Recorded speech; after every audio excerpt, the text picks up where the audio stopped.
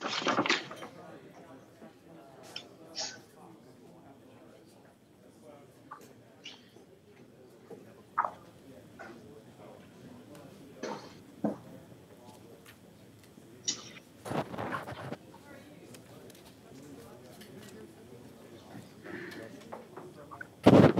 morning, everyone.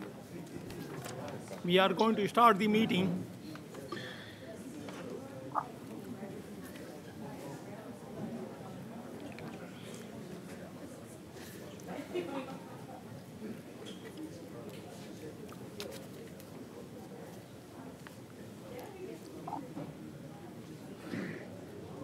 Need Doug Brook on the screen. Oh, I see. Yeah. Nice. Good.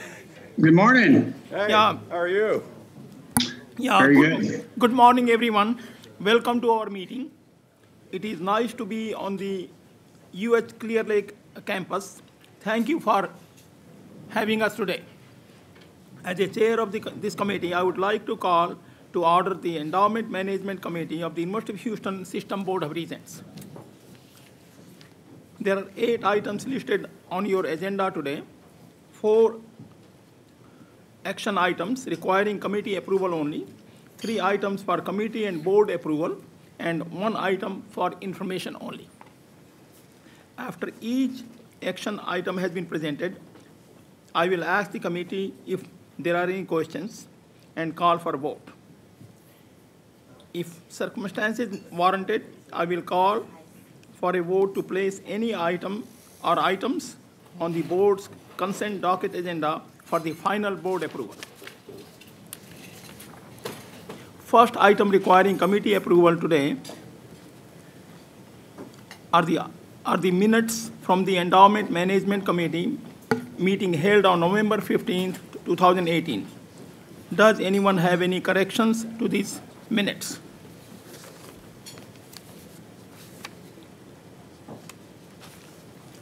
Do I hear a motion to approve these items? So moved. Thank you. Is there a second? Second. Thank you. Doug, it's good to see you on the screen.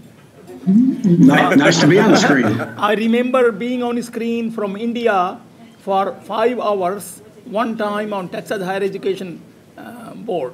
And there was a critical item, and I got it approved because I was on Skype. So thank you for being here. Thank you. He looks better on the screen. Yeah. Yeah, I even took a shower this morning, maybe so. wearing pajamas. Yeah. All in favor, please say aye. Aye. Thank you. None opposed. The minutes from the November 18, 2018 Endowment Management Committee are hereby approved. We have 4 representatives from Cambridge Associates at our meeting today. After discussions and recommendations from Cambridge Associates, I will call for the vote. The first agenda item listed today will be presented by Cambridge Associates. Item C, the report from Cambridge Associates regarding the U.S. system endowment and non-endowed portfolios.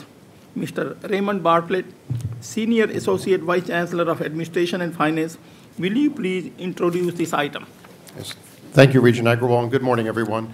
We have with us today, starting from my right and moving across, Ms. Lucy Chang, Mr. Phil Fisk, Mr. Kerry Kirk, and Ms. Erin Schumacher. They will be discussing the first item, which is a report on the performance and asset allocation of the portfolio, and I'd like to now turn it over to Mr. Kirk. Thank you, Mr. Bartlett, and good morning, everyone. As always, it's a pleasure to be with you, and it's always nice to go to a new location. I think our last off-central campus was Victoria, if I'm correct, and so it's nice to come down to Clear Lake, a little bit closer for us. We have a number of items for you today. As was just indicated, we will start with, and I'm on page 3, which is probably what you see on the screen there, or your hard copies. We'll start with our customary summary report of the endowment's performance. Later, we will go into some of the other items that the chairman mentioned that deal with the non-endowed portfolio assets, as well as a hedge fund recommendation, and our private equity specialist will have some recommendations in that regard. Before I turn it over to my colleague Erin Schumacher to summarize the results, I do want to just make a quick sort of framing comment. You know, it was in the middle of, I think, last year when we had our little discussion. I made the reference to, you know, everyone has a plan till they're punched in the face, the old quote from Mike Tyson, I believe it is. And so in the fourth quarter, particularly in December, we had the long-anticipated punch in the face, where so that particular quarter pretty much wiped out the equity capital market returns and sent them into negative territory for 2018, following a huge 2017, mind you. But we have a tendency to sort of forget that when you have peak to trough declines in a single month that were, in the U.S.'s case, almost 20%, which took us to sort of really bear market territory. That's since changed, but I don't want to get too far ahead of myself. We'll start with the negative news, and for that lovely duty, I will turn it over to Erin Schumacher. Sure. Great introduction. So I'm on page 6. As Carrie alluded to, it did end up being a pretty difficult environment for 2018, and it was largely focused in the fourth quarter. 2018 actually ended up being the worst performing year since 2008, so since the Great Financial Crisis, and actually the month of December was the worst December that markets saw since the Great Depression. And I think what's unusual about it is not only what Carrie mentioned, that because 2017, everything effectively went straight up in tandem with no volatility, but we typically expect to see the fourth quarter of the year be relatively strong. And in fact, it was the opposite. So on page 6, you can see a snapshot of 2018 returns. The blue bars are your equity markets globally, all down. The U.S. was a bit stronger than non-U.S. markets, but certainly not immune. Hedge funds did a good job protecting capital relative to equities in the green here. Anything in the real asset complex related to energy was quite weak. And then bonds, while in normal environments when we see this type of sell-off, we would expect to get a bit more of a pop in returns. While we did get that in the fourth quarter, the preceding 3 quarters prior to Q4 18, given the rise in interest rates that we saw, bond returns have been relatively weak. So not providing that same level of ballast that we may typically see for the year.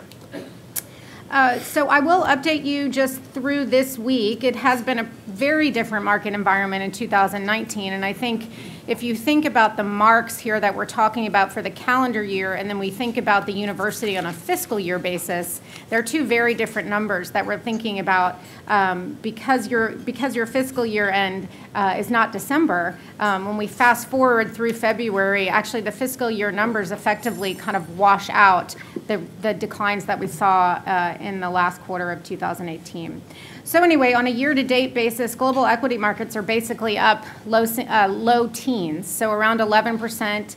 The U.S. up about 13, non-U.S. markets up about 10 to 11. We've also seen a pretty significant rebound in energy-related assets. Natural resource equities up about 15%, and bonds have actually eked out positive returns as well. So I'll update you on the performance through January, just given that it's such, I would say, a pretty stark contrast versus what we saw last year. If you turn to page 7, I'll just start. The portfolio did end the year at $685 million. This middle box then provides you performance. Just to remind everyone, we do provide 2 different performance numbers, one of which includes privates, one of which does not. And I know Phil will speak to the performance of privates because it was a very strong year for private investments. And you can see that. So if you look at the total portfolio, down 4.3%, so certainly not immune to the equity market declines, but if you compare that 4.3 to the marketable portion of the portfolio, which strips out private investments, down 7.9. And again, if you remember, the private investments are marked on a lag, so we only have 3 quarters of private investment marks in this number, and they tend to be somewhat less volatile because they're not marked to market every day. But again, a very strong year for privates, and I'll let Phil speak to that. The other thing I just wanted to highlight on the bottom of this page 7, this gives you a snapshot of the allocations where we were at the end of December relative to target. And I will note that while at the end of December we were about 41% in global equities, we had actually averaged a little bit higher than that throughout the course of the year, in part because we were underweight private investments, and some of that overweight to public equities did weigh on returns in the fourth quarter. I will, oh, sorry, go ahead. Just one quick comment. I know we're mixing time periods a little bit here, but when she mentioned the market value at 685, Yeah. I think we're now back up to about 715 on the year. So as of January, so just to give you a snapshot then of January performance before we move on, January was up about 4.5% to 5%. Assets ending January back up at $716 million. So just to speak a little bit more about what drove returns for 2018 on page 8. In the blue bars, you can see your global equities, again, your public equities, certainly not immune to market performance. We had a couple of managers underperform in 2018, largely driven by the fourth quarter, and I would say this is not unusual for what we're seeing across our portfolios. Given the sharp and, I would say, steep declines that we saw, it did create a pretty difficult environment for active managers. Much of the selling was technically driven rather than fundamental. And so for managers where companies that they held, fundamentals were good, they were ultimately being impacted by technical selling in the market. You can see in the next blue bar the strong returns from privates. In green, hedge funds ahead of benchmark and definitely protecting the portfolio relative to the negative returns we saw in equities. Real assets somewhat weak. You will recall we did make some changes over the course of last year to this portion of the portfolio in an attempt to help mitigate some of the volatility that we've seen from that asset class, and modestly positive returns in bonds. So net, a return of minus 4.3, slightly below benchmark of minus 3.9. Page 9 just gives you a snapshot then of attribution, so what was positive and what was negative. If you look at the 40 basis points of underperformance, we made up, or from an additive perspective, both hedge funds and privates added to performance on a relative basis, while public equities were really the driver of the underperformance. And I mentioned both from an active management perspective, managers struggled during the year, but we also were slightly overweight public equities going into the fourth quarter as we are continuing to build out that privates program where we had been somewhat underweight, and that tilt in 2018 at the end of the year, what on a relative basis would have detracted. It certainly has helped thus far this year. Page 10 just gives you a snapshot then of where we began the year and then what we spent, what we earned, unrealized losses in this case, as well as aggregate fees, and then that ending market value of $683 million. And then before we move to report on non-endowed, just to give you a snapshot of asset allocation on page 11, again, this was at the end of December. With the market moves in January and February, I would expect us to be, that global equity underweight, to be back at target, if not slightly above. But net, we're managing the portfolio pretty close to targets at this point. We are certainly late in the cycle, and this isn't a time we necessarily want to be leaning into any trade. We want the diversification that the strategic asset allocation affords. Before I turn it back over to Carrie, on page 12, this gives you a snapshot of the portfolio's non-endowed assets, which actually we're going to spend some time talking about today. But you can see on the top left corner of this page, on the trailing one-year basis, total non-endowed assets earning 1.7%. Now that we've finally seen some pickup in yield and the Fed funds rate north of 2.5%, we're starting to get an increased level of yield in this portfolio. As you know, it's a combination of cash and short duration bonds. And then I'll turn it back to Raymond to introduce the next section. Oh, unless there's any questions. I have a comment that I'm looking at the portfolio values from 97 through now. I'm pleased to see it's $716 million at the end of January. It has never been this high. I don't know how much is the return factor and how much is the add-on to endowment. Dr. Kato, do you know how much we added to endowment, or we have not added much to endowment? We have added for sure. I don't know exactly how much. But I'm pleased to see highest it has ever been, $716 million. I think Carrie's performance has been wonderful. Your group's performance is great. Thank you very much. Thank you. Thank you. Regent Agrawal, this completes the presentation of item C. Thank you, Mr. Bartlett. This item was presented for information only and requires no action by the committee. The next item listed on the agenda is item D. Approval is requested to modify the composition of the non-endowed portfolio and delegate authority to the Chancellor to negotiate and execute contracts for hiring of private investment managers for the University System Endowment Fund U.S. system. Mr. Bartlett, will you please introduce this item? Yes, sir. Thank you. Cambridge Associates will be discussing with the committee some recommendations with regards to the non-endowed portfolio, changing some of the mandates in the portfolio and hiring 3 additional managers. And so I'd like to turn it over to Mr. Kerr. Okay, thank you again. If you could just leave it on page 14 for a moment, it doesn't say anything, but I was just going to make a couple of comments to sort of introduce what we're looking at here. This committee asked us to work with the internal management to determine what more could be done on a prudent basis to enhance the risk-return profile of some of the non-endowed assets. And so we spent some time studying the mix of the non-endowed funds. We reviewed cash needs across the U of H system. We did some internal consultation with our enterprise advisory group, our annual survey of colleges and universities and their best practices in this regard. We also talked a little bit about state law, even though we're not lawyers, with your internal folks to make sure that we're anything that's recommended is viewed as being compliant. And so with that, what I'm going to do, if we could go to, I guess, slide 15, I'm going to provide a quick summary of the non-endowed portfolio assets composition.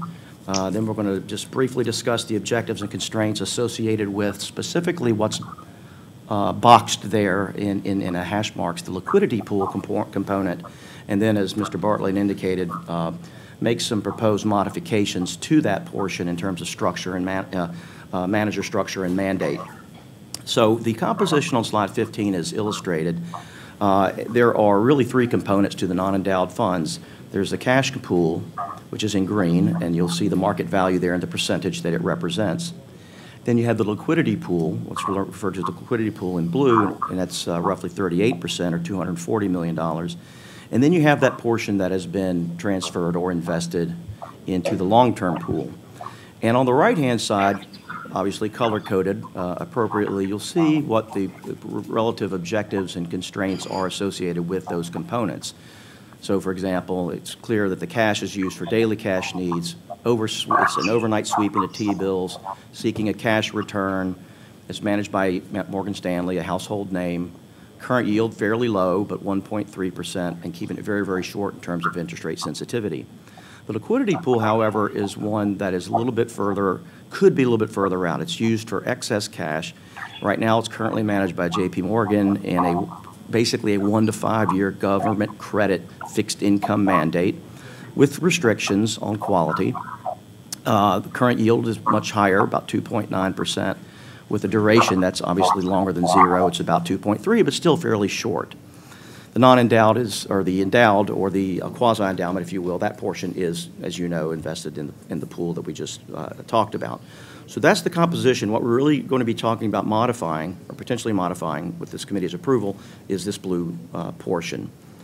And so with that, what I think I will do is ask you to look at slide 17. Right now, those funds, as I just indicated, are managed by a single manager, J.P. Morgan. So again, a household name firm, but it's a $250 million managed by a single firm. And generally speaking, just out of the gate, without even changing mandates, having some manager diversification seems us prudent and appropriate. But particularly since we are considering extending the mandate a bit, that it would make sense to bring in some other managers who are sort of more specialists in more extended, if you will, areas. So what we illustrate on slide 17 are the incumbent manager at the top, J.P. Morgan, and I'll get to the allocations in just a moment. A new firm called Breckenridge Capital, a firm called Loomis Sales, and a firm called, well, PIMCO. I think most people are familiar with PIMCO. They're almost synonymous with the bond market, or at least in terms of bond management. And in terms of description, I described J.P. Morgan, but just again in sort of soundbite form, let me describe the expansion of mandate that this sort of represents, sort of in this order. Breckenridge Capital you can think of as a fairly plain vanilla investment grade, intermediate to long duration bond manager. And they invest primarily in corporate bonds. They invest in taxable municipals, treasuries, and agencies. They use bottom-up credit analysis as the driver of their research process. They build portfolios that are designed to outperform in down markets. And they don't really take on active interest rate risk or very large credit position bets. And so you could think of them as just a little more in credit, a little more in like in taxable municipals, a little more in duration, but one to two steps, maybe three beyond J.P. Morgan. Loomis, on the other hand, Loomis Sayles is they're very well known for a lot of different things and a lot of different capabilities. But this particular strategy that we are proposing, that is called Core Plus Full Discretion, it's really an opportunistic strategy. It's value oriented. It's focused on investment grade credit. They will investment grade and non-investment grade credit. They will stray from the benchmark. They will invest in non-dollar fixed income. They will invest in below investment grade securities. They seek like 150 to 200, 250 basis points of excess return per year. They will invest across the credit spectrum, looking for a strong yield advantage. And let's face it, if credit spreads widen, which at some point they will, this strategy will lag the benchmark. But all these funds have terrific track records, and we think, again, it represents maybe two steps out beyond Breckenridge. And then finally, PIMCO, called the PIMCO Dynamic Bond Strategy, used to be called, I think they used to call it Unconstrained. They changed it to Dynamic Bond Strategy. Sounds a little less scary, I suppose, but it's not a scary fund, but it is one that does take absolute bond returns into consideration. In other words, they are totally irrespective of their bond benchmark, but they're looking for 300 to 400 basis points of value add with a sort of 6%, 3 to 6% volatility target. Their actual volatility, which is low, their actual volatility realized has been lower than that. But they're seeking to add value over the LIBOR rate, which is currently 2.5 to 2.7%. And they're going to invest across the spectrum of bonds, including they could go up to 50% in emerging markets, fixed income, not equities, 40% in high yield, and 35% in other non-dollar currencies. Also invest in bank loans, convertible bonds, preferred stock. And so it's an open mandate, full latitude sort of strategy that's perhaps maybe half a step beyond Loomis in terms of the risk-return perspective. So with all of that said, you look over to the left-hand side of slide 17, you'll see when we began to put this together, we thought first of mandates, which I just described, and then we thought, secondly, how should we size those mandates? We thought that those that are a little bit less constrained, shooting a little bit more for investment return, should have lower allocations from a risk control perspective. We started from the standpoint of sort of incrementalism, conservatism, because what we're doing already relative to what we are doing currently, what we're proposing to do relative to what we're doing currently is already less conservative by definition. So we want to be moved incrementally. And that drove us to suggest that half of the assets in the liquidity pool should remain in the 1 to 5 year duration. And then we came up with 20, 15, and 15, as you see on the left-hand side for the others, just sort of incrementally reaching out the spectrum a little bit and lowering the allocation a little bit. Now, these are not policy targets. These are not written in stone. This is what we were proposing as a first step. Certainly, this can be modified over time. But it's further influenced by just sheer observation of the yield curve. Right? The yield curve is almost inverted. It's fairly flat. It's been flattening. Generally speaking, we think interest rates are still on the rise, and there's just not a lot of, there's not a lot of reward for going too far out the duration spectrum at this point in time. And so keeping a portion of this, a large portion of this, in this case half, in the 1 to 5 year high quality range, we thought was the prudent first step to do that. On slide 18, it'll be the final slide I'll speak to, and we'll open it up for anything I left out, of course, from Aaron. any questions from the committee, is we just generally in a qualitative way illustrated the spectrum of expected return on the y-axis left, and then on the x-axis risk, ranging from cash on the bottom left all the way out to equities. Now, there'll be no equities in this portion, so that's just in there to show that that's the furthest out the risk spectrum. And then we'll just show the extension from cash to short-term bonds, which is where JP Morgan is, to core bonds, which is where Breckenridge is, to then what would include core, core plus, intermediate, non-dollar, other spread product, if you will, agencies, credit, and that's the high-yield bonds. In the larger book, which you've received, you saw how this would modify the duration aspect. It would extend it, obviously, and will also increase the credit exposure significantly. But given that you have the cash pool buffer, we think this is a reasonable and prudent first step to generate additional excess returns.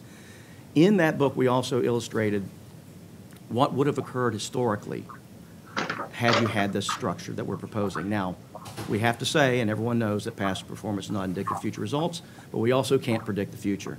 So we used the structure as we had, as we proposed on slide 17, to look back over the last decade to see how it would have performed relative to just the current structure. It would have generated 120 basis points per year net of fees. Additionally, with only a 1.3 with a volatility adjustment from 1.3 to 1.9. So a very, very small volatility adjustment. So historically, the risk-adjusted return, or the return per unit of risk you'd be taking in that portion, would have been significantly better. We hope that would be the case going forward. If the holding period's long enough, we can't predict that over an intermediate period of time, but we think it's reasonable. We had to show something to illustrate that this might be a good idea, and we used historical returns. Why don't I pause, see if I left anything out? The only other thing I would add is, and this came up earlier, Regent Agrawal, in your comments, is that just do recall that we have added money to the endowment over time, and that we're at a point in terms of looking at non-endowed versus endowed where we feel comfortable with the level of non-endowed funds that have been transferred into the endowment, and we don't really want to add any more based on what we see as best practice in terms of other institutions, the level of illiquidity that ultimately comes with moving money into the endowment. And so this is the incremental next step to say, okay, now that we have moved funds from non-endowed into endowed, what can we do with the remaining balance of those non-endowed funds to generate a little bit more return? I want to let one thing out, or maybe I mentioned this, but in the future, I mean, you very well could see us coming back suggesting a different mix than the 50-20, 15-15, and or for that matter, switching out a manager. But I mean, obviously 3 of them are brand new. So we would not intend to do that for some time. But all these things are adjustable, if you will, based on market conditions. We were looking at this distribution on Thursday. Appears like JP Morgan 3 years out of 9 years was higher than the new portfolio managers or new funds. So why don't we put 1/3 with the JP Morgan and 2/3 with the other 3, like 35%, and then take 15% away from there and put in place of 20, 25, 15 can go to 20, and 15 can go to 20. We can do it now, or we can do it in the next board meeting. I recommend that since performance of JP Morgan is much lower than these other 3 institutions, we reduce the exposure with JP Morgan and increase with the other 3 institutions. 1/3 and 2/3. 9 out of 9, 3 years JP Morgan was better, and 6 years they would have been better. So that's my recommendation. Right. I don't know if we can do it today, or we'll have to do it later on. I think I would just say that we considered the performance of the incumbent manager in these considerations, and there's a lot of there's obviously never any ex ante right answer. You always know ex post. But when looking at this, we erred on the side of the mandate over the manager at this point, from the standpoint being that we think that a good upwards of half. No, we don't make the decisions for the committee, but upwards of half of the liquidity pool should be in a 1 to 5 year high credit quality mandate. And if I could say one thing in Morgan's defense, it is that They have been operating under some constraints relative to their benchmark that were put on the portfolio some years ago, prior to my ever recalling, from a credit quality perspective. And rates being where they were historically, as we all know, almost near zero in the last, almost decade, it's been very difficult for a credit-constrained manager to actually add value that's going to outperform net of their fees. I don't expect that condition to continue going forward, and so the conditions should be better for Morgan in that case. But certainly, a different mix is it's a risk-return profile question that belongs to the committee. I have a question. I don't know anything about it, but 80 basis points on PIMCO for a bond fund, I don't know if that's high or low, but compared to the others, it's certainly high. And you got basically a fixed income portfolio. Interest rates are, 4%, 5%, whatever you want to say for the mortgage. So you're taking a big share of the coupon essentially out in here, and the other ones obviously you're taking very small shares out. Is it reasonable to expect their performance will pay for the 80, basically double the next one and 4 or 5 times just indexing effectively? Well, it's a good point. It's a good question. It's it's the one thing we dislike the most about PIMCO. If we disliked anything, it's the pricing. But they have demonstrated the ability to generate almost across the board on their products at higher pricing, the ability to generate excess returns. This is an unconstrained strategy, so they should have even more tools in their toolbox to do that. It remains to be seen if it will be so. Sort of offsetting that on a total structure basis is the fact that we put Breckenridge in the portfolio that's charging 9 basis points with a larger allocation. So in a way, we're sort of thinking about the aggregate pricing of the new structure versus any individual manager, but we wouldn't debate your point. My question really is out of line, or is it sort of in line? I mean, I wasn't trying to. Well, they're on the high end. I would say, but if you look at unconstrained bond managers, so That's they what I'm can't, looking so at. it can't be indexed, right? Because Yeah, by sure. definition, they're going off index. And I would say it's in line with what you see for unconstrained bond managers, probably towards the higher end. Thank you. Is there any way we can negotiate with them from 0.8% to 0.4%? Because we are investing a lot of money. 20% or 15% of $270 million is $40 million, $50 million. You never met them. Yeah. Yeah, So it's I do know for.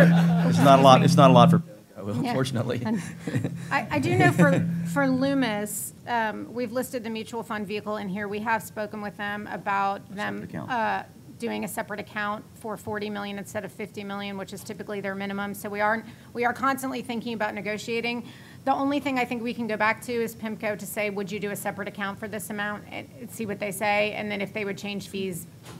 But I'm not as confident that they would be willing to negotiate.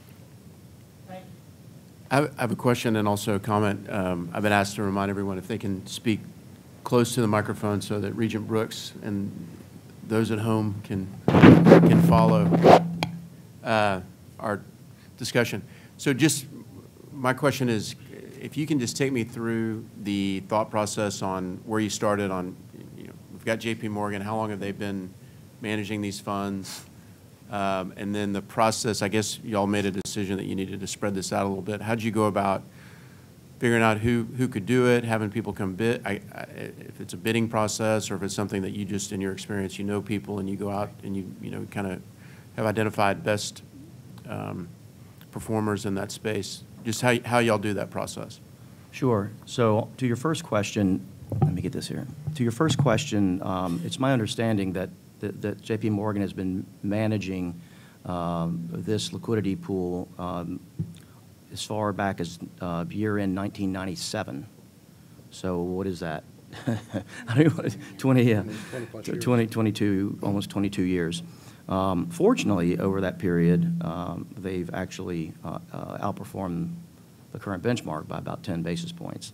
And that's not that bad, given the restrictions and that it's in fixed income land at the short end. Over that period of time, it's generated 3.6% average annual compound return. Reasonable.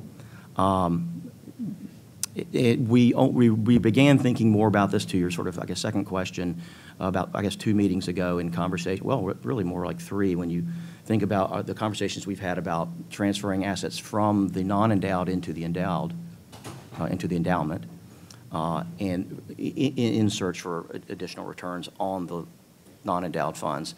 And we got to the point where we collectively were comfortable that enough had gone into the non-endowed pool, so then what can we do about, what's the liquidity pool? So, because we're not going to change the cash pool. I think that's fair to say. So what could we do with the liquidity pool? And that goes back at least 2 meetings, and sort of studying that.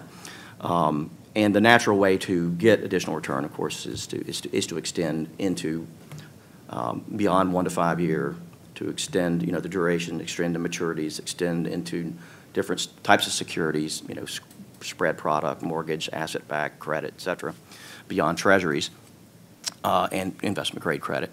And so that sent Aaron and I and our team back to look at the various mandates that we have. When I say within the firm, I mean, we don't manage dollars directly, right? We have a group entirely within the firm that does nothing but investment manager research across every asset class. That's all they do. They don't face clients. They face managers. Within that large group, because it spans everything from cash to private equity and venture, we have fixed income manager specialists. And what they do is they develop, essentially, I'll use a metaphor, going to a restaurant, they develop a menu, right? Appetizers and entrees and whatnot. And so in those, the metaphor, to extend the metaphor, those, entrees might be, short-term, intermediate, and, I'm sorry, appetizers might be short-term, intermediate, entrees might be the unconstrained. And so we have several firms by mandate that the firm has vetted. We talk to every month. We talk to every quarter. We correspond with every month. And we have a fair, it's limited, but we have a fair number of what we think are the best firms in each of those mandates. In the old days, you used to do RFPs, and managers would come in and tap dance and in front of the committee or in front of us. They still do that with us, but doing that in front of committees is not a wide practice anymore. And so Aaron and I, with our fixed income specialists, sat down and we discussed the mandates with them. And we got, what would you say, per mandate? Anywhere from 2 to 4, 2 to 5 choices. And so we did our own internal analysis and thought this was a good structure to put forward. The only other thing I would add is then if you look at the mix of kind of what we're proposing here, I think it comes back to some of Carrie's comments about then taking into context the current environment and not really wanting to swing the fences all the way out on duration at this point, because you just don't get paid for it. And so I think there's some science and some art as you kind of think about the mix of these managers, what we're trying to achieve in terms of increasing yield, but keeping risk modest, given the nature of these funds, combined with the fact that we need to take into account where we are from a yield curve and interest rate perspective, because arguably you're not getting paid a lot extra relative to cash at this point to extend duration materially, but you're taking a decent amount of interest rate risk based on where we are. And the same could be said for credit spreads, right? I mean, they're sort of at tight to average levels. We're certainly not at a period where spreads have blown out, and we could, really benefit in a way to benefit from some sort of tightening of credit. Right, but if spreads do blow, when they do blow out, you could see us coming back and adding to the PIMCOs and the Luma sales and increasing that allocation rather than the JP Morgans. On investment things, I'm going to always defer to you guys and some of the more experienced people on this board on those types of things. But what I'm kind of concerned about, or nature of my question is this, is that from an oversight perspective, we've got to review and approve anything over $1 million, right? And we have a big presentation. There's a formal process with that kind of thing, and then I'm trying to figure out how this works into that, because we're talking about multi-millions of dollars that we're deciding, or with your advice, and making sure that we're following our requirements to oversee that, and that everyone's having a chance. Open kimono on bidding. Everyone has an opportunity to do it to where it's not, don't take offense to this, but if, my concern would be is like if y'all are controlling who can bid through your network and it's not open to the public, and so if we've got people in the, country that want to bid on this, but they're not in the club. Right. If they're on the outside. And so I want to make sure that we Right. have a full, thorough, opportunity for people to participate, and then those decisions are being, vetted. And I, of course, defer to you guys on all this stuff, Yeah. that high-level investment philosophy stuff. I'm never going to understand that as well as y'all, but I'm more concerned about the process. So do you do like an RFP? You said back in the old days you did that, but now do you? So how's it in different? that sense, the way you describe it, it is in essence sort of a closed process. And I don't mean that to sound like in a negative, pejorative way, but it is, in a sense, that is part of the mandate that we have. As Cambridge, from the University of Houston system. And so, we don't have discretion, so we, could always entertain, names of other firms and whatnot, but for efficiency purposes and so on, we're conducting the due diligence anyway on literally, 1,000+ managers a year. Some are obviously known, have preferred habitats in certain asset classes, are very known for that. But we are not, for example, in this instance, we are not going out and issuing RFPs for the University of Houston for these fixed income managers to come in. We essentially know the mandates, we know who they are, we talk about who would be a good fit, we get on the phone with them, we talk to them, see if they have the capacity, pricing, would they assume the mandate before we let them know who you are? Would they compete for it, if you will? But in a sense, they're not competing in the sense that we're sort of selecting them to propose to you. I would just say that this process has really been no different than any other manager that we would propose, in the sense that when you hear Phil and Lucy talk about private investment managers, it's the same sort of due diligence process and Cambridge process that's coming over in terms of driving those recommendations and giving you best ideas. So it's the same approach that we take to everything that we do with respect to these funds, in addition to the other managers across the portfolio. Got it. Process is also consistent with the way other universities that handle endowments would defer back to Cambridge, for example. Got it. I feel pretty comfortable with the process. I don't think the law would require the level of detail that you are referring to. Okay. All right. Thank you. Regent F, that's an excellent question you're asking. How long are we with the JP Morgan Chase? 23 years. I think it's too long. 23 years is too long for us not to review where we should park our money, or where we should, I think we should analyze every 4 or 5 years to see if we need to move money from one place to another place, or look at new opportunities. So I think Mr. Kirk has been on this committee only for 2-3 years. Aaron, I don't know how long you have been doing it. I was wondering why it took 22 years for us to look at. The reason I'm asking this question, are there some other funds we can look at that are hiding somewhere, sitting somewhere, that we have not analyzed so that we can improve our return? Like we have $119 million in quasi endowment. They may have $270 million in the cash. Can we do something else with that money also? Just like you are recommending changing some of the new portfolio, 3 new portfolios. Can we do something else? Can we analyze that every 2 months or 3 months or 6 months, or once a year at least? So maybe Mr. Bartlett can follow up on that. So we do look at the cash and the liquidity pool constantly, and certainly we do an informal internal review of that mix in that portfolio. And what we're looking for is the right amount of cash that we need to support our daily operating needs. And anything that we can move off to the next tier, which is the liquidity pool, we certainly do. So as part of this entire analysis, we have looked at how much do we need to have in cash to maintain adequate liquidity for daily cash or expenditure needs to cover those expenses.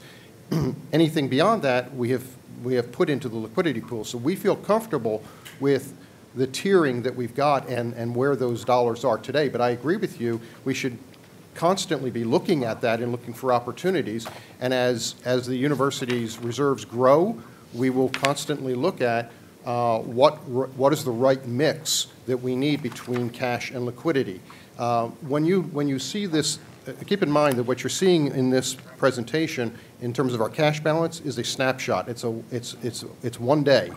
That cash balance fluctuates considerably. And so we take that into account when we're looking at how much do we have to maintain in that account. And so, there is a lot of volatility in that account, a little less in the fixed income, and certainly less in the endowment as to our cash needs. So we're satisfied with the tiering that we've got, but I agree with you, we should always be looking at ways to manage that mix. Thank you. Yeah, I feel that again, 22 years is too long. We should be evaluating more often. With that, if there are any other comments or questions? Yeah, back to that point. So you've got on these other investment, managers we're going to discuss later. You put them on watch lists and you monitor them that way, and then if you recommend we end the relationship, we typically do that. Will there be a similar process for these now 4 to review them on a periodic basis to make sure, particularly on things like that Regent Chazen mentioned on this, this pretty high fee that we're being, I'm just looking at PIMCO and I'm thinking that really is a dramatic difference between the others. And I get it, they may be, rock stars of that business, but I just have to think there's got to be other people that are offering some type of returns without that type of charge. And so that's fine if you say, look, let's take a flyer on it. They're great. They've got a great track record. But I do think we should build in some review milestones to make sure that's really bearing itself out. They will be part of the same structure of manager monitoring and manager evaluation with the committee, just as we do with the endowment portfolio. So benchmark, relative performance to their benchmark will be tracked. There will be a watch list similar to what we do with the endowment. So the structure that's in place with the endowment will be the structure that will be used for this portfolio as well. And where are Breckenridge and the other one, Loomis, where are they based? Boston. Boston? Yes. So it's Boston, and then PIMCO. And Newport Beach, California. Okay. And so there weren't any Texas or Houston area ones that y'all could find? I mean, it's like a Bauer or something, because Bauer has given a lot of money to us. Yeah. No, I mean, just there's not I assume you've got some in the mix. And it doesn't even have to be Houston. It could even, be Boston or Dallas. Your principal fixed income manager in the endowment is Houston-based. Got it. Who's that? Smith Graham. Oh, and that's for the endowed side? Yes. And they've got 100% of that? Yes. Good. All right. Okay. And how long have they had it? They've been in the portfolio since the early 90s. Okay. Are y'all doing some kind of review on that? Because that's even longer than J.P. Morgan. What's the protocol? We're sort of doing that almost as we speak. Right. Okay. Y'all are reviewing that and probably going to have a similar type of recommendation to spread it out? Yeah, the fixed income element has come into conversation in between meetings, and so it's sort of nascent but under review. Okay, so like maybe next meeting or August? Possibly. I mean, we have to. Yeah, we're having conversations right now with Cambridge and some of their internal team about some other opportunities, perhaps in addition to how we're investing that fixed income allocation right now in the endowment. Okay. Are there any other areas where we've got all of our eggs in one basket? We've had them there for 20-plus years that we need to be talking about? No, it's the rest of the portfolio is pretty well diversified by manager within each strategy or asset class. Okay, thanks. And that was intentional. Got it. Chairman, this is Regent Brooks. At the risk of piling on a little bit, you look at that page 23 in the big book, and you look at the results of Breckenridge and Loomis and PIMCO since 2000 9, it does make you think. So whether we can find other groups like those with lower fees, or look hard at what the restrictions are on what JP Morgan is having to deal with fixed income, it does look like there's opportunity, even if it was 40, 20, 20, I mean 40, 20, 20, 20. But I would say it certainly is worth our time and energy to look at other groups like Breckenridge, Loomis, and PIMCO, or look at the restrictions on JP Morgan on the fixed income for sure.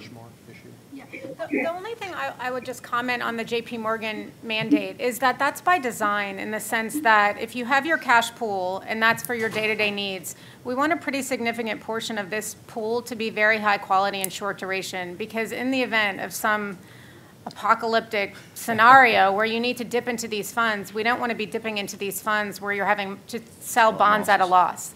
And so from that perspective, the mandate of JP Morgan has been very directive and restrictive for that purpose. You know, has it been somewhat more conservative than it needed to be? Perhaps. And I think those are the conversations that we're having now, of making sure we're using the dollars the right way. But it has been a deliberate decision over many years that certainly predates me to have a short duration bond portion of your non-endowed assets. And from our perspective, particularly given today's environment, it's prudent to continue with that type of mandate for a significant share of these assets. So yeah, I see, Aaron, exactly what you're saying. So then maybe we just look at the other 3 components, keep the JP Morgan mandate the same, but when we're looking at the risk reward, should that percentage be slightly less than 50? And are there other opportunities on the upside that may be slightly more risky, but at least looking over the last 9 or 10 years, wow, we've missed some opportunities potentially.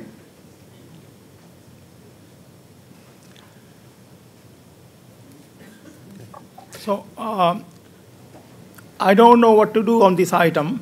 Are we going to keep it as it is, like 50%, 20%, 15%, and so on? Or should we let our chancellor decide and our staff communicate to you and come up with a new recommendation? Not investing 50% with JP Morgan, maybe 30%, and the rest with the other 3. I think we can approve the item as presented and work with offline and certainly communicate back the proper allocation, or if there's a recommendation, an alternative recommendation in terms of the allocation between what's proposed and what might be considered as an option. But I think we could move forward with the item with your permission. All right. Thank you very much. If there are no additional questions, may I hear a motion to approve this item as presented to the committee? Thank you. Is there a second? Second. All in favor, please say aye. Aye. Aye. None opposed. This item is hereby approved by the committee. No further board action is required. The next item for the committee's consideration is item E. Approval is requested to modify the U.S. system investment policy for non-endowed funds, University of Houston System Endowment Fund, U.S. system. Mr. Bartlett, will you please present that item? Yes, sir. Thank you, Regent Agrawal. I'm going to turn it over to Ms. Schumacher to discuss some modifications to the non-endowed investment policy that are commensurate with the discussions that we've just had with regards to our non-endowed funds. Aaron? Sure. So we've provided a redline version of the investment policy statement for the non-endowed funds for your review. I would say just at a high level, the idea here was to streamline the policy statement and really bring it up to best practice in terms of how these funds are invested. I would say if you read through the document, you can see it's very prescriptive in terms of what can and cannot be done, but almost from the perspective of the university was going out and buying securities and bonds directly. And frankly, in practice, what we do is we go out and hire managers to execute mandates that we've then approved based on the structure of the allocation that we've just discussed. And so if you look through the document, I think you'll see that a lot of that language has been cleaned up. We have also provided a snapshot of then how this portfolio will ultimately be invested in terms of both short duration government and credit, as well as intermediate term core, and then this absolute return bucket, which will afford you some more flexibility in terms of generating additional return from these funds. I feel like from that perspective, that's kind of a high level. I'm happy to answer any specific questions, but I would say in general, a bit of a modernization of the document, bringing it up to what we see as best practice when it comes to managing these types of non-endowed reserves, and then aligning it within the context of the mandate that we just discussed in terms of how we will modify the portfolio over time. If there are no questions, Regent Agrawal, that completes the presentation of this item. Thank you. Are there any questions? May I hear a motion to approve this item? So moved. Thank you. Is there a second? Second. All in favor, please say aye. Aye. Aye. Thank you. None opposed. This item is hereby approved by the committee.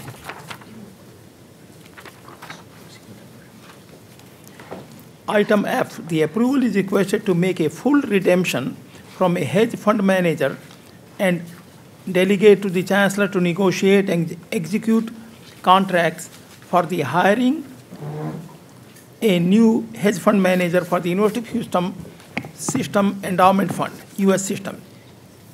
Is the next item for the committee's consideration. Mr. Bartlett, would you introduce this item? Yes, sir. Thank you. Ms. Schumacher will discuss with the committee a recommendation to redeem from a manager and replace them with another manager due to some concerns we have about the existing manager. So, Ms. Schumacher? Sure. So I'm on page 50.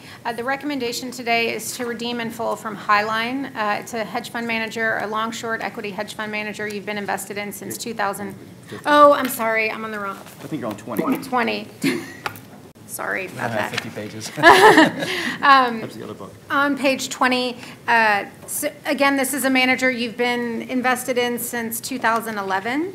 The performance over longer periods of time has been okay, but more recently they have had some organizational changes as well as some, I would say, just pressure as it relates to overall assets.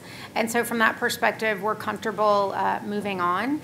We have also had you, the university, on a wait list for a manager by the name of Nitorum, which will be the replacement manager.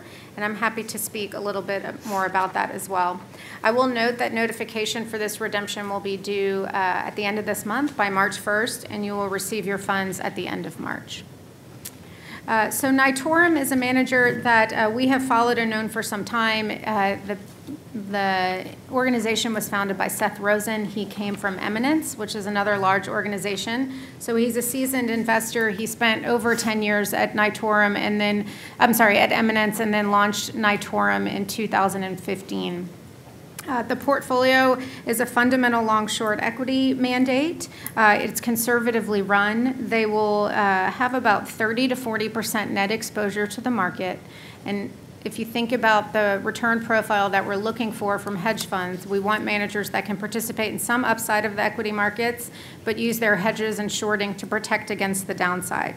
It's a concentrated portfolio of about 20 to 40 longs, and as well as about 20 to 40 shorts, all single stock shorts. The fees on the portfolio are 1.5 and 20. And since launch in 2015, just to give you a sense of statistics, the managers returned just about under 6% annualized at a standard deviation of 5%. And despite the fact that's been a pretty good period for markets, well ahead of equity long-only returns, where the MSCI over that same period has done about 4% annualized at 11% volatility.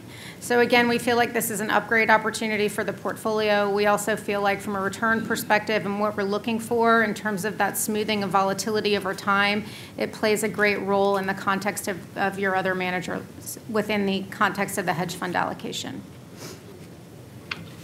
Happy to take any questions.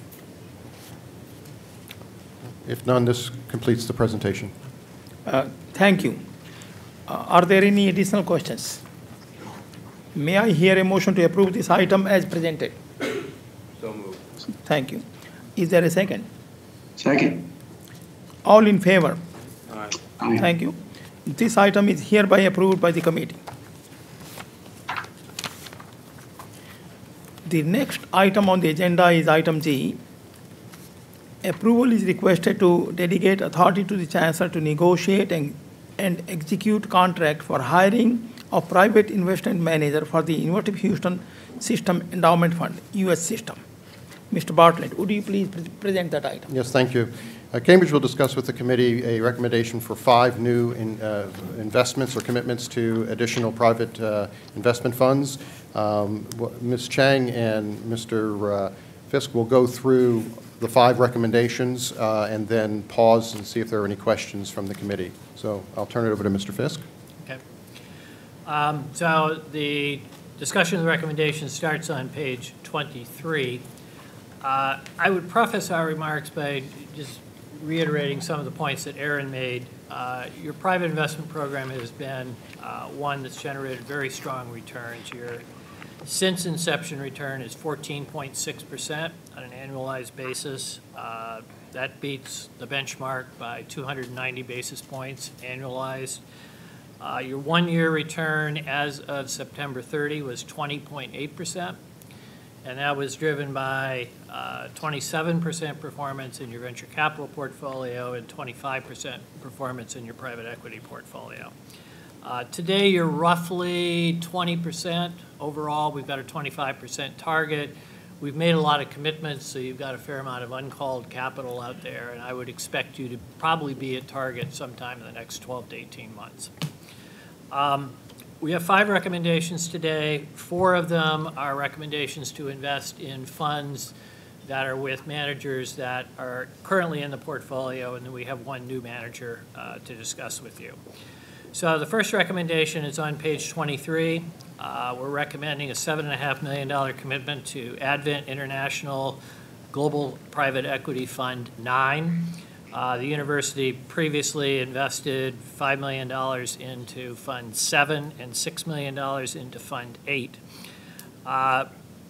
They haven't set a fund size target. I'm guessing it will be ballpark a $15 billion fund. It will target growth buyouts primarily in Western Europe and the United States.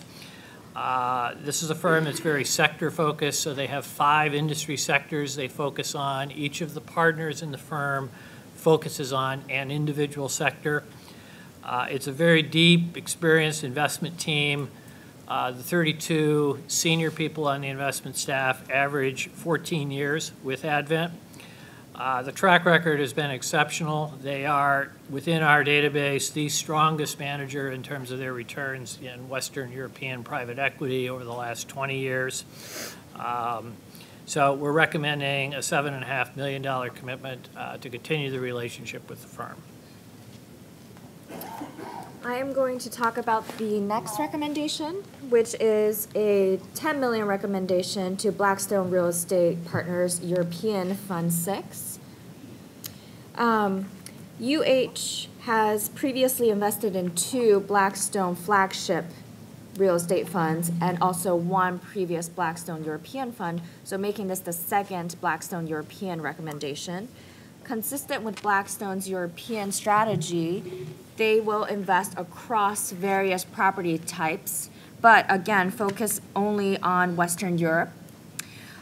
They have one of the largest and longest dedicated European teams of over 100 investment professionals.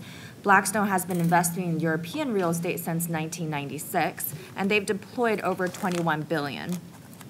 Their global presence and their long-time team in Europe allows them to gain very timely insights on the various pockets of the market opportunities in Europe, and also allows them to deploy capital very quickly.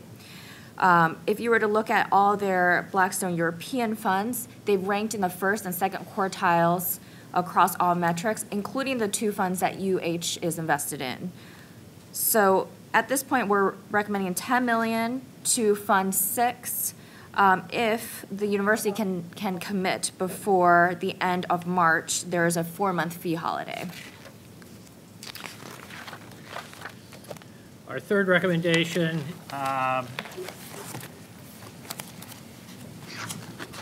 is on page 25. We're recommending a $5 million commitment to Clear Ventures Fund 2. So this is the 1 new manager that's not in your portfolio that we're recommending today. Clear Ventures Fund 2 is targeted to be a $180 million fund focused on early stage opportunities, primarily in information technology and technology-enabled services. They do have a focus on Northern California. Despite the fact that this is an emerging manager raising their second fund, it's a very deep, experienced team. So Chris Rust, who's one of the founders, was formerly an investor at Sequoia and U.S. Venture Partners. Rajiv Madhavan, who's his partner, is a very experienced operator. He's founded 3 companies and run those companies as CEOs.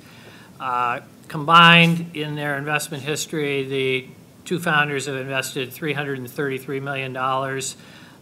That's currently marked at a value of 5.7 times invested capital. And if we were to look at the realized deals, in other words, the deals where they've actually gone to fruition and gotten cash back, the pair has generated a 7.5 times return on that. In other words, for every dollar they've invested, they've gotten $7.50 back. They'll focus on 4 specific sectors: cloud services, IT infrastructure, big data and analytics, and software for mobile devices. It's too early to make a lot of judgments on Fund 1. It's an early stage fund. Companies seem to be doing well, but generally it takes 7 to 8 years to get liquidity on these companies. But we do look at who their co-investors are in future rounds of these companies, and it's a very prestigious group of venture co-investors that have gone into those deals. So we have a high level of confidence there. So we're recommending a $5 million commitment to Clear Ventures. Our 4th recommendation is on page 26. We're recommending that University of Houston approve a $7.5 million recommendation to Dover Fund 10.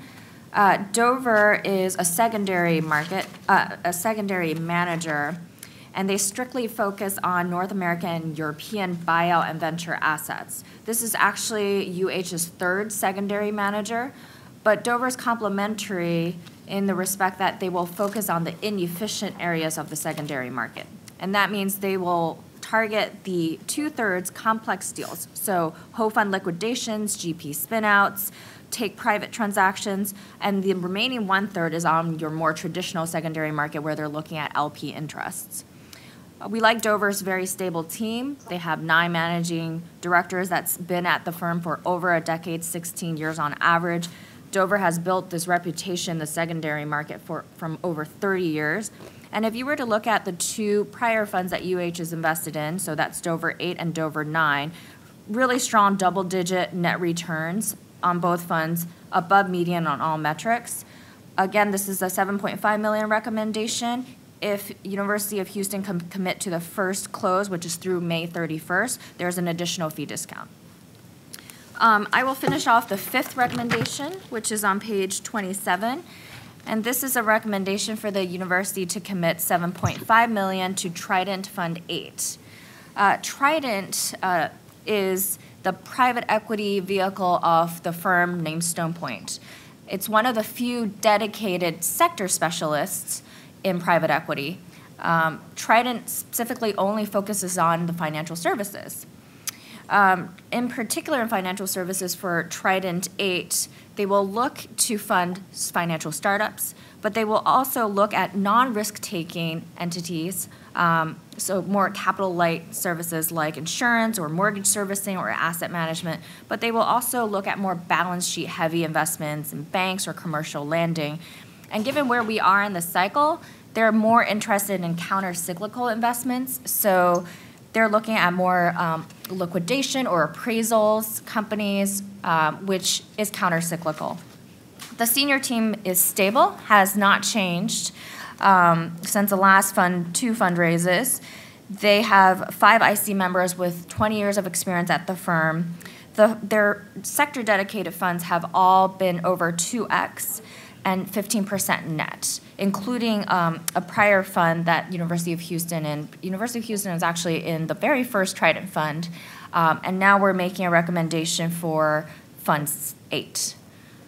That concludes the 5 private equity recommendations. Any questions? Okay. Are there any questions? Otherwise, may I hear a motion to approve this item as presented? So moved. Thank you. Second? Second. All in favor, please say aye. Aye. Aye. This item is hereby approved by the committee. Thank you, Mr. Bartlett. At this time, I would like to move to the next item listed on the agenda, Section 3, the executive session. The committee will now go into executive session pursuant to the section of Texas Education Code listed on page 2 of your agenda. Thank you. I would like Jim McShane, Raymond Bartlett, and Eloise Price to stay, please. Thank you.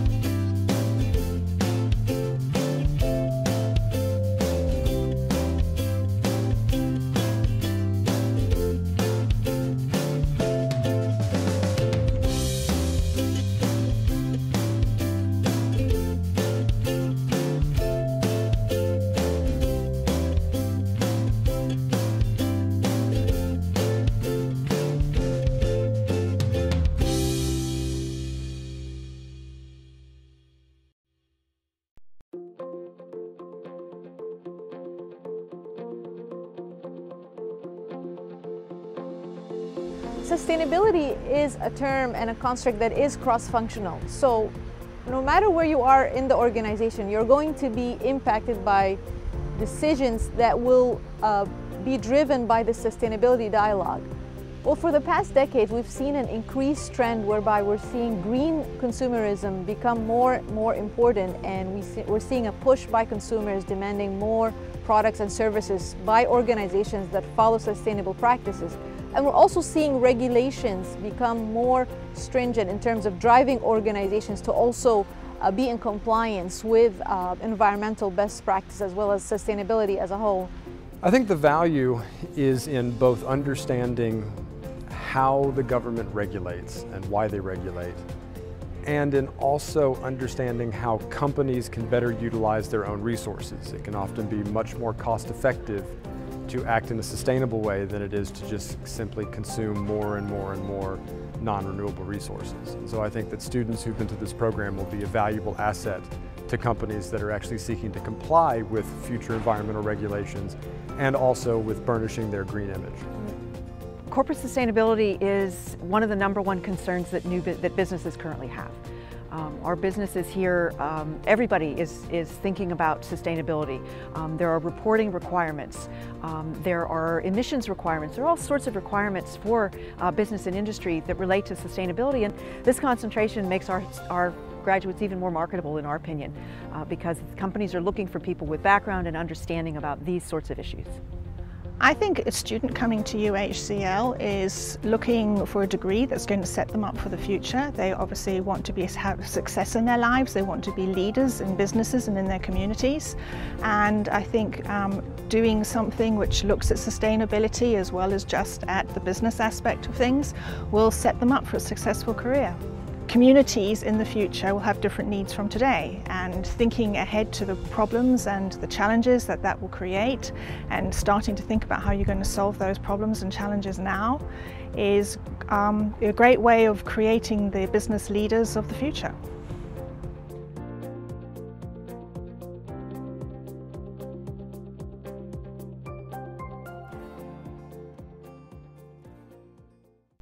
You're listening to UHD iRadio. Let's get these beats turned up.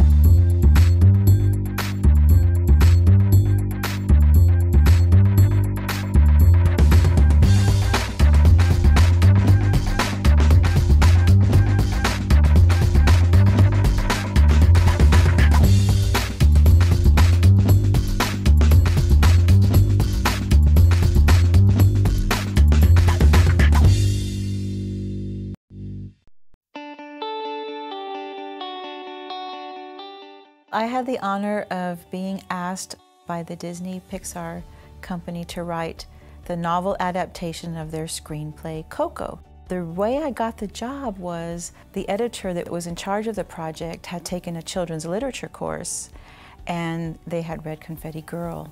When the city of Victoria found out that I wrote Coco, a story about music, shoes, and family, we had a reading here in Victoria in December. I especially loved seeing all of the young people from around the Victoria area.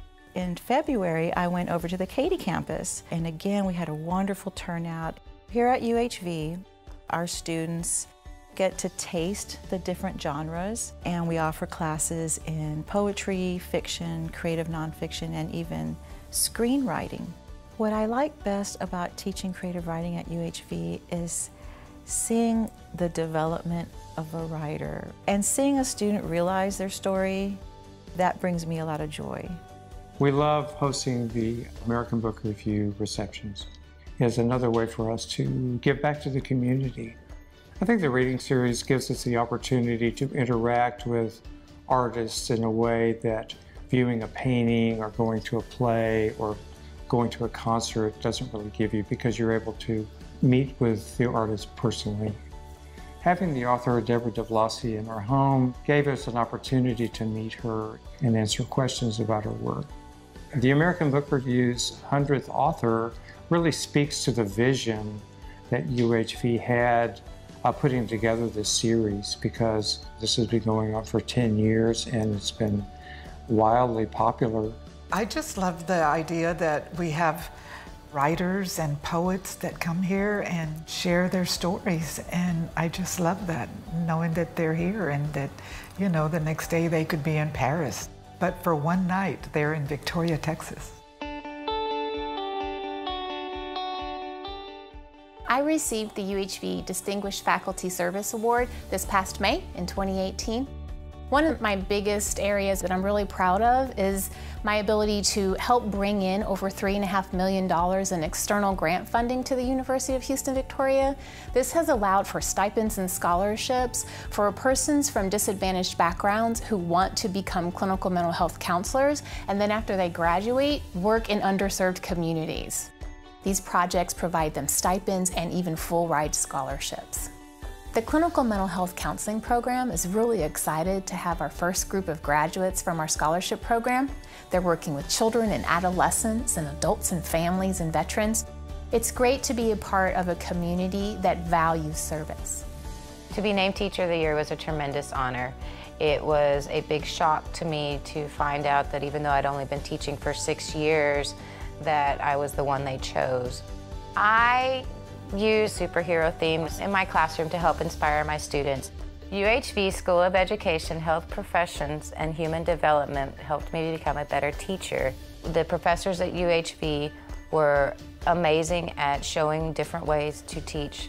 I want my students to feel like superheroes, to know that it's up to them how far they go. And every day we climb that ladder together and we discuss how we can do that, and we find the tools for them and the right way for them to learn, and that's how they are going to eventually become superheroes of tomorrow.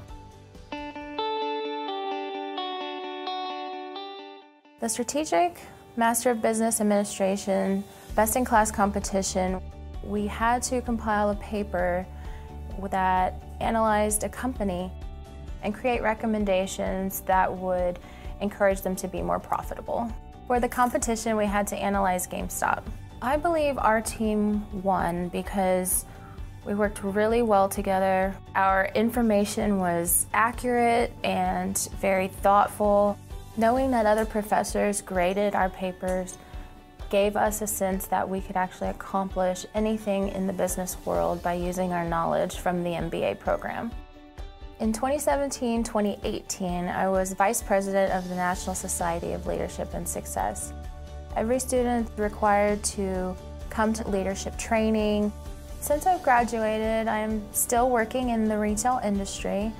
I try and use my school knowledge on a daily basis because it helps me and it helps us try and really build a strong business for our community. I'm the Executive Director of the National Association of Steel Pipe Distributors. We're an industry association. We're actually international in scope. We work on legislative and economic issues that impact the steel industry. Our NASPD board was looking at really capitalizing on social media in a way that we hadn't in the past. And we reached out to a few marketing firms and didn't have a whole lot of success with that. And it occurred to me that University of Houston, Victoria was right here in our backyard. I reached out to Dr. Yang in the electronic marketing class. So she had a competition and had 4 teams compete with social media plans. So impressed by the top 2 teams that we incorporated ideas from both. And you'll see those ideas, those concepts in our social media plan today. I was recently invited to be a part of the President's Regional Advisory Board.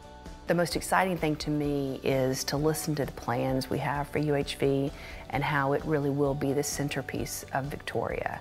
And to see the way the community has embraced UHV is very exciting. I really believe that this will make Victoria a destination.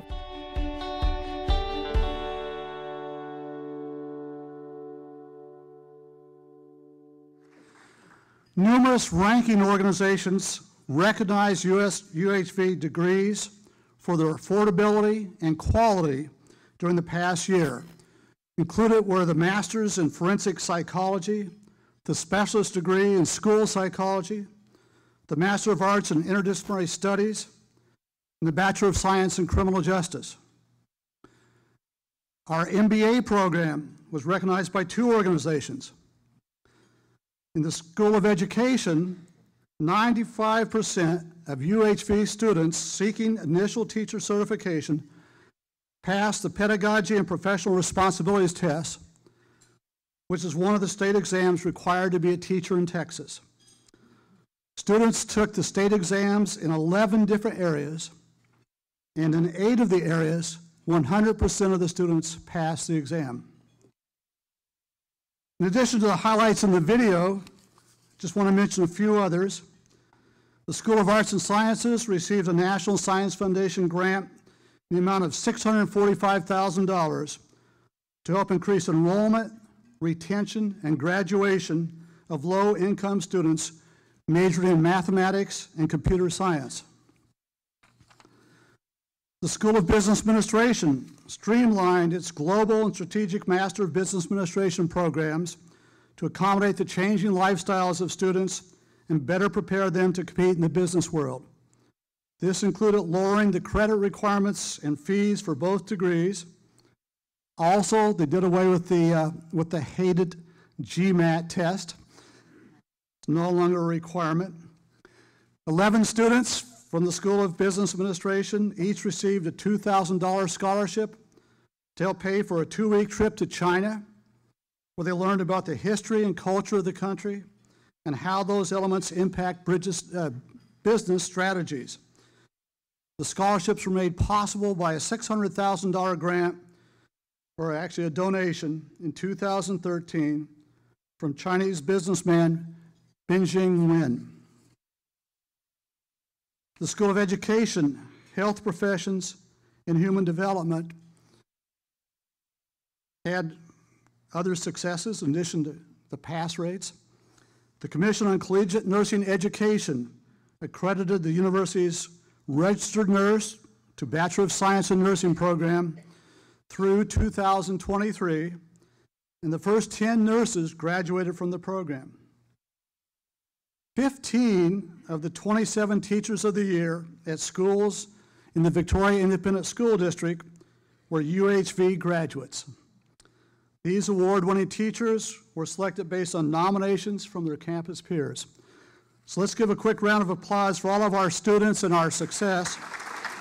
I knew I wanted to be a teacher since I was a little girl, but I never pictured myself roaming the same halls. STEP stands for the Success Through Education program. The STEP program has helped me by, one, making sure I make it back into the school district that I came from. Also by having all these activities that encourage me to not give up on being a teacher, because teaching is not easy. My professors that are in the STEP program, like the director, Dr. McInnery, she has told me, she's like, you cannot give up. She's like, I will come to your house and drag you out of bed if I need to. Anything that we need as far as like materials, or if we're ever giving a lesson, like at my internship, they're like, do you need anything? They just ensure that we have everything to be successful. And I think that plays a key role in the success that students have when they are part of the STEP program. It's just the fact that no matter where you go or where you are, they're always going to be there for you, supporting you.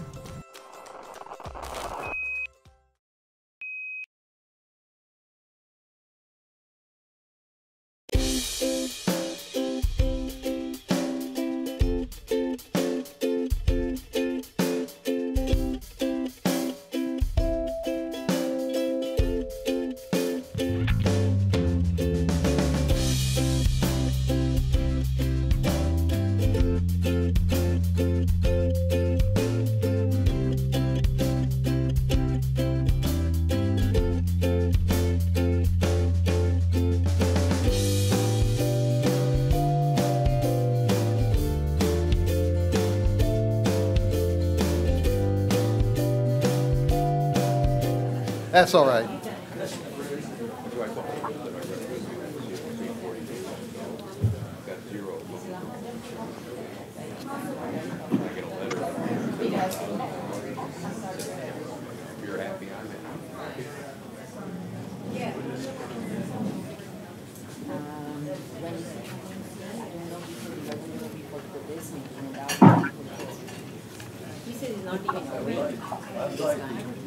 So, should we go and start then? Yeah. I would like to reconvene the Endowment Management Committee meeting. The Regents met in the executive session and discussed various matters with the General Counsel. There was no action taken in executive session. Following the various discussions by the committee, the following recommendations and approvals are as follows. Approval is requested for the fiscal year 2019 University Advancement Endowment Assessment Rate to defer implementation of the assessment as to the support organization University of Houston system. May I have a motion to approve this item as presented? So moved. Thank you. Is there a second? Second. All in favor? Aye. Thank you. This item is hereby approved by the committee. The next item is transfer the Lucia La Madrid Kane Scholarship Endowment to the University of Houston Foundation, University of Houston system. May I have a motion to approve this item as presented? So moved. Is there a second? Second. All in favor? Aye. Thank you. This item is hereby approved by the committee. Following the approval of these items, I would now like to place the following 3 items on the Board of Regents consent docket agenda as follows. Number 1, approval is requested to modify the U.S. system investment policy for non-endowed funds, University of Houston system, endowment fund, U.S. system.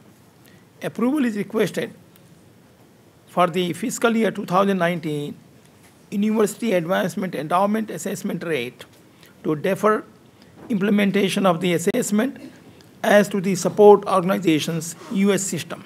And last item, number 3, transfer the Lucia La Madrid Kane Scholarship Endowment to the University of Houston Foundation, U.S. system. May I have a motion to place all these 3 items on the board's consent docket agenda? So moved. Thank you. Is there a second? Second. All in favor? Aye. These 3 items are unanimously approved by the committee. Will be placed on the board's consent docket agenda for the final board approval at the Board of Regents meeting that will be held later this afternoon, February 28, 2019. Does anyone have any further questions? Yeah. Yes, Regent Mendoza has some comment. I didn't know if our Cambridge folks left, but I would like to just make sure that they continue to work with Cambridge to develop a little more diversity of managers within our portfolio. So if we can just get that message to them, I guess they've gone already, but I know we talked about it earlier, but I'd like to just make sure that they'll continue to work towards that goal. So I guess Thank you. You'll be following up. We will continue those conversations with them, so thank you for asking. If not, there being no further business to come before this committee, this meeting is hereby adjourned. Thank you. Thank you, Durga. We're going to roll right into audit quickly because we're a little behind on our schedule. We'll let Don get up to his perch and Russ. Good morning.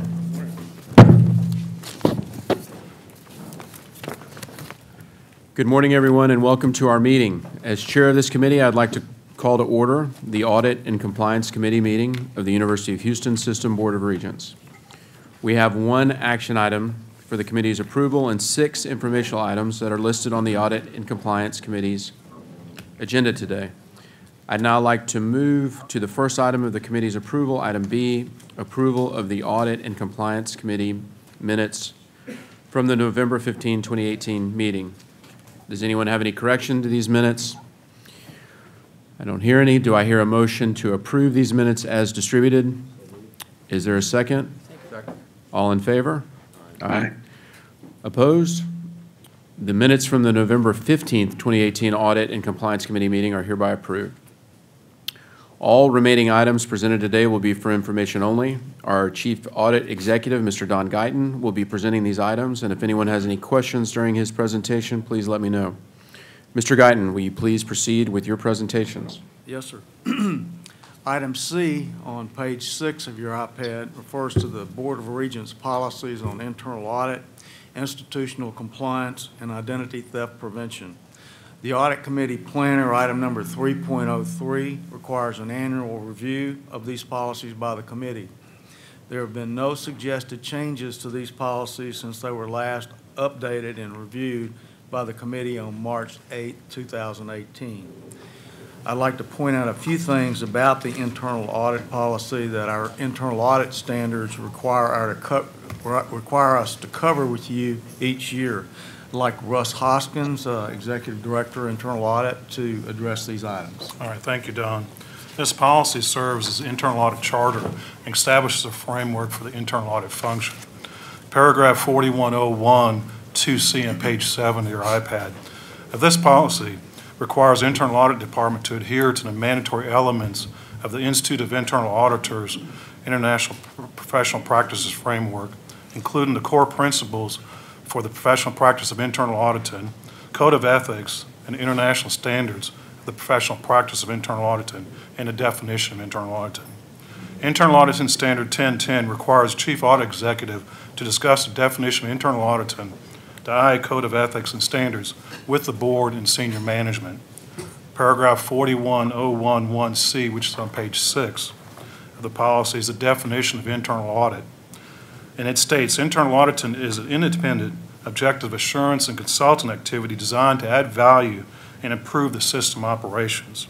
It helps the system accomplish its objectives by bringing a systematic, disciplined approach to evaluate and improve the effectiveness of risk management, control, and governance processes.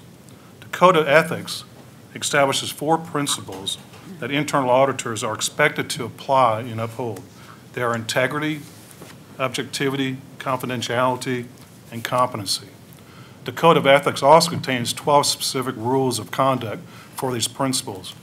Each year, all audit staff, including Don and myself, read the Code of Ethics and sign a statement acknowledging our responsibilities to adhere to the Code of Ethics. The IA standards are comprised of attribute standards and performance standards.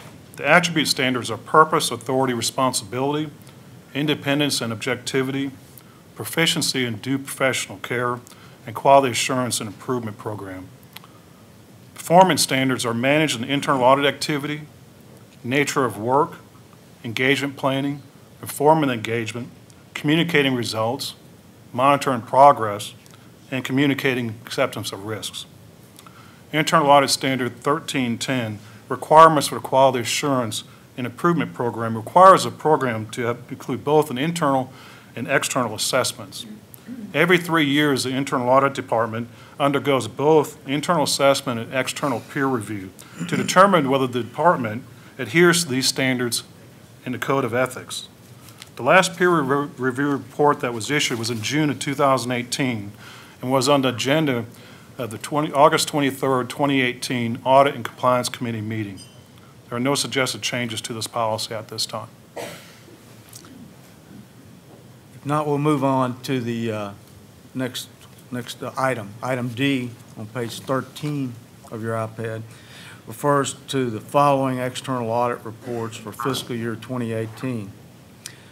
Independent CPA's report on the application of agreed-upon procedures of the athletics department, beginning on page 14. The audit report and financial statements of the charter school on 33.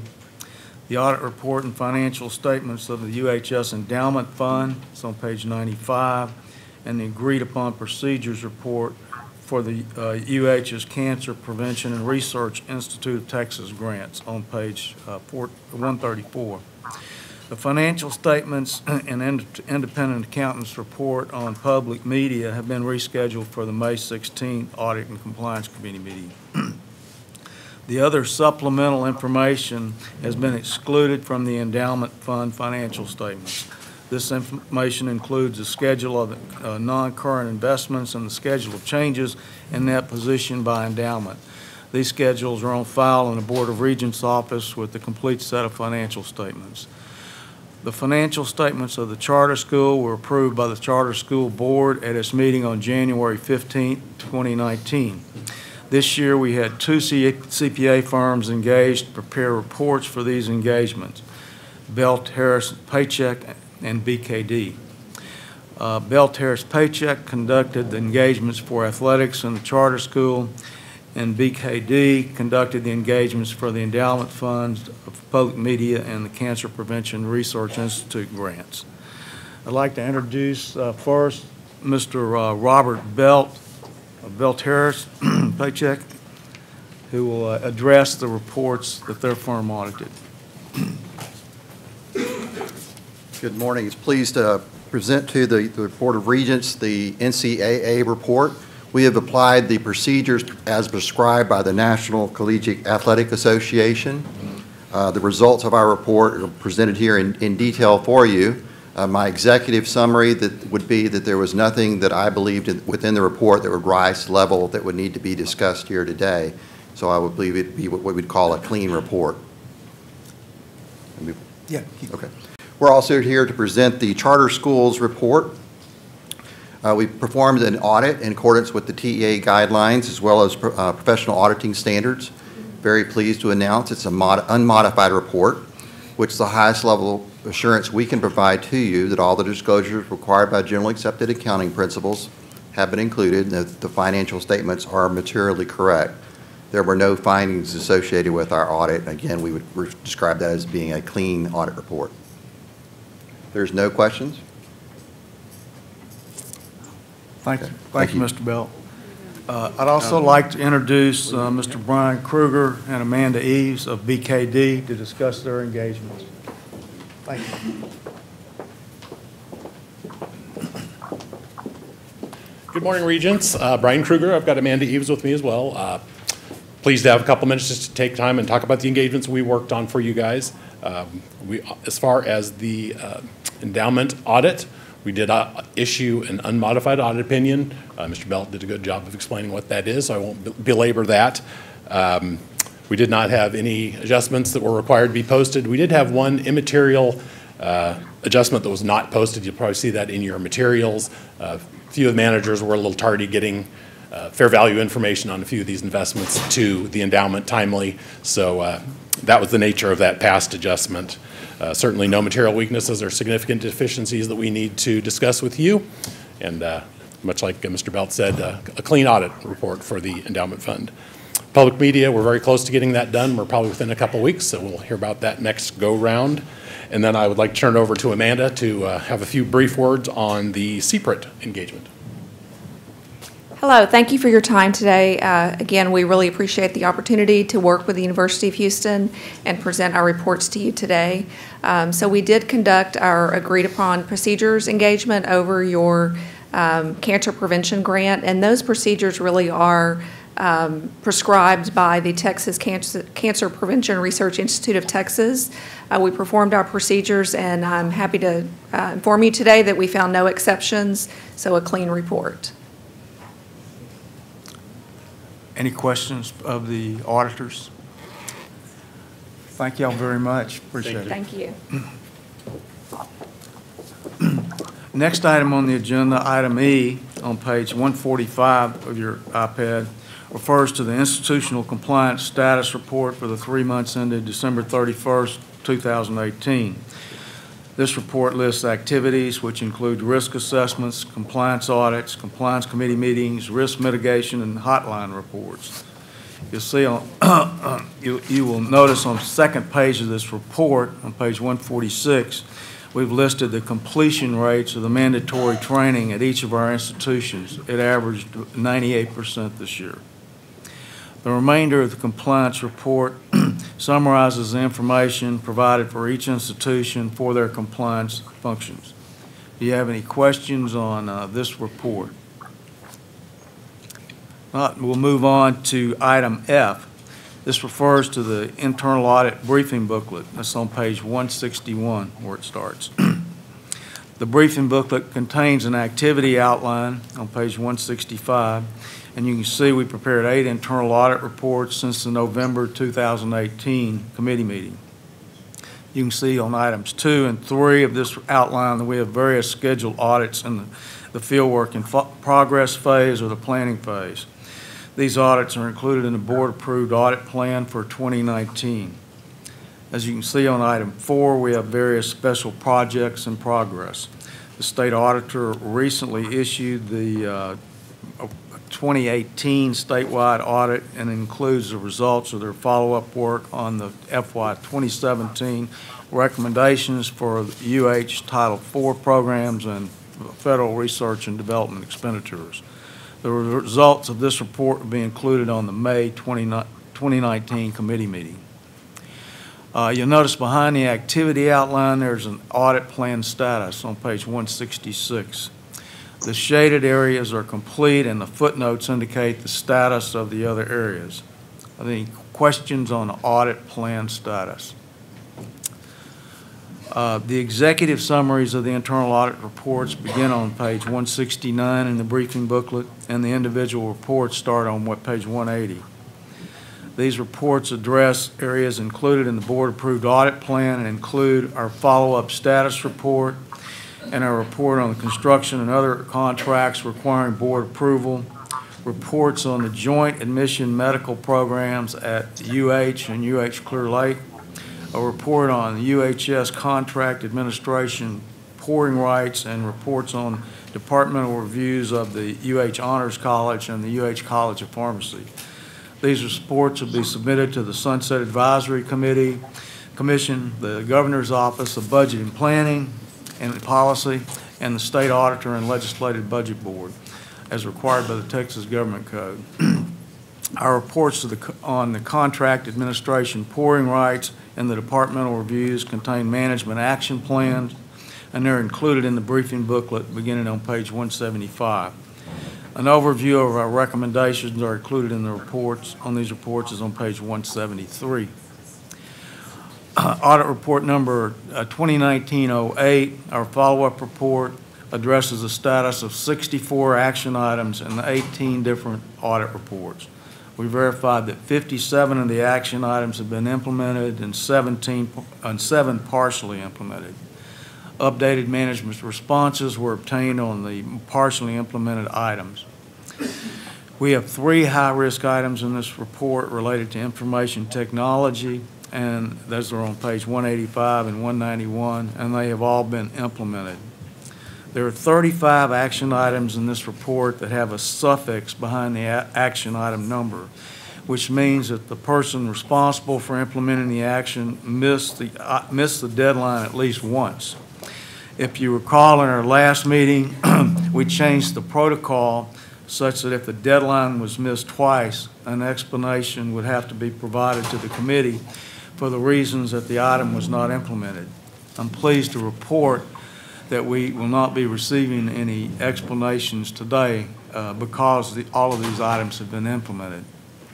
If you recall, last meeting we had the CFO at UHD, David Bradley, provide an explanation for the one item that was not implemented. And I'm pleased to report that at that meeting he said he would have it done prior to this meeting, and he did get that done, and that's also included in the follow-up status report. David's here. Thank you, David. I appreciate that.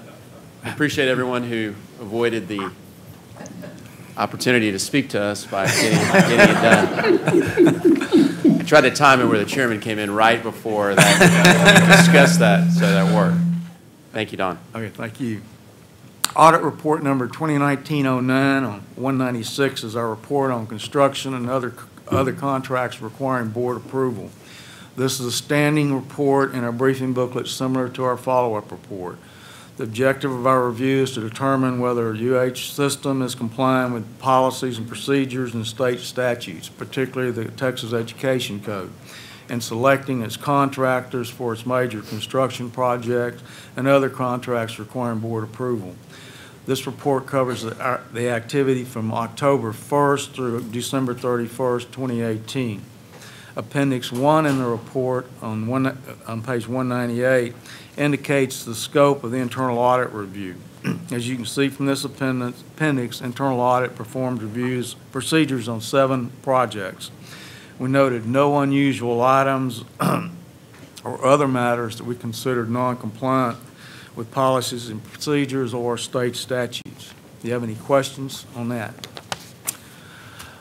Audit reports number 2019-10 and 11 on page 201 and 204 are reviews of grants made to UH and UH Clear Lake by the Joint Admissions Medical Program, and we found no areas of non-compliance with the grant agreements or expenditure guidelines.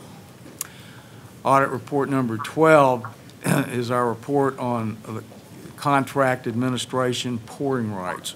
We noted opportunities for the improvement in areas of contract oversight, monitoring, and commission settlement and reconciliation processes. And management developed action plans to address these items.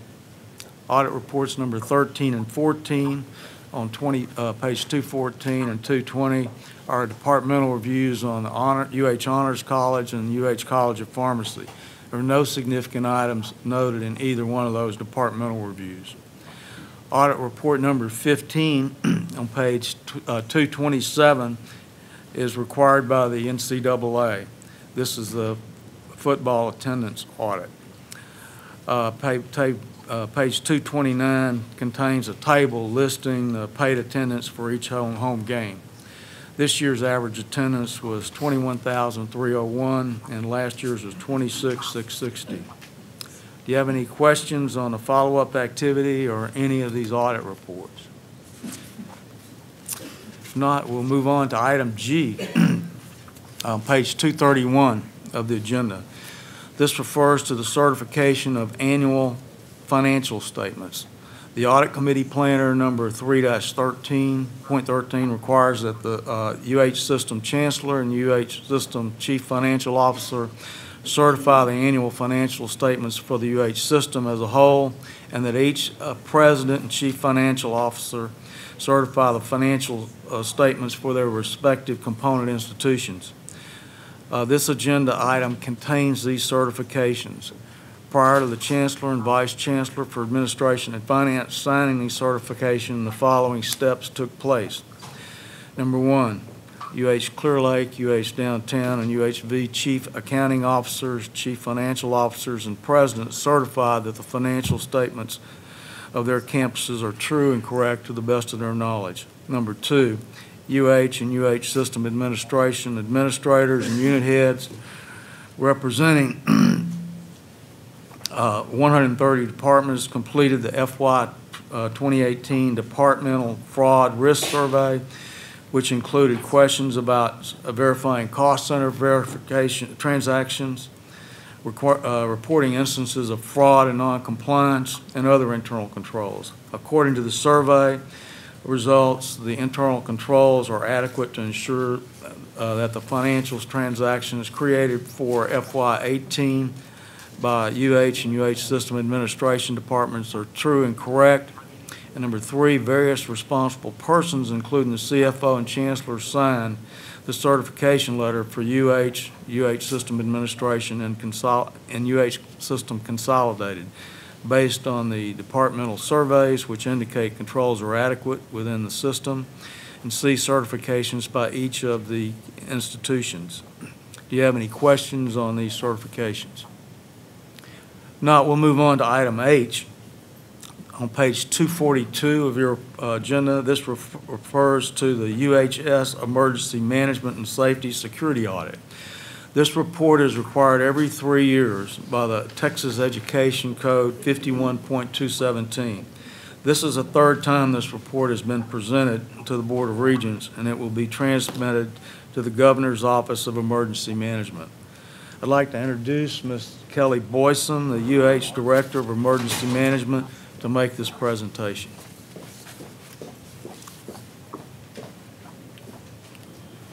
Good morning. Morning. As Don said, my name is Kelly Boyson. I'm the Director of Emergency Management for the University of Houston. Before we begin, I'd like to acknowledge the other emergency managers who are here from the other institutions today. Carol Manusos is here from University of Houston Downtown, and also Albert Black from University of Houston Clear Lake. Stuart Sherman could not be with us today, but he serves as the emergency manager for the University of Houston Victoria. So I'm going to give you a brief overview of the audit that was conducted in 2018.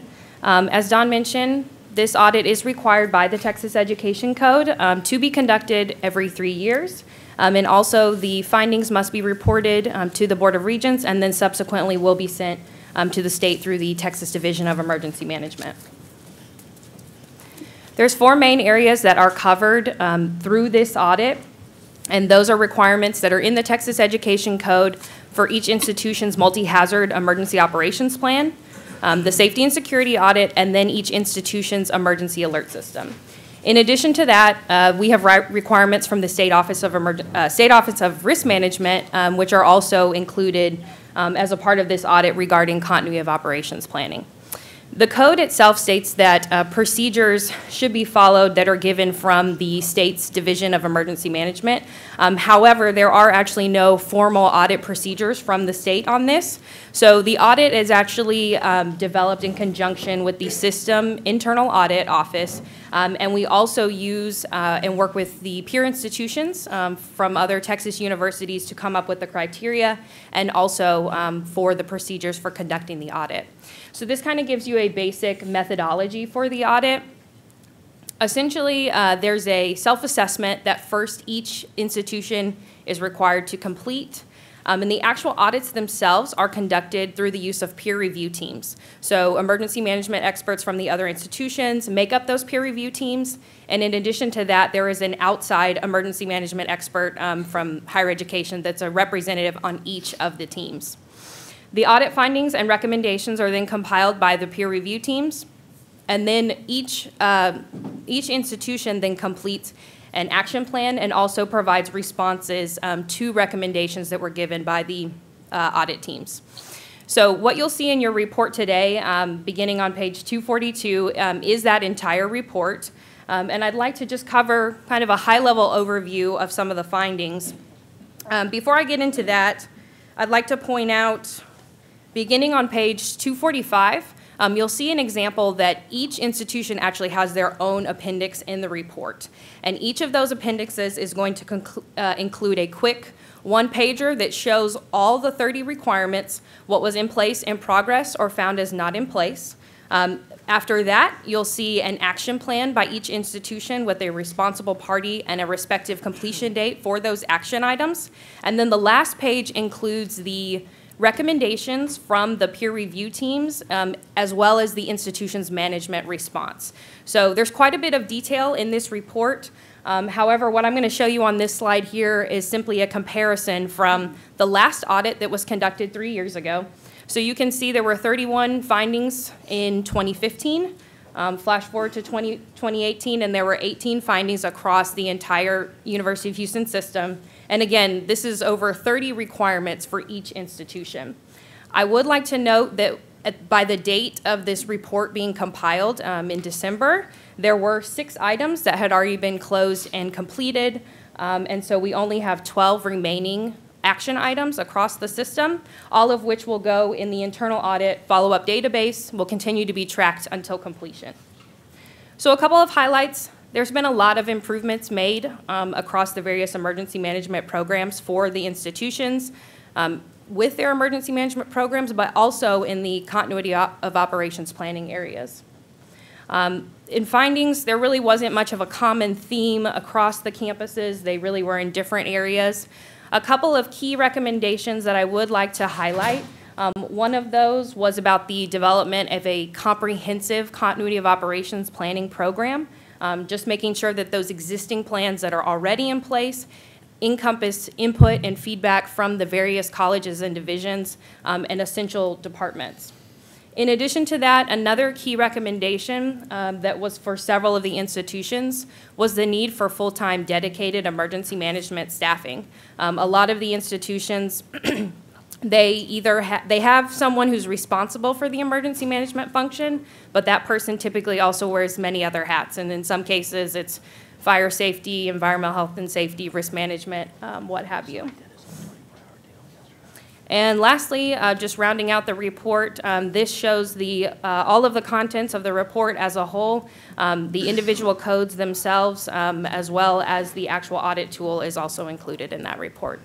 And at this time, I'll take any questions, and we also have representatives from the other institutions if there are specific questions for them.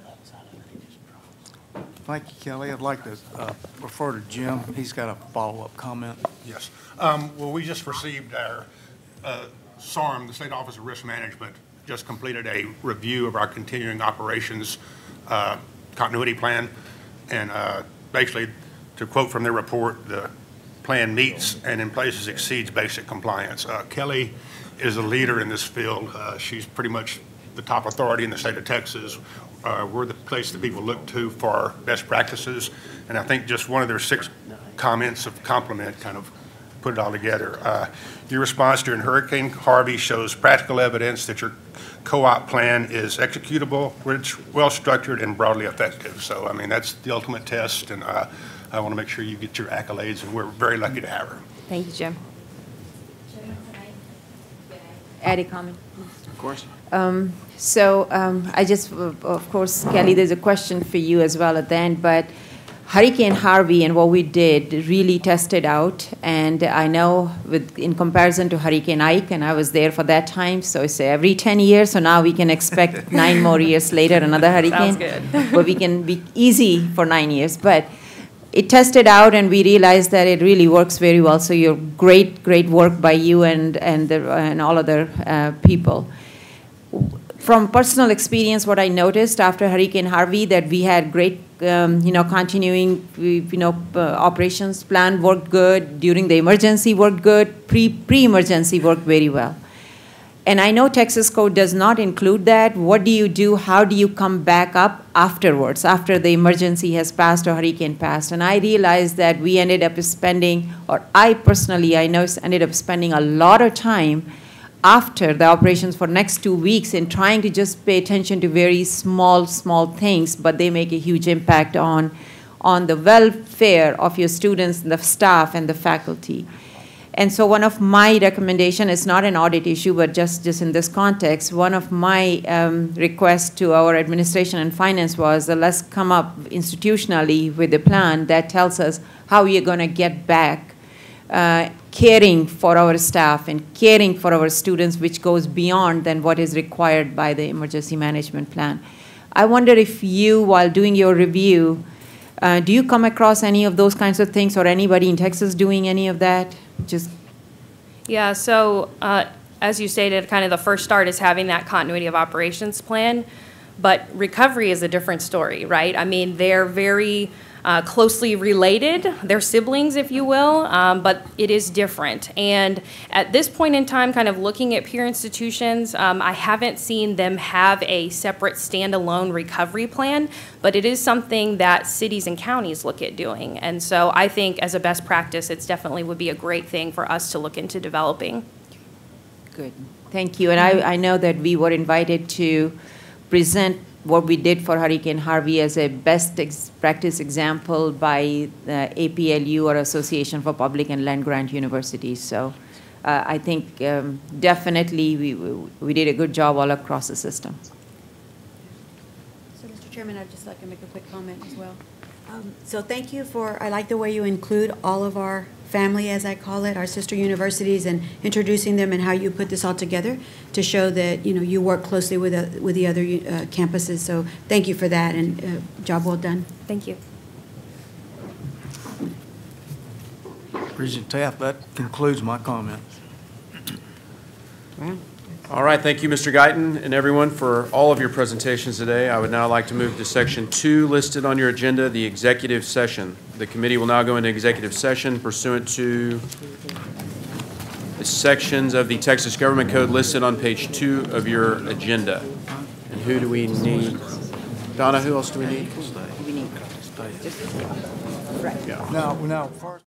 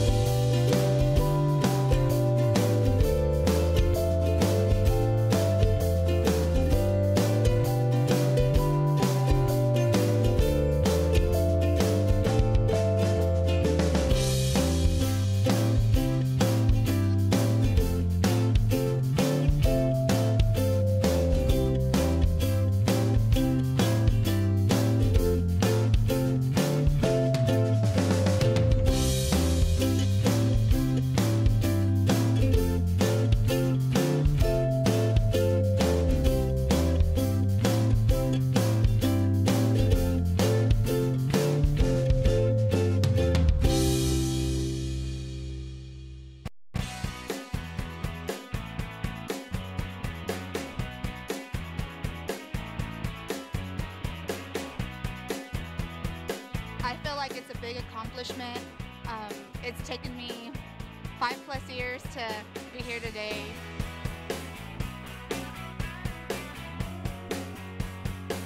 Please remember this. You can achieve anything.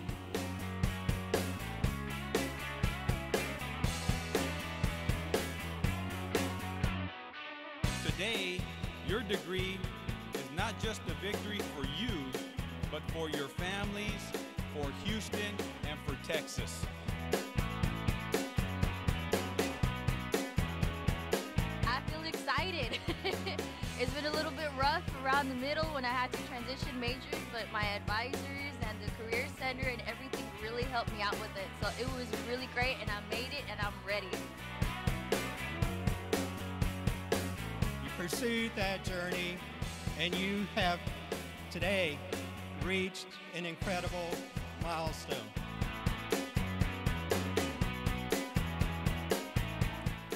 We didn't just finish.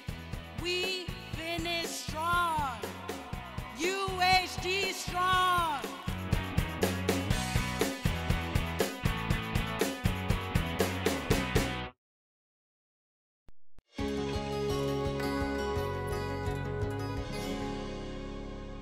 Icy weather is blamed for multi-billion-dollar losses every year in the United States. University of Houston professor Hadi Ghasemi and a team of researchers have created a new coating capable of repelling ice from any surface, saving industry from costly delays and damage related to ice. The coating is applied as a spray and will last for more than 10 years with no need to reapply. The nationally ranked UH track and field team has a new state-of-the-art indoor track. The $2 million track was donated by Net Lease Capital and includes a 6-lane, 200-meter banked oval, an 8-lane straightaway for sprints, and runways for long jump and pole vault competition. The track will also be used to hold indoor meets for runners of all ages. And congratulations to Kelvin Sampson. The UH men's basketball coach recently recorded his 600th career win while leading the Cougars to their best start in school history. Sampson is the 57th coach in NCAA Division I men's basketball history to reach 600 wins. For the latest, make sure to subscribe.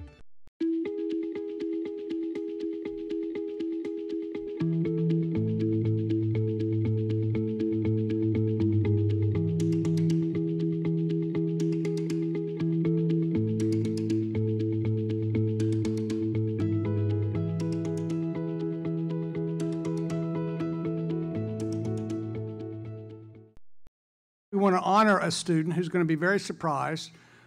Each year we give a student leadership award, but we make it a point not to tell the student. So someone in the room is about to get a very big surprise, because this is the award we give to the student who's made one of the greatest differences this year. And the student who's looking around wondering who that would be Alvaro de la Cruz.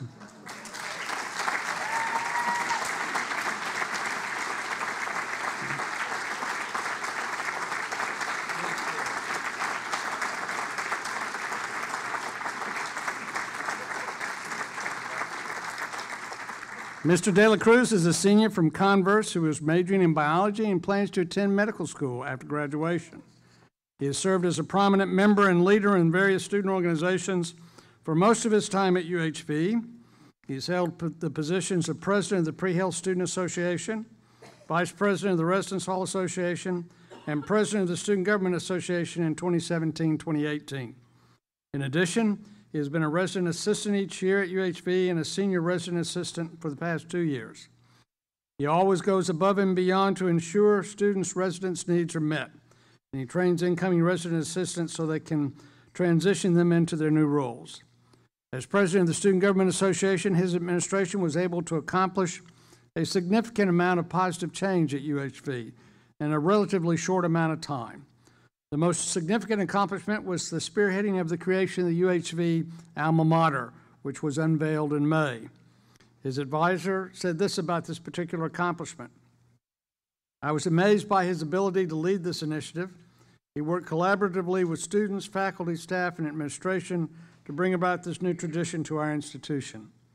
His energy, passion, and grace throughout the entire creation process truly was second to none." As you can tell, the list of Mr. De La Cruz's accomplishment at UHV could go on, but please join me in congratulating the Student Leadership Award recipient, Alvaro de la Cruz, Congratulations.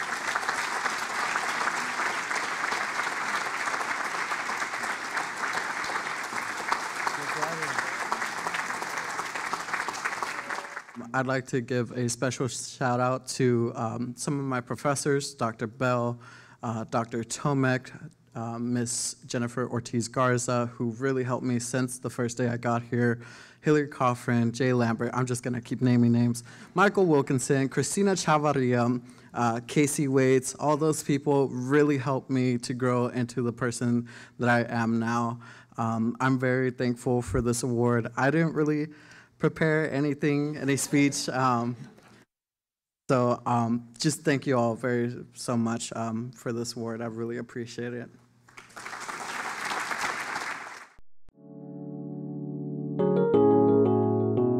I've been here since I was 16, 25 years. With education, slowly you start learning that it's opinion, it's a perspective besides your perspective. You can live 3 weeks without food. You can live 3 days without water. You can't live 3 minutes without hope. It's amazing that in Texas we have this long-standing degree-granting university program in a prison. I mean, that it is very unique. One of the ways that the University of Houston Clear Lake is ahead of the learning curve is the offering of master's degrees behind bars. That's something that there are either 1 or 2 programs in the country that offer graduate degrees. Education has given me a new outlook on life, as well as made this time of incarceration a benefit to me. I wanted to ask you, out of all the material that we covered, I would like to know, what was most significant to you, and why was it so significant? Well, there was so much material. I mean, so much. Yeah, I've been in the house for like a week. They're probably my only students. These are students who are incarcerated who say, could you please give us the entire text? We want to read the entire work of Discipline and Punish or Madness and Civilization. And they grapple with it, and they wrestle with it, and they work so hard at understanding it. So their dedication sort of gives meaning to all that we do. They truly want to learn. I thought about this question pretty much every day and every night for the last week. I knew that I could escape, I guess you could say, get a taste of normalcy, dealing with people who weren't, living in that environment and were corrupted mentally by that environment, and being able to have dialogues that aren't confined to the things that are going on within that environment was probably the biggest gift that I got from it. They're coming back to society as deeply reformed, deeply thoughtful, introspective, and kind people who have literally found their sense of themselves. I mean, what's the majority of the population of this The graduates from our program at both the bachelor's and master's level have taken such varied positions as counselors at substance abuse and halfway houses, officers within the Texas governmental system. Here at the university, we've had students who've taken full-time positions here. So the effects and benefits of prison education manifest themselves both at a community level as well as on a statewide basis. And what choices am I making on the day-to-day? Across the board, studies of correctional education have demonstrated a remarkably consistent reduction in recidivism, as much as 50% in some cases to an untraceable amount at the master's level. A literally fractional amount of students with master's degrees return to the Texas Department of Criminal Justice. In closing, I would like to share with you a quote from Dr. Martin Luther King that has continually brought me encouragement during this prison experience. The ultimate measure of a man is not where he stands in moments of comfort and convenience, but where he stands at times of challenge and controversy. Thank you for your time.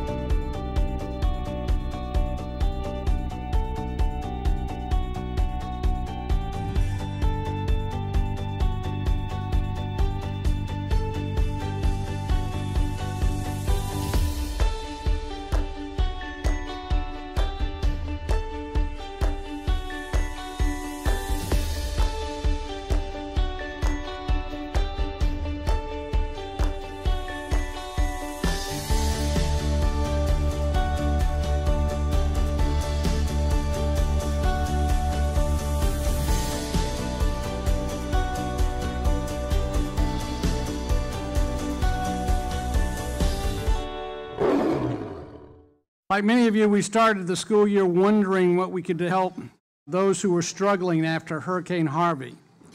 We worked hard to get the university back open and then established the UHV Relief Fund to assist our students. Thanks to a $100,000 donation from the Rebuild Texas Fund, significant gifts from the Community Foundations of Texas, the Albert E. and Myrtle Gunn York Trust, and Scholarship America, and donations from UHV employees, alumni, friends, and other organizations, we came together to award a total of $123,193 to 211 students. And we continue to provide aid to students with financial hardships because of the hurricane. But 2017-18 was also a time of growth for the university.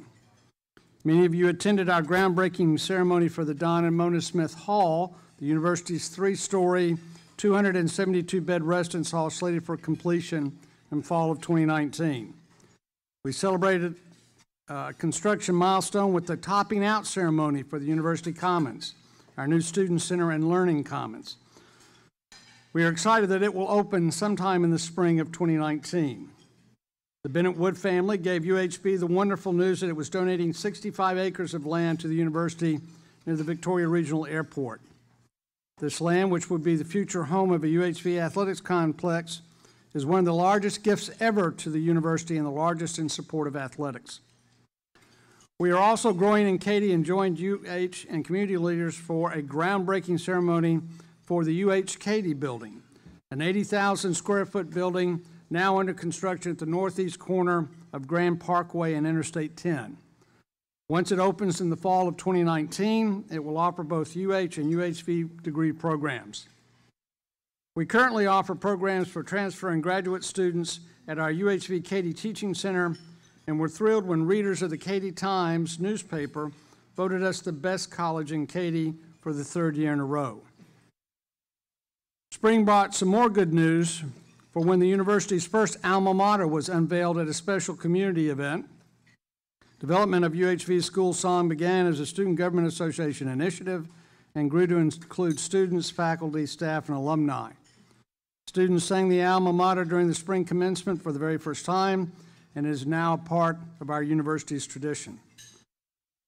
As you can see, it's been a great year for UHB, so let's have a round of applause for all these great things.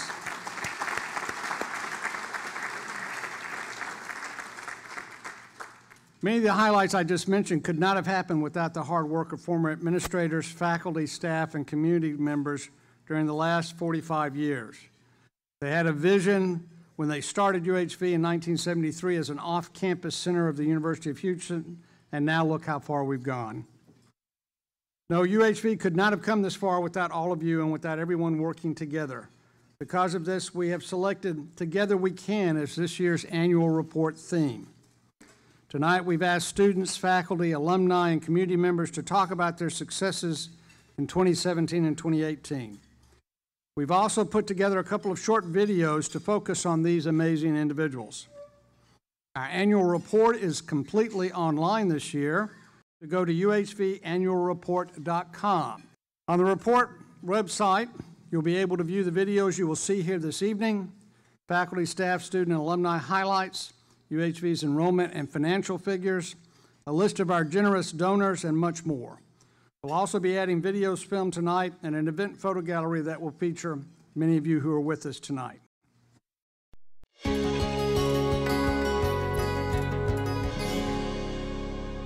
A new College of Medicine building will be constructed on the UH campus near McGregor Park. The 43-acre tract of land owned by UH is on MLK Boulevard at Old Spanish Trail. The 150,000-square-foot 4-story building will cost an estimated $65 million and could open in 2022 pending federal accreditation. After a $60 million renovation, the Fertitta Center opened its doors with a special celebration. UH President Renu Couture and Tillman Fertitta, chairman of the UH System Board of Regents, were inducted into the UH Athletics Hall of Honor. Renovations to the Fertitta Center include configured seating, a new audio system, sports lighting, and video boards, as well as new concession stands and expanded restrooms. And Teach Houston has received a $1.7 million grant to train and educate the next generation of computer science teachers. The Teacher Preparation Program in the College of Natural Sciences and Mathematics will work with educators to prepare 240 new STEM teachers over 5 years to address the shortage of STEM educators. For the latest from UH, make sure to subscribe.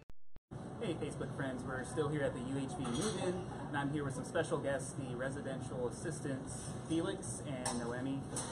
Guys, thanks for being on the set. So tell us a little bit more, Felix, about what a resident assistant does. All right, well, first things first, thank you for having us. Me and Noemi are very grateful. I appreciate that. My name is Felix. I'm with the University of Houston Victoria Residence Life as our department. We serve as resident assistants to residents at Jaguar Village.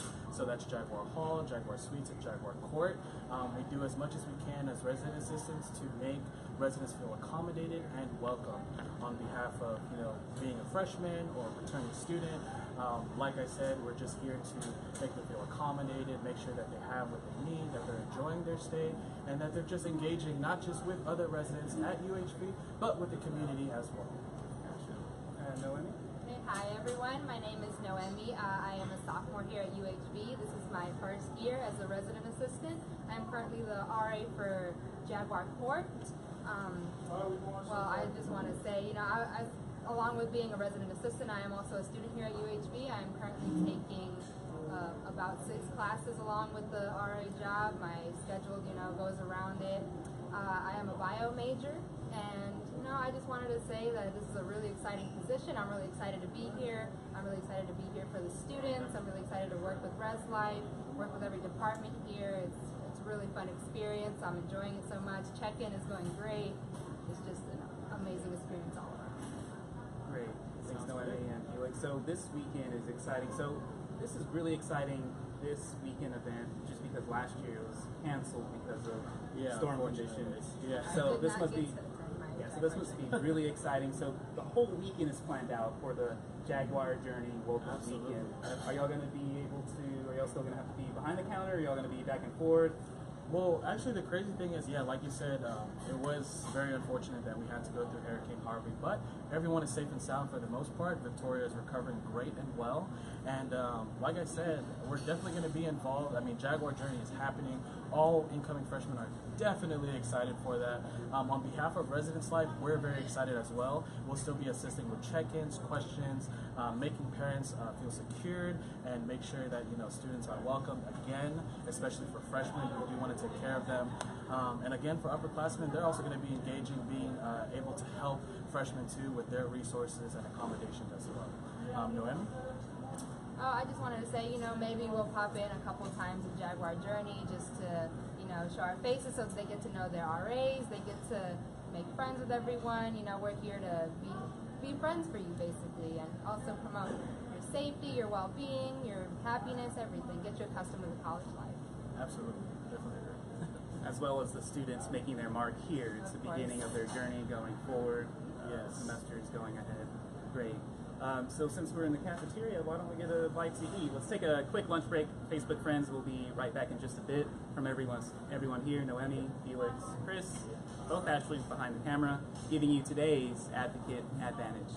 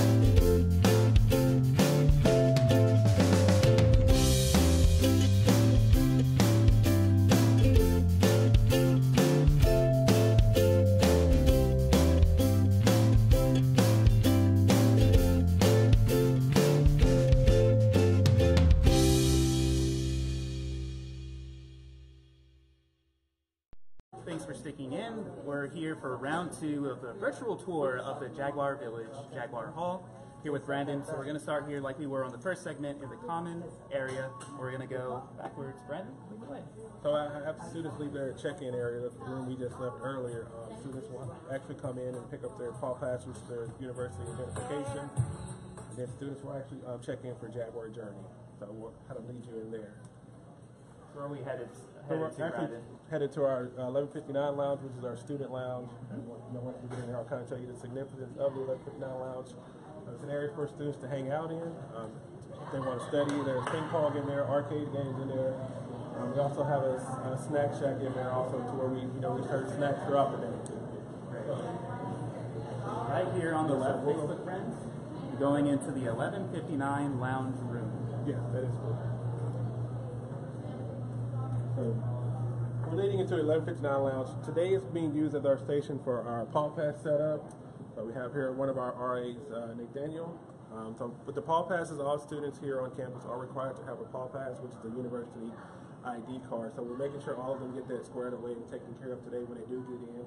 So also the 1159 lounge is used for, so we have gaming systems, arcade games, pool, ping pong. Students can come in here, check out a TV if they want to plug their gaming systems up. We also have furniture in here if they want to hang out. So it gets a lot of use, a lot of activities in here.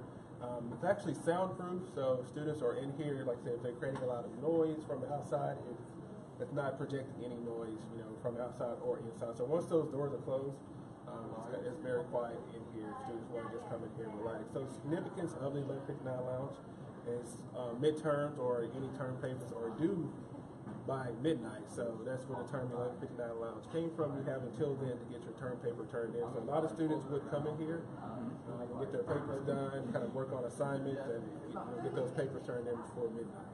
A lot of things going on in here, so it really gets a lot of use during the day. Absolutely. Like you said, Brandon, it probably gets really loud in here. Y'all close the doors because of its soundproof. It's soundproof, yes. Is there a capacity limit in here? I would say we can get up to about 49 to 50, but I've never seen that many people in here at one time. Like I said, it's usually a steady flow. I walk through here a few times a day. I have students playing video games, so they can plug as many systems that they want to, up to the TVs we have. We have our snack shack, which we serve snacks out of, drinks, nachos, hot dogs. So we serve that to our students also. Oh, absolutely. Kind of lead you out here if you want to.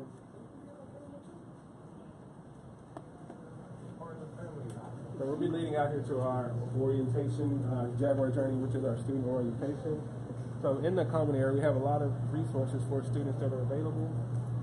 We have our athletics department here selling university apparel. We have our IT department here with students getting them set up with their Wi-Fi, any user login information that they have to get set up. So we have our parking permit people here getting parking permits squared away and situated. So we have a lot of resources here for students. It's a one-stop shop we want to try to create for move-in day, so students don't have to try to be in 2 locations. So we wanted to try to create a one-stop shop for students to check in. So they'll kind of get here for a Jaguar Journey, they'll check in, then they'll be placed in the different groups, then they'll go through a Jaguar Journey orientation weekend, and then we'll move into welcome.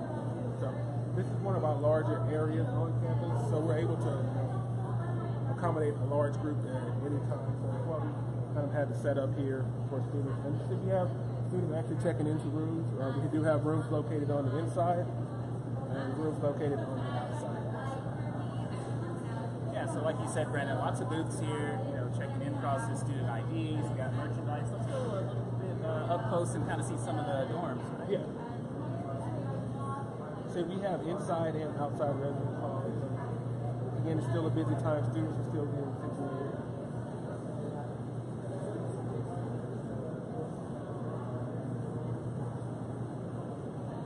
Try to pan to the dining hall. We did see the dining hall earlier, so the dining hall has a glass structure, so when students are eating inside, they can actually see what's going on. We have a lot of stuff going on outside too. We have large TVs set up and furniture for students to hang out in, so they can actually see outside of the dining hall. So this is one of our rooms. You'll see we have someone checking in here. So we have about 264 beds in Jaguar Hall. It is a freshman-only residence hall. Yeah, this is a massive place. Like we said, Facebook Friends, we had to take 2 takes for this because it's just so enormous. So thanks for tuning in. As you can tell, there's 2 floors of rooms. We've had kids all day come in, put in their stuff in their rooms. Some of them have gone to eat out with their families. Some are just taking a break, settling in, redecorating their room, and getting ready for the weekend. The Jaguar Journey Welcome Weekend. This is such an exciting time. So Facebook Friends, from all of us here, thanks for tuning in. Ashley behind the camera, Brandon, Chris, giving you today's Advocate Advantage.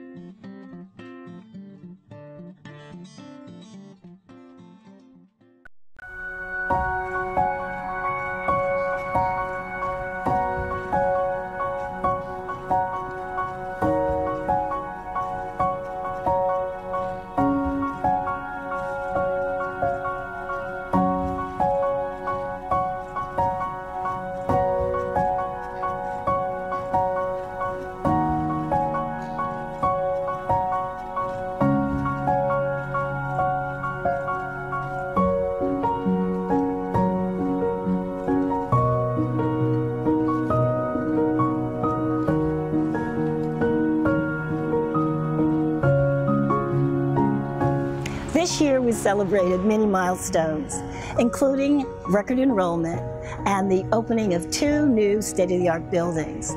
These achievements reflect your hard work and commitment to UHCL. Thank you for making 2018 a success.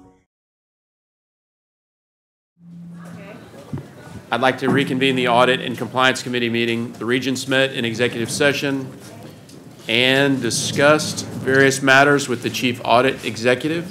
There was no action taken in executive session. Does anyone have any further questions? If not, and there being no further business to come before this committee, this meeting is hereby adjourned.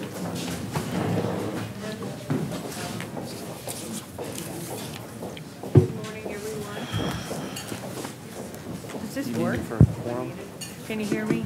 No.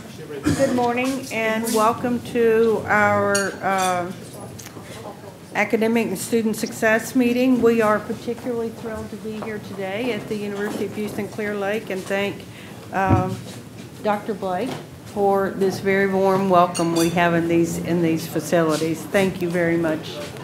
As chair of the committee, I would now like to call to order the Academic and Student Success Committee of the University of Houston Board of Regents. We have 8 items that will be presented today before the committee. 5 action items for the committee's consideration and approval, 3 items for information only.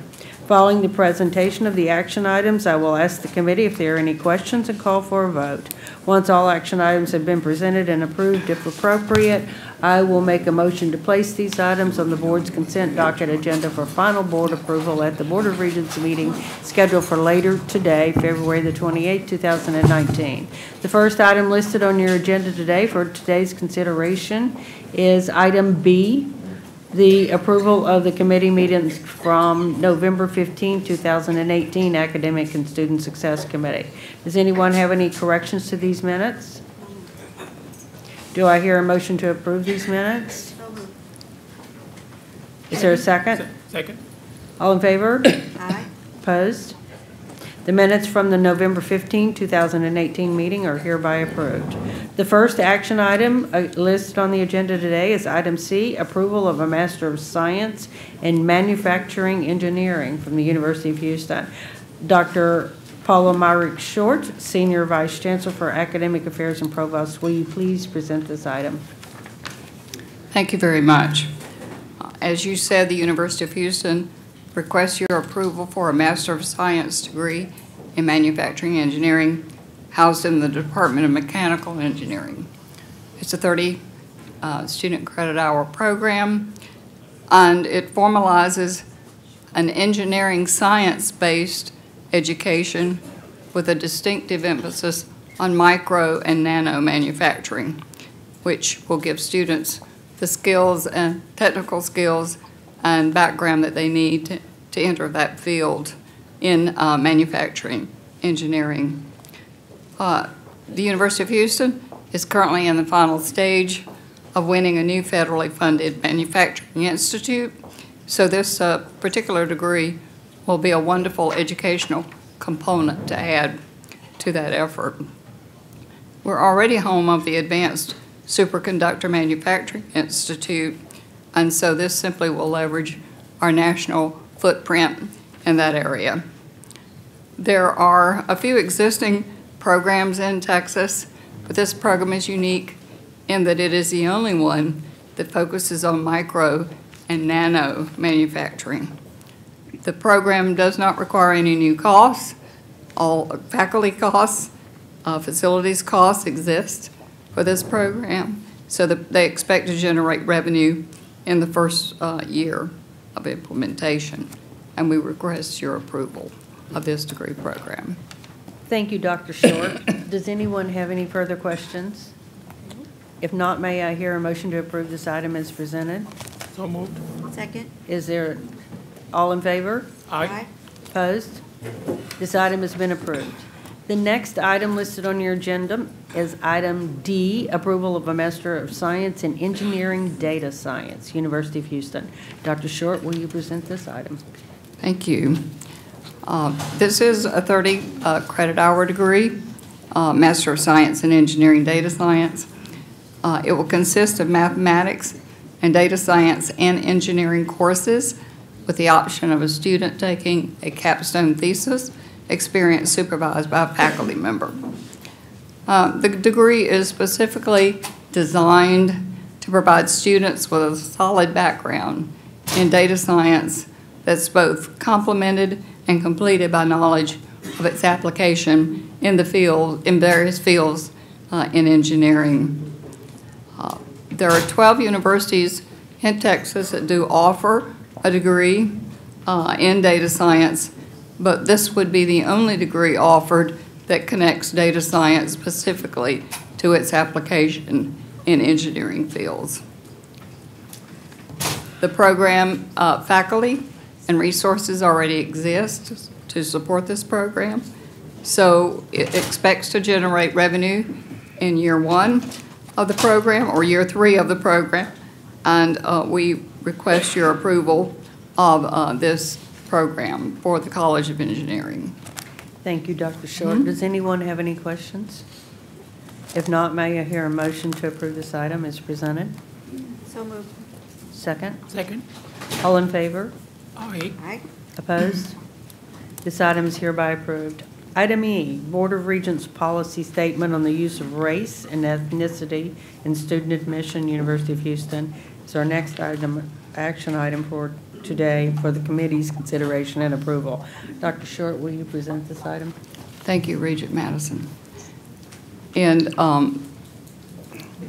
the board has been asked today to reaffirm its support of policy statement that it affirmed in 2014.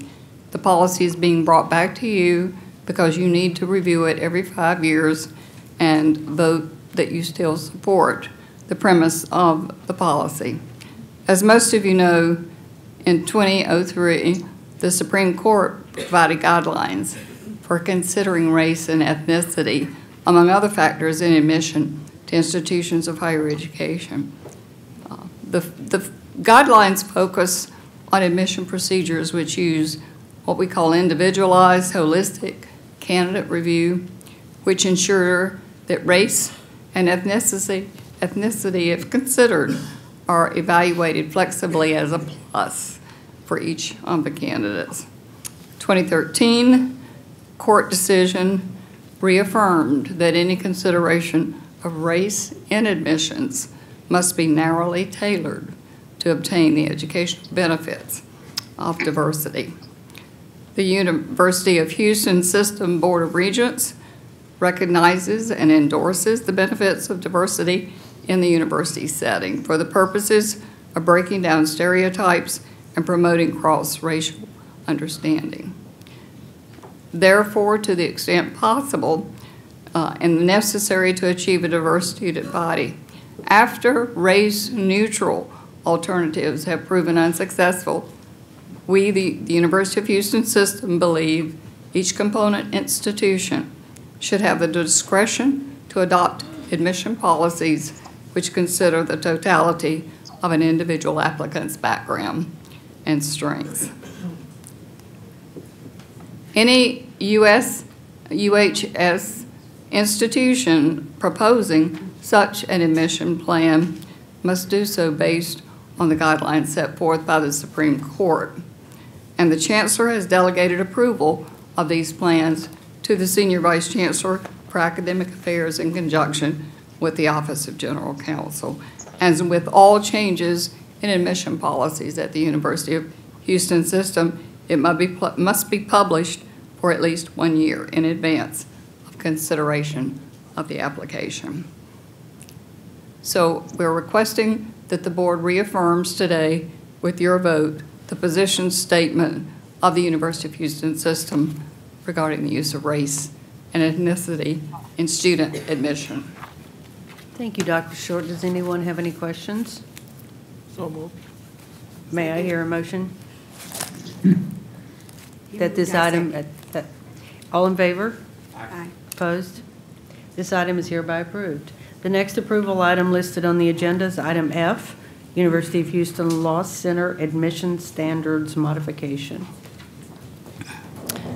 The Board of Regents is requested by the University of Houston's Law Center, is requested to approve the University of Houston Law Center's proposed modification in its admission standards. The American Bar Association Standard 503 allows law schools to admit up to 10% of their JD class from the same university without the applicant submitting an LSAT score. The student also has to have scored above 85 percentile on the ACT or SAT, and the student would have to rank in the top 10% of their undergraduate class or achieved a cumulative GPA of 3.5. The purpose is to increase the pool of qualified and talented applicants for Law Center, and it would only be the top 10% from the UH main campus. It would not include students from downtown Clear Lake or Victoria based on the American Bar Association's requirements.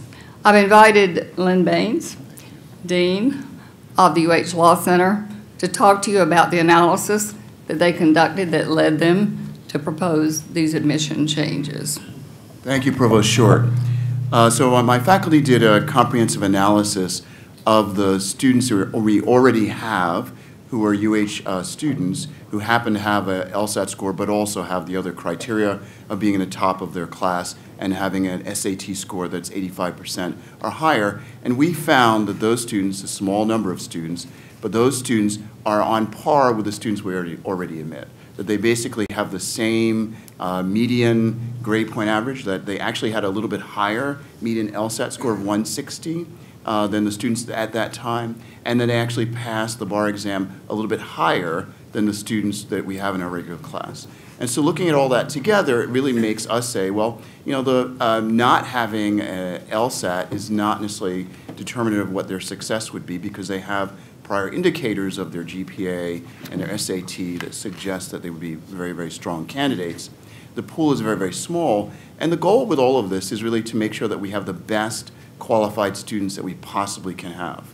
And as you know, applications for law schools have gone down, and this is an opportunity for us to tap into other markets to make sure that the LSAT, which is sometimes a barrier, doesn't continue to serve as a barrier. As you know, many graduate schools of businesses actually have diminished the use of standardized test scores. And so it's really important for us to think outside the box to make sure that we have a very strong student body, but a student body that we are removing some barriers, and that's approved by the ABA. And so overall, the faculty voted in favor of this 30 to 5. They decided that they wanted to make sure that they reviewed it within 5 years to see how successful it is. We're definitely going to monitor this because it's the first time we're doing it. It'll be a small number of students, because you think 10% of the class would be probably 20 to 25, maybe 30 students at some point, so it'll be very, very small. But it also allows us to really be, as the Law Center, to be as an integrated part of the university. I mean, that has always been my goal. And we have done a lot of things already with respect to pre-law programs, whether it's our pipeline program, which we've been very, very honored with your Academic Excellence Award, with the 3-3 program, and those programs have been very successful. And the goal is for us to be the pinnacle for pre-law advisement for our students. They're all our students. The UH students are terrific students, and we want as many qualified, talented UH undergraduate students as we can, and we believe that this program, this initiative, which the ABA has sanctioned, the ABA says you can do this, we believe that that will achieve this purpose. Madam Chair, could I ask a question? Please. Dean Baines, could you please address whether other Texas universities use this code? Yes. So Texas A&M does do this, and Texas A&M calls it Aggie Direct. They actually have a marketing program for this, and they take the top 10% of their main campus. And the thing that we have to be mindful of is that Texas A&M now has a law school, and has had a law school for 6 or 7 years. It has risen in the rankings to the 80s.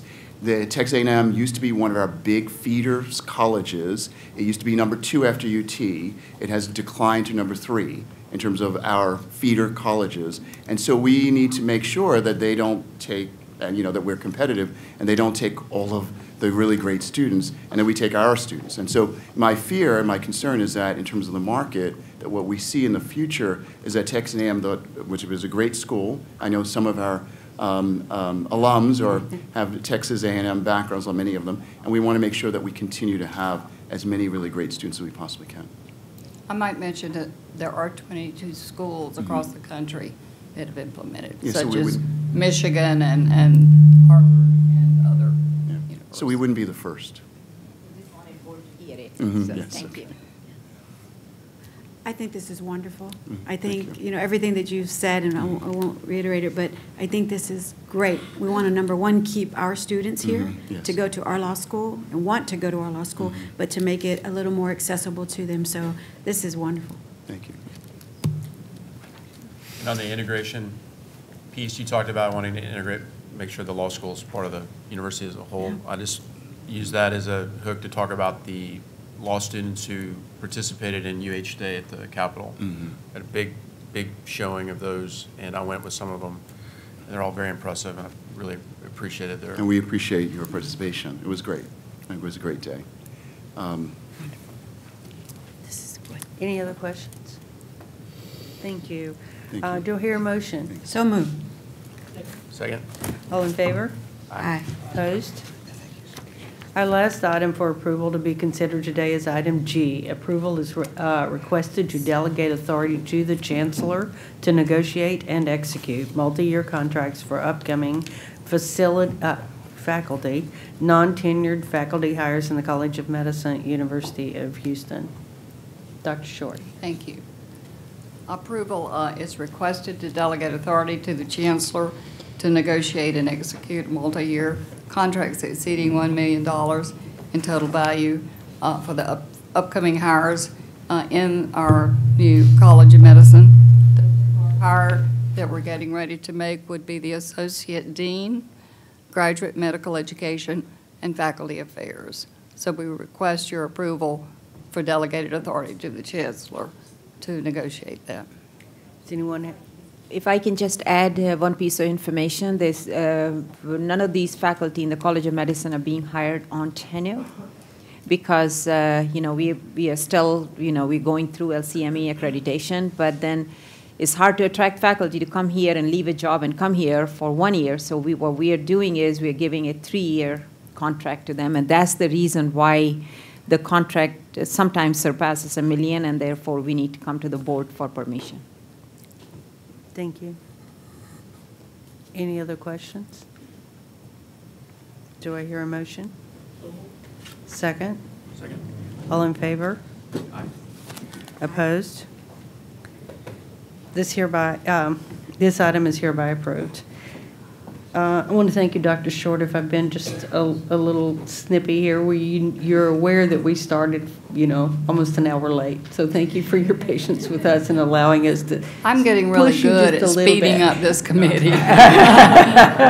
It's really appreciated. Thank you very much. You're more than welcome. This concludes the presentations and approval of our 5 action items today. May I have a motion to place all 5 action items unanimously approved by the committee on the Board of Regents consent docket agenda? So moved. Second? Second. All in favor? Aye. Opposed? These items have been unanimously approved by the committee and will be placed on the Board of Regents consent docket agenda for final board approval at our board meeting later today, February the 28th, as follows. Approval of a Master of Science in Manufacturing Engineering, U of H. Approval of a Master of Science in Engineering Data Science, U of H. Board of Regents policy statement on the use of race and ethnicity in student admission, U of H. U of H Law School admission standards modification, U of H.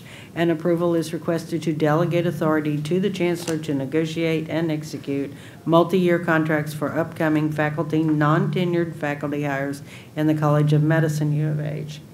This first information item to be presented from your agenda today is item H, the introduction of Marilyn Davies College of Business Dean, University of Houston Downtown, Dr. Sanchez Munoz, President of U of H Downtown. Will you please present this report?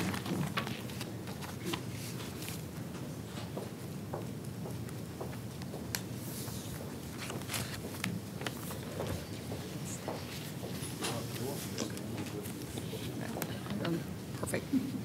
Thank you, Madam Chair.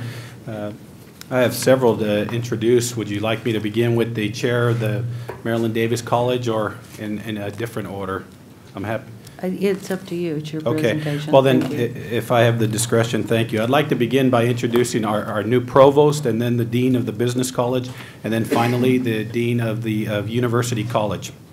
Thank you, Dr. Short, for this time. It's my pleasure and privilege to introduce Dr. Eric Carl Link, and I'll ask him to stand and remain standing until I've finished with the introductions. As our Senior Vice President of Academic and Student Affairs and Provost, he began in January. Dr. Link arrived to our university after serving as Dean of the College of Arts and Science at Purdue University, Fort Wayne. He's an accomplished researcher and writer and recently co-edited the Cambridge History of Science Fiction. He's also an award-winning scholar and served as a Fulbright Senior Scholar in Switzerland.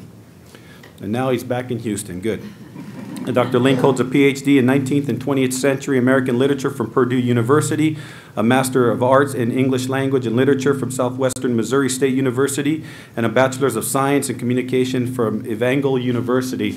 And so we're very excited to have Dr. Link join us. Next.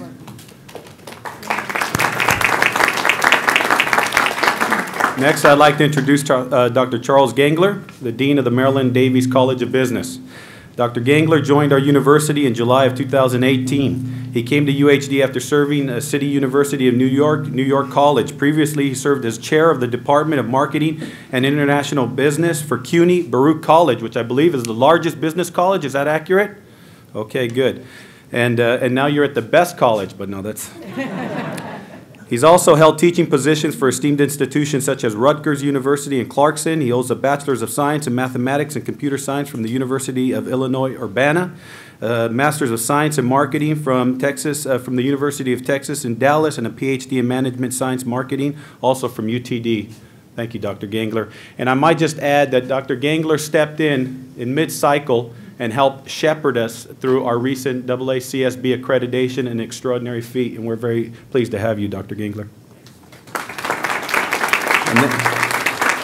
And then finally, Dr. Scott Marzilli, Dean of University College. Dr. Marzilli joined UHD as University College Dean in June of 2018. He previously served as Assistant Vice President for Academic Innovation and Student Success and Dean of University College at the University of Texas at Tyler. Dr. Marzilli holds a PhD in Motor Behavior from Florida State University and a Master's in Human Movement and Sports and a Bachelor's of Science in Physical Education and Kinesiology from California Polytechnic State University.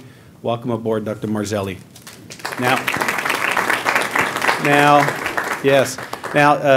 Chancellor, if you wouldn't mind a moment of privilege.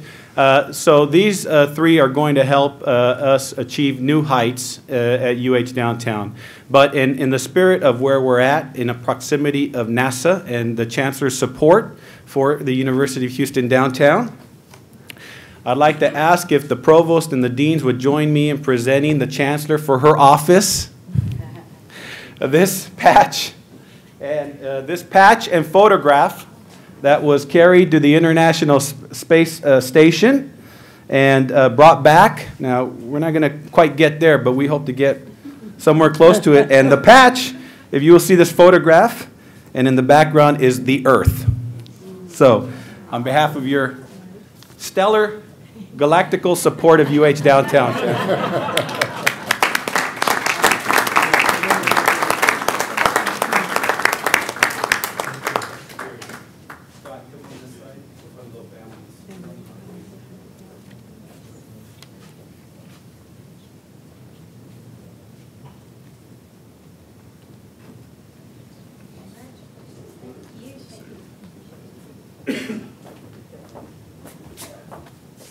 Madam Chair, thank you. Thank you, Dr. Short.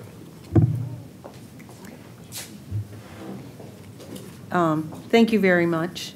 This item was presented for information only, and no committee action is required. The last item listed on your agenda today is item J, the presentation of University of Houston Clear Lake Student Success Story, U of H Clear Lake. I would like to ask the Vice Chair of our committee, Regent Paula Mendoza, to present this item. Wonderful, thank you. Thank you. I'd like to bring up Alfred Mims, who is a student of U of H Clear Lake, and we want to thank Dr. Blake for bringing him to our attention and having him present for us today. Before he introduces himself, I've asked him to wait just a moment. We was going to show a little video, a short video about Mr. Mims, and then he can address us. But I tell you, his end goal, he says, is to one day develop breakthrough cures that will save lives. Dr. Span, I think if he's not here, we might take a look at Mr. Mims. Yeah.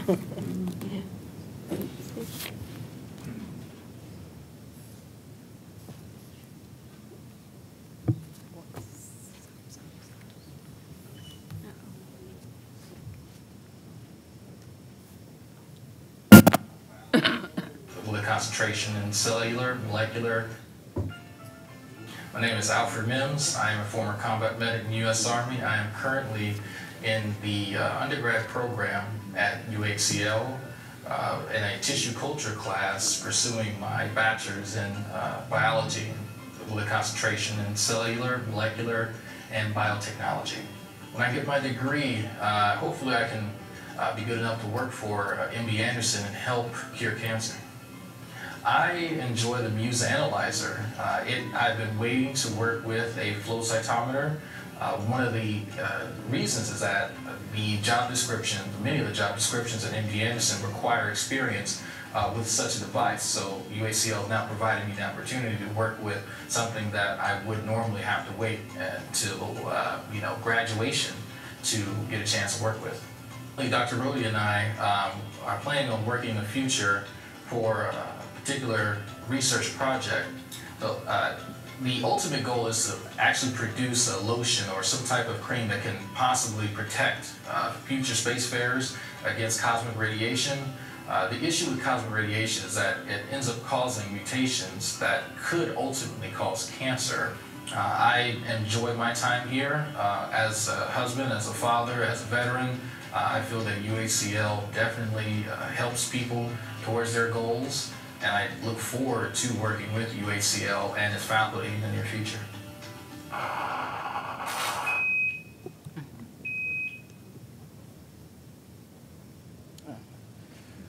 That guy, yeah, he sounds like he knows what he's talking about. So, good afternoon, esteemed guests, faculty, friends, and family. Thank you for joining us today. I'd like to begin by recounting a bit from my past in the military and until this point. I joined the U.S. Army in 2010 as a 68 Whiskey combat medic attached to the 11th Armored Cavalry Regiment. My job was to provide medical services for units training in simulated battlefields before deployment. After my 4-year enlistment, I chose to take on a new challenge, to become a scientist. My family moved to Maryland in pursuit of this goal, but circumstances there did not allow for my success. One of our alumni, Officer Webster, who is my cousin, told me about UHCL and success that he's had here, so I was immediately interested. Cancer has taken several of our family members and almost took my own mother. Because of my own personal losses, I felt moved to join forces to find a cure for this destructive force that knows no bounds. Houston has numerous world-renowned institutions dedicated to cancer research, so it was my natural fit for my aspirations. UHCL specifically fit all the criteria needed for my family's needs. It's close to an elementary school, it's near our residence, it's large enough to support graduate and undergraduate studies, but small enough for professors to be able to invest one-on-one time to ensure that students meet their goals. The Veterans Center has been instrumental in my transition and academic pursuits at UHCL. From walk-in appointments for initial advising to the Veterans Library, they've been more than helpful to me and other veterans I've spoken to. The Hazelwood Act provides 150 hours of tuition exemption for those who have served in the armed forces while in Texas. Although I do not qualify for this, I'm still thankful that this act exists as it benefits a good friend of mine, Xavier Arroyo, as well as many others. UHCL provides many other services that I've utilized, such as the Math Center. But the best opportunities came from professors. Dr. Rodi has offered me and others a chance to work with him at NASA and the collaborators to cultivate human skin. And recently, I've been offered a position at Baylor College of Medicine by Dr. Garcia in researching male contraceptives. Overall, thank you. Overall, the faculty have been encouraging for students' goals and by making us aware of new opportunities every semester, including professional development. Their support and guidance makes me feel confident in my success. I'd like to take this opportunity to mention some by name: Dr. Hostin, Dr. Santiago, if she could stand up, Dr. Rohde, Dr. Garcia, and Dr. LaMontagne. Thank you.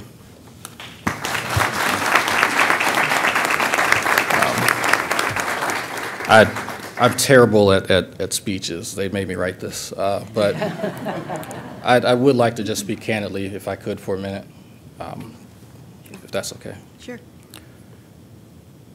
One of the main reasons that I like UHCL is that I see people investing in this university. One of the huge reasons why I moved my family here and spent a lot of money moving here is because our previous area in Maryland did not invest in education. They did not invest in the students. That's something that happens here, and I believe in what Dr. Blake's trying to do here. I genuinely do. I've received more opportunities here in the last 2 years than I would have ever received probably anywhere else. So one of the major moving forces here in Houston is this biotech. It's what makes, I think, what you guys call Houston strong, is your investment in these technologies. And then I really believe that with the help of people like Dr. Santiago, that we'll be able to move forward in areas such as bioinformatics to help integrate network medicine and help cure the anathema that is cancer. Thank you. Thank you, Mr. Moon. Thank you. So, thank you. That was truly inspirational. It's the favorite part of our meeting. We appreciate you coming here today to share your story. So, did you want sorry. Oh, no, sorry. Thank you. I just was thanking you again. Yes, thank you for joining us today. We really appreciate it. And we don't ask you to come be a commercial for UH Clear Lake, but it's very nice to hear the support that you're getting from the faculty and the staff and the university. So we appreciate that, and we wish you very good luck. Thank you. I appreciate the opportunity to come speak. Thank you.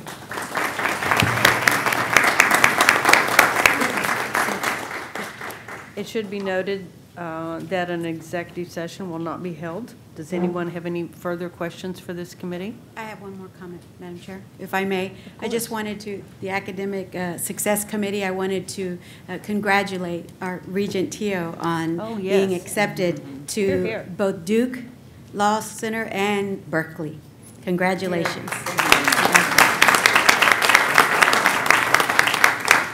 Okay, that's all. I'm done. No, thank you very much. Wonderful additions. Does anyone else have any comments? There being no further business to come before this committee, this meeting is hereby adjourned. Thank you. All right, next one is set. Donna, is it 1 o'clock is the next one? 1:30. 1:30? Yeah. All right. Thanks to Beth for getting us back on track. Fast reading. We've never had an hour for lunch, and really We can that's more. We can go We never outside. get that much time.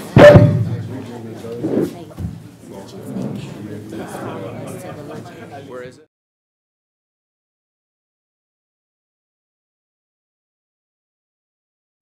And happy holidays. Of course, UHV has worked with countless partners throughout its history, and our successes would not be possible without them. And that is one reason why we give the Community Partnership Award to a person, business, or organization that has helped advance the quality of life in the region and the university. This year, I am honored to present the Community Partnership Award to the Rebuild Texas Fund. You may now applaud.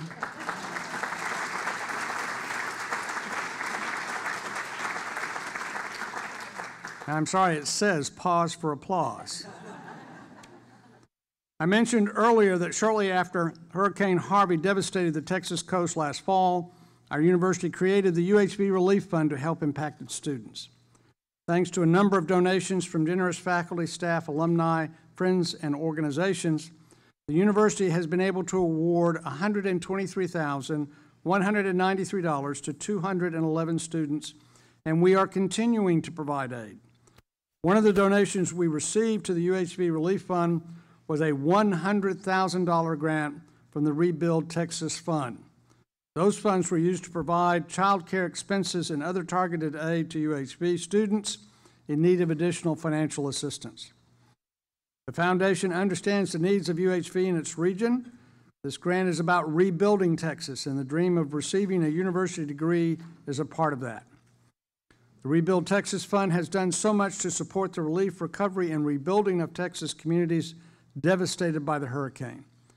The fund has raised $100 million and has worked hand in hand with local community leaders to identify needs across critical areas, including community and economic development, education and child care, health, housing, small business, workforce, and transportation. The Rebuild Texas Fund has supported all 41 Texas counties impacted by the hurricane and has given $50.7 million to 156 projects that empower local communities. We appreciate all that Rebuild Texas Fund has done and to support education at UHV, and I am pleased and privileged to present this year's Community Partnership Award to the Rebuild Texas Fund. Accepting the award on behalf of the fund is the Program Officer, Cristina Cornejo.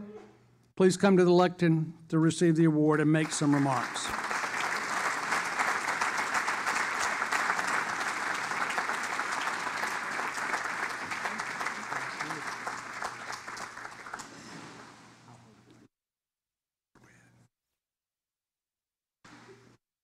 Thank you so much.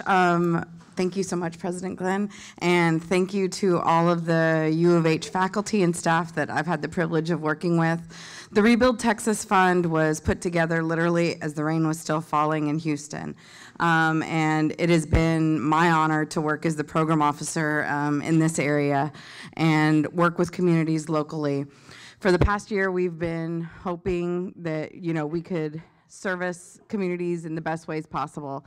And, I think one of the most important things that we thought about was, although the H in your name is for Houston, there's a lot of funding that comes into the Houston area. So it was really important for us to get out and to really help rural communities, because that's, there were so many people suffering after the hurricane, and we wanted to be sure that we could assist those as much as possible. We were really excited. As a matter of fact, U of H Victoria was our first four-year university to fund with the grant program when you came with us, and I was really happy. Your Vice President of Advancement, Jesse Peisers, was great to work with, and he let us know just the difficulties of your student population recovering. I mean, it's hard enough when you're trying to rebuild your home and you've lost your child care, your parents may have moved away because of the hurricane, and trying to recover all of that and get back to class is a hard feat. So I applaud every student who had to go through all of that, and we were just glad to come along for the ride. So on behalf of the Rebuild Texas Fund and the Michael and Susan Dell Foundation, I'm extremely humbled to receive this award. Thank you.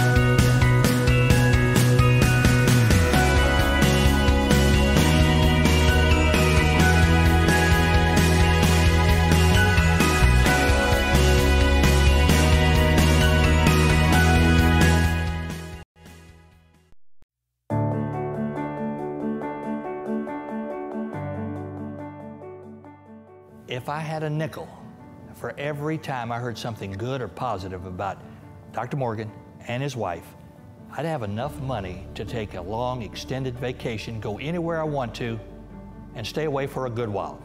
And that's what we and many people think of the Morgans. From the very beginning, I recognized a certain talent to be nice and be kind and be interested in everyone and everything. There wasn't an event that you could go to that you didn't look over and see him with Mary Jane. I find that an outstanding quality. When the Morgans came to Victoria, the community was sort of divided. There was uncertainty at UHV. There was uncertainty with the system. Dr. Morgan brought all that back together and got everybody on the same page. But that's not all they did. They got so involved in this community and became so active in it. Mary Jane has given many hours to volunteer work in Victoria. I first met Dr. Morgan at convocation as a freshman, and it was really intimidating. This is the guy giving me my diploma when I graduate. Over time, I really got to know him. He's helped me work with projects for student government, and you would see him around. He wouldn't be a stranger, and that was kind of the thing that really helped me get to know Dr. Morgan. Dr. Morgan has done so much. It wasn't a mandatory performance. He believed in helping those students get an education. And part of that education is to have people caring for you. And that impressed me so much. Me being here since the beginning, we wanted to see University of Houston Victoria grow. And he has helped move that along at a faster rate, and he has shown us the way forward. He's been a rock. He's been calm, and he's taken care of business the right way, the way a lot of us like to see it. What I think people will remember most about his presidency is all the growth that's happened. In 4 years, there's so much growth. For example, we have University Commons, the STEM building, Smith Hall. There's so many things that are coming. It's really impressive. I don't have one favorite story about the Morgans. There are so many. Whether it's about the dogs, whether it's about their son, whether it's about, of course, the University of Houston, Victoria. There are just too many stories I could tell, and I think it better that I don't. I give tours, and this isn't just some person running the campus. This is somebody who's invested in the students. I've had so many people start asking questions because we've talked to the president. It really helps bridge the gap. I believe that Dr. Morgan's legacy will be how he united this community, the University of Houston, the University of Houston Victoria, and everybody around it to come back and to get involved for one major goal, and that was to make UHV a destination university. I just want to extend a thank you to Dr. Morgan for all he's done for the university and the community in the short time he's been here. One of my greatest joys is knowing that Mary Jane and Vic Morgan are not leaving Victoria. Yes, he's retiring, but I think he'll be here and continue to contribute in his own way, which is, in my opinion, the best way. Thank you, Dr. Morgan and Mary Jane, for all you've done for the University of Houston, Victoria, and for the city and community of Victoria. And we hope that all of your years in retirement will be enjoyable. And Dr. Morgan, especially you, I hope you make a lot of birdies out on that golf course. You remember Bob Hope as he closed out his shows. Thanks for the memories, Dr. Morgan and Mary Jane. We're glad to have had you, and we hope we have many more memories along the way.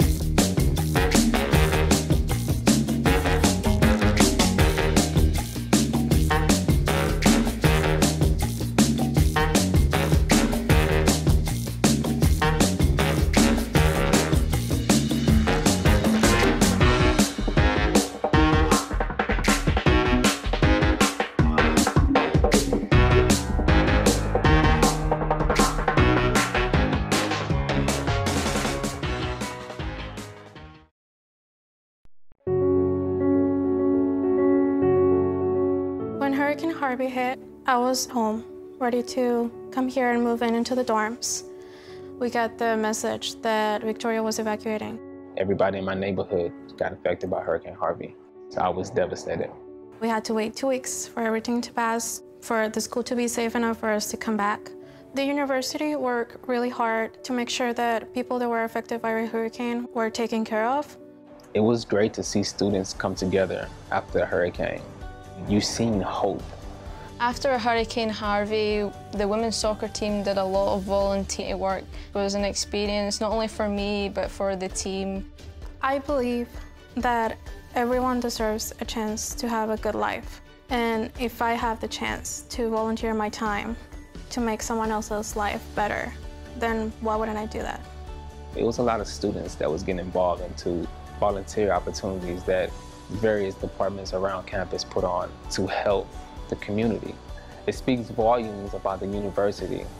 Even though that they're affected by Harvey as well as the students are, they still found a way to give. It's a great feeling.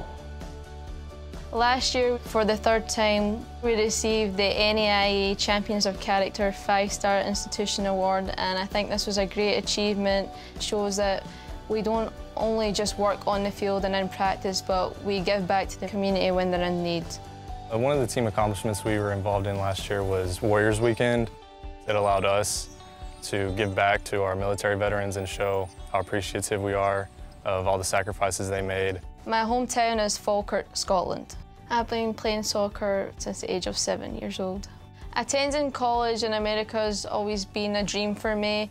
Being a part of the baseball team means being a part of a brotherhood. When I first came here as a sophomore, I didn't know anybody except my roommate, and we were all kind of nervous, being basically the new fish at a new school. But after just a few weeks, we started bonding. It's just a big part of our lives. To be a student athlete at UHV, you have to be able to balance school with soccer, and I feel like it sets you up to be a better person in the future. Last year, I was named the 3-time Red River Athletic Conference Scholar. Receiving that award meant a lot to me, as I think I've grew as a person. My coaches inspired me a lot off the field to get involved in coaching more, and which I did over this past summer. After I graduate, I would like to become a coach in America.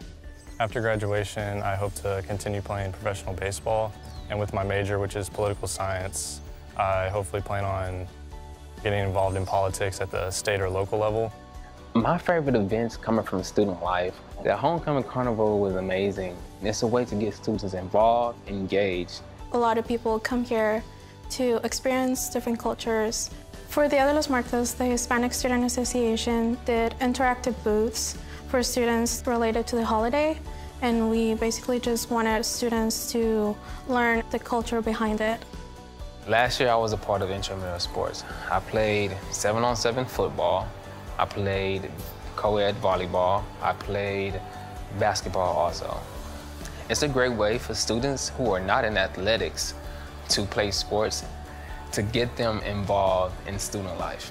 It's very special to be in a university that allows their students to have this kind of experiences, to be able to volunteer and help someone else out and change someone's life.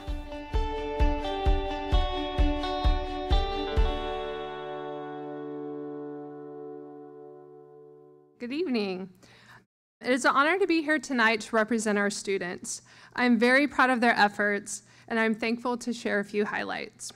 Although Hurricane Harvey forced us to start the semester a couple weeks late, our students, faculty, and staff didn't skip a beat. Student Life was still able to provide 170 programs for students to engage in, including over a dozen multicultural events. We started the year with 97% of the beds in the residence hall filled. This exceeded the previous year's total. Our most exciting initiative was the opening of JP's Market, which is a free and anonymous food pantry and career closet open to UHV as well as Victoria College students. The market was a huge success, serving more than 432 students and providing 9,743 pounds of food. Very exciting. Career Services assisted more than 580 students with job searches and career coaching through individual sessions. The office hosted 47 career-related programs, job fairs, and workshops. UHV also hosted our 3rd annual Family Weekend, collaborating with athletics and the city of Victoria. More than 200 students and their families enjoyed 2 days of activities that included a magic and circus duo, a tailgate, a concert, a UHV soccer game, and Boot Fest in downtown Victoria. Participation in intramural sports grew with the continuation of the cross-campus challenge Battle for the Cup. More than 200 students from UHV and Victoria College competed in flag football, volleyball, basketball, and soccer. UHV took the traveling trophy this year after our 2-year streak. 10 new student organizations were chartered at the annual Student Organization and Leadership Banquet. UHV now officially has 32 officially chartered student organizations, with more interest groups forming as we speak. The 4th annual ROAR Leadership Conference was held to teach students leadership skills. More than 100 students from UHV, Victoria College, and local high schools listened and took part in presentations led by UHV faculty and staff and community leaders. We also had several students who earned certifications in our ROAR Certified Leader program, which encourages students to think critically about their leadership skills and how those skills can impact their future career. Students took part in various civic engagement projects. One was an alternative spring break trip during which 11 students volunteered in New Orleans and Baton Rouge, Louisiana. 50 UHV students, faculty, and staff members participated in JAG's Join In Day of Service in Victoria, volunteering at the Golden Crescent Habitat for Humanity, and in Rockport, helping clean homes after Hurricane Harvey. Now onto UHV athletics, which celebrated another year of success on and off the field. Here are a few of the year's highlights. UHV for the 3rd straight year was named an NAIA Champions of Character 5-star institution. Leah Lerman and Reese Hannigan were named UHV's Female and Male Athletes of the Year. Espen Hansen was named the Jaguars' first NAIA All-American in men's soccer. UHV men's soccer won its first Red River Athletic Conference regular season title and then went on to win its first RRAC conference tournament and its first ever berth to the NAIA men's soccer opening round tournament. The softball team claimed its first RRAC tournament title, as well as its 6th trip to the NAIA National Championship. The UHV men's soccer team was awarded the NAIA Buffalo Funds 5-Star Champions of Character Award. The award recognizes a team that displays exemplary character and sportsmanship on the field/court, on campus, and in the community, including outreach presentations of the 5 core values of the Champions of Character program, including integrity, respect, responsibility, sportsmanship, and servant leadership. In the classroom, numerous student athletes earned recognition on the national, conference, and local levels. Academics were a priority, as 65 student athletes earned the Red River Athletic Conference GPA Award, while 29 were named on the UHV President's List/Dean's List in the fall and 31 in the spring. This is a very special award that we do not give out every year. It is the Presidential Medal and is intended to be the highest award bestowed by the university and is given to recognize individuals who have made distinguished professional and public contributions to this institution, the community it serves, or to higher education in general. I am pleased to award this medal tonight to a person who exemplifies all 3 of those: distinguished professional contributions, contributions to the public, to the community, and to this institution. I am pleased to give this award to the Honorable Roger Welder.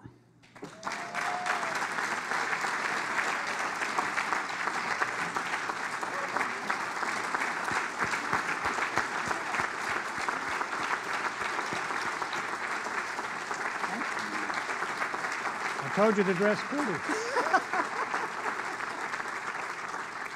As you may know, Roger served on the UH System Board of Regents for more than 6 years, starting September 1, 2011. Although the term ended on August 31, 2017, he stayed on the board until March of 2018, when Jack B. Moore was appointed. During this time, he served terms as chair of both the Audit and Compliance and Academic and Student Success Committees, in addition to serving as vice chair and a member of the additional committees. As a native of Victoria and graduate of Texas Christian University, Mr. Welder has focused most of his energy on improving education in the Victoria area. He recently retired from G.F. Welder Heirs, a fourth and fifth generation family ranching enterprise, after 29 years of employment with the company, including serving as CEO from 2001 to 2009. In addition, he serves on the UHV President's Regional Advisory Board and formerly served on the boards of First Victoria National Bank, Texas and Southwestern Cattle Raisers Foundation, Victoria Symphony Endowment, Victoria Airport Commission, Victoria Independent School District, Education Foundation, Victoria College, and numerous other professional, civic, and business organizations. To say he stayed busy while he was a UH System Regent is an understatement, but he always made time to support higher education. He always made time for UHVs and all the institutions within the UH system. It is now my pleasure to give you the medal, the Presidential Award. Thank you. Thank you so much.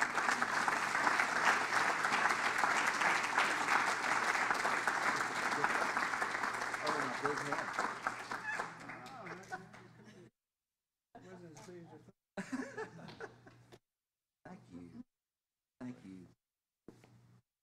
Thank you so much, President Glenn. That's very kind of you.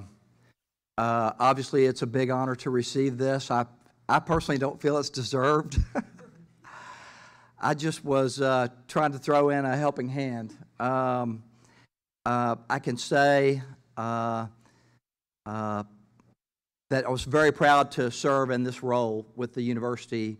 There's a lot of big shoes to fill that went ahead of me, and many of whom were very encouraging along the way.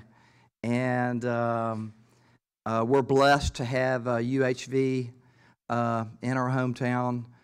I've seen firsthand the difference it makes, the difference that it's making in the lives of thousands of students. And I'm so appreciative of all the hard work that all of you have done to bring the university to this point. It was a real privilege to serve during the majority of my term with Vic Morgan serving as president. I think he really helped get the university on the path that we needed to get going on. And Bob, we're so excited about you and Laura being here and what you all are going to be able to do to keep it going. There's a lot of exciting stuff happening, and so privileged to be here with the Bushes tonight to share the lectern with them for a moment. That was a surprise I wasn't expecting, and I appreciate the recognition, and I hope we can continue on. Thanks so much. It's so kind of you. No one has the passion and the commitment to athletics that our president and chancellor does. She's one of the most courageous people I have ever been around. She is a university builder. Her vision, it has really inspired the entire city. She has electrified the University of Houston. I think our Chancellor Renucator's legacy is going to be that she moved the needle. She is unafraid to take any challenge, and there were many challenges here. She outlined what she wanted to achieve, and she would let nothing stop her from accomplishing that. One of the things she said that's stuck, I have fire in my belly. And boy, did she really have fire in her belly, and still does. She told me early on that the University of Houston had to have a winning athletic program, a high priority hers was to get a new stadium built. That's what we did. One of the reasons we've been able to come back is this incredible facility. People have asked, they said, aren't you sad that Robertson Stadium has gone away? Who could be sad when you're looking at this stadium right out here? There's no one that roots harder or watches more carefully or has more ideas. She sounds like my brother, you know, coaching on the side. Anybody that has the letter H on their chest or Houston on their jersey, it wouldn't matter if we had a Tiddlywinks team. She would be going to the games. She likes to win, and she surrounded herself with winners as well, and that's the mark of a champion. Renew Couture is a champion. Renew absolutely understands the inner workings of athletics and academics. She knows those two things go together. She knows they drive student success, but to me what gets me at the heart is her commitment to the students, and I think they know that. I have a lot of pride in being a Cougar, especially having a chancellor and a president like Dr. Couture, especially being a female, just how empowering she is and how committed and how much she's really transformed the university. You have to have a vision. You have to wish things into existence. And so when she talked about that, in football went out and got a coach that could really make the program successful. And then basketball got a coach that could really make the program successful, who we might not have gotten a few years ago. And then we as a track program, we demanded that we had to win. When you look at your great universities and the money that pours back into them, athletics means so much. But where it starts is with your chancellor or your president. And if they're not 100% behind athletics, it isn't going anywhere. And one thing about our chancellor, Renew Couture, she loves athletics and her husband loves athletics. It's been great working together, and the one thing that we want is a better University of Houston.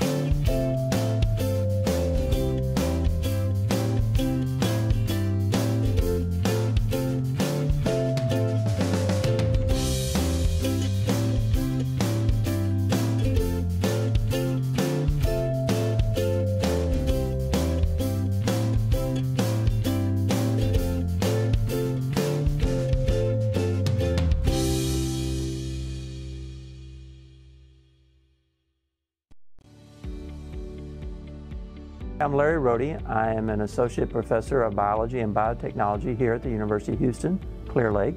Students can come in and take courses in tissue culture, which is not taught at the undergraduate level at any other place that I can find in the state of Texas. We also teach a course in molecular biology lab where they learn how to manipulate DNA. We teach a course called Eukaryotic Gene Expression Lab where they learn how to manipulate RNA. And the goal there is to ensure that they have these skills so that they can go out there in the biotech market and be able to work very quickly. The coolest piece of equipment we have right now is the Muse Cell Analyzer. This is a little benchtop flow cytometer. So students, once they learn how to do tissue culture, they can get access to that and start using it to either count cells, do what we call a cell cycle analysis of the cells, look at various types of proteins on the surface of the cells and analyze it.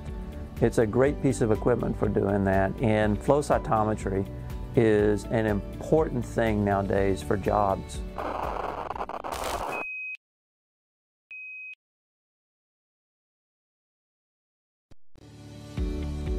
My name is Katarina and I study molecular biology.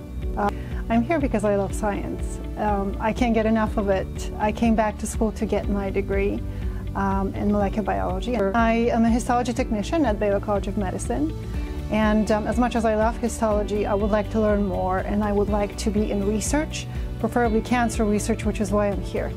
In order to do that, I have to know certain skills, which this class actually will provide me with.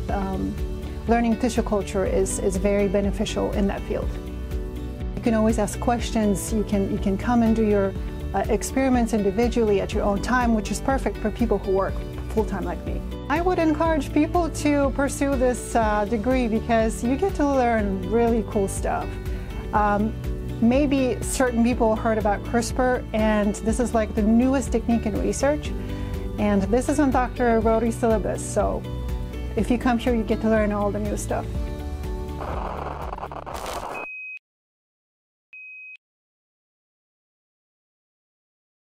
I'm really very proud that I have my children working with me daily in building logical innovations.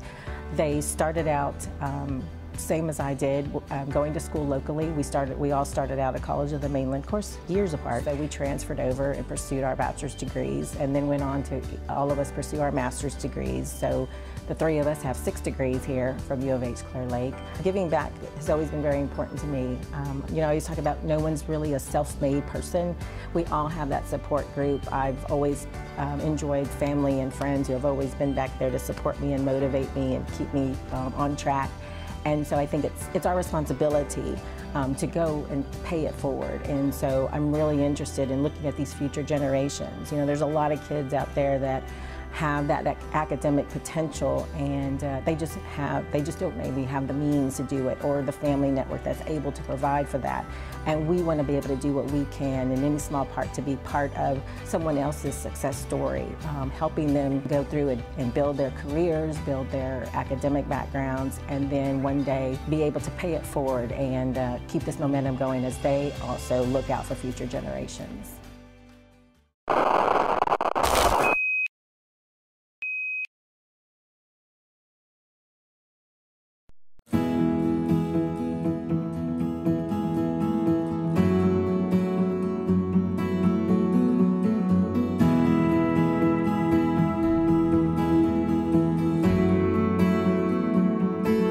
Really sets our future in terms of our physical place and location, and I think places us right where we need to be in this community.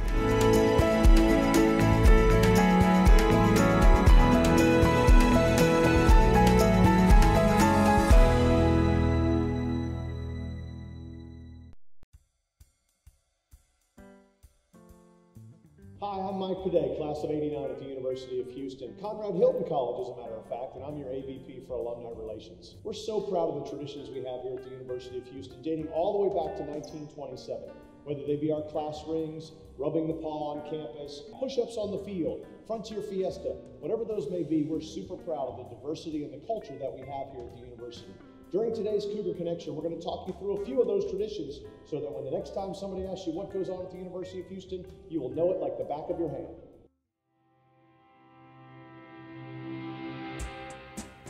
The Cougar hand sign. Why do I do it? When do I do it? Is it really just my right hand? And where did it come from? Well, let me tell you.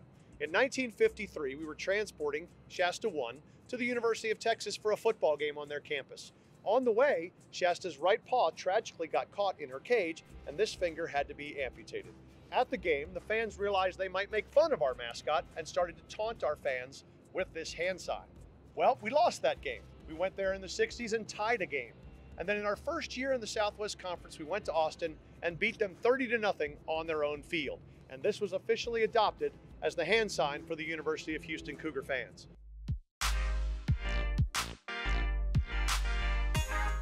Well, here we are outside of TDECU Stadium at Gate 2, the Icon Gate, with the icon herself. That's right, Shasta won. She's right here. Remember we talked earlier about where our hand sign came from? Well, we're at the statue, which depicts exactly that. You'll notice her digit is missing right here on her right paw. Anytime you need luck, whether you're going into the football game to root for the Cougars, trying to become a lawyer, maybe a wedding proposal, heck, that big psychology test, you walk by here, give Shasta's paw a little rub for luck, and she will take care of you. Go Cougs!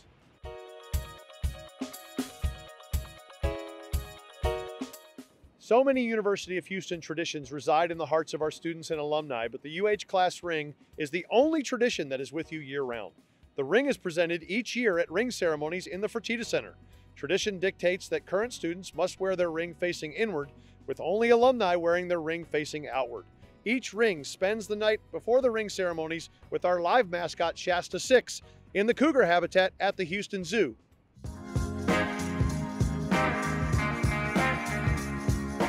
Fans can arrive 2 hours before kickoff to take part in the Cougar Walk. Led by the head coach and followed by the Spirit of Houston, the team arrives on Cullen Boulevard and past the UH Alumni Association, party at the Plaza, and Shasta Square student tailgate on their way to the locker room.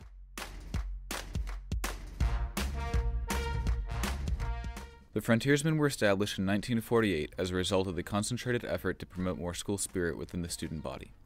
The primary purpose was to support the University of Houston in any and all endeavors. This included support for the athletic department, Frontier Fiesta, and academic success. The original Frontiersmen were among the most dedicated and loyal students of their time. After many years of Frontiersmen history and service, the tradition lay dormant for quite some time. This tradition was officially revived in 1992.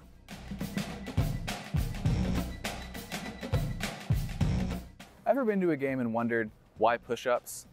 Shasta and the ROTC do push-ups after each Cougar touchdown to match the point total. Fans count along from the stands as the blaze rings and the Spirit of Houston plays. It can get pretty intense when the Cougs are up by 42. 40, 41, 42.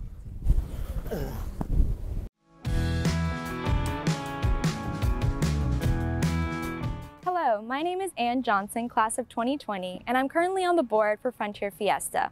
Frontier Fiesta has existed for more than 80 years, getting its start in 1939. Fiesta achieved great success, even being dubbed the greatest college show on earth by Life magazine in 1958. After going on a break for 30+ years, Fiesta came back in 1991 as a student-run, student-led event. Every year, Frontier Fiesta strives to be more inclusive and engaging to audiences, including activities such as carnival booths, amusement rides, and live music. Frontier Fiesta is held the weekend after spring break, and we hope to see you there. Make this one of your traditions.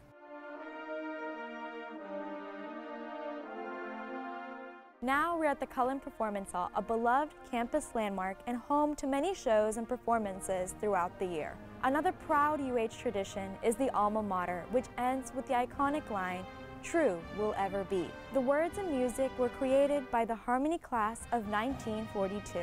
Win or lose, the alma mater is sang after every UH sporting event, reminding us to stay true will ever be.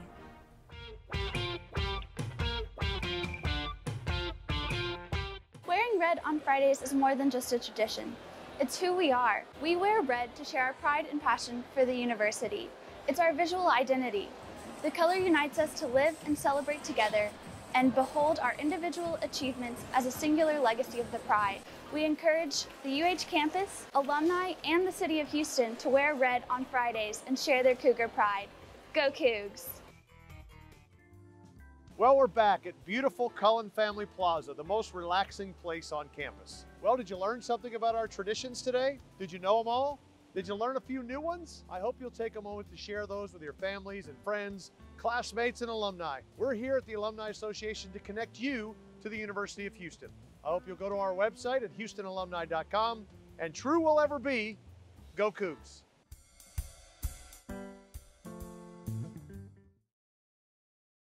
Ready, set.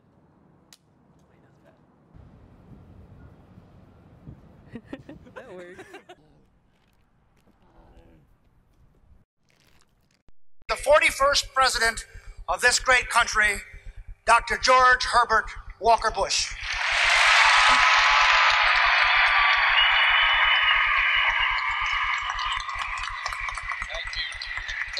all very much. Thank you. Thank you. Thank you very much. Thank you, Dr. Pickering. At least he had the good grace to say newest classmate, not oldest classmate. To you, sir, and to Dr. Schilt, to my friend Beth Morian, the chair of this marvelous board, I salute you and thank you for this honor. To my old friend Ron Stone, I am privileged to be sharing this honor with him, and of course another friend whom I respect enormously, Dan Yergin, a Pulitzer Prize winner. I feel I'm in very, very good company, and I was delighted to hear that marvelous rendition of our national anthem. In fact, it blew me out of my seat here, but it was unbelievable. And I salute Debrea Brown for her rendition. I salute the University of Houston Good News Gospel Choir. As one who once worked in the world of politics, it is amazing to hear that many voices raised in unison. The members of the faculty, I particularly salute those who are, especially those who are honored here today. A special salute to the broke parents who are here also. I noticed when you were introduced, why you got a big hand. And my 6,000 fellow graduates of the University of Houston, I am indeed privileged to be back on this campus. A few years back, then Astros coach Yogi Berra was honored in St. Louis. As usual, my favorite philosopher proved equal to the moment. He began, "I want to thank all the people who made this night necessary." So let me speak for a few moments to those who've made this day necessary, your parents, your relatives, and your teachers and your friends. And I'll try to do it a little more briefly than the graduation speech I heard at Yale. They had something, with all respect, ma'am, an Episcopal minister was a man. And he got up and he talked about Y is for youth, and A is for altruism, and L is for loyalty. He'd gone on then about an hour and a half. He got to E is for excellence, about 2 hours. There's only a handful of students left, and one was in prayer. And the guy said, minister said, "Oh, well, I'm so glad you're praying, son." He said, "What are you praying for?" He said, "I'm thanking God I didn't go to the Massachusetts Institute of Technology." So,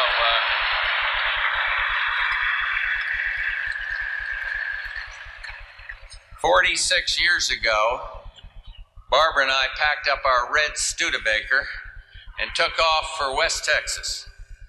All of us learn different things at different stages of our lives, and already I'd learned lessons which I recommend to you. As example, as a little kid, I learned about prayer as a kid. Breakfast, my mother reading us our little lessons. I believe in prayer up to a point. I don't think even God could make me eat broccoli. But as a teenager, and I'm serious about that, as a teenager, I memorized the Navy hymn, "O hear us when we cry to thee for those in peril on the sea," and learned what World War II taught us, that death knows no ideology. By then, I'd met Barbara, and she taught me, as the good book says, to act justly and to talk humbly. She's still big on humility. Last Christmas, I went to London, and the honor was really for those who fought in Desert Storm, some of whom are out here graduating today. But I was knighted, Knight Grand Cross of the Order of Bath, and I was thrilled with that. And I said to Barbara, "What's it feel like to be married to a real knight?" She said, "Get out of bed and make the coffee, Sir George."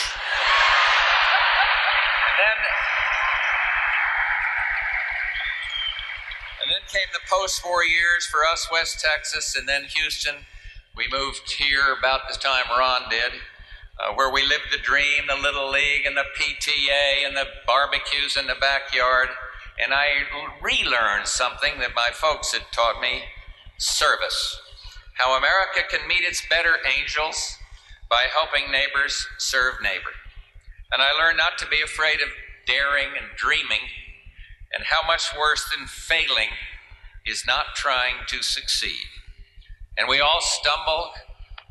I loved the way Dr. Pickering talked about change. I believe in a certain amount of it, but there was a little too much in '92. But nevertheless, here I am. And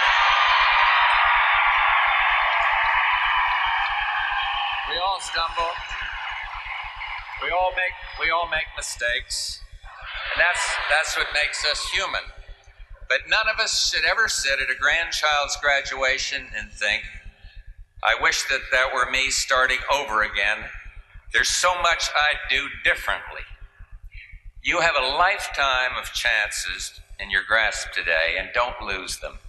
Don't give up the chance to take a risk, to follow a vision, to hug a child, to touch a life. Touching a life, again, our President Pickering referred to this, is what I want to talk to you about here, because I hope you will craft a life enriched by service. You can start by reaching out to just one person, and maybe all you'll be able to do at first is give an hour at night or bring a meal to a shut-in.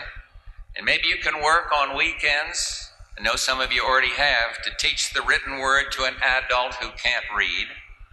And maybe you'll find time during the day for a lonely kid who doesn't have anybody else's arms waiting for him. Hold him and lead him and say his name. This is not a new concept, but its spirit is forever young.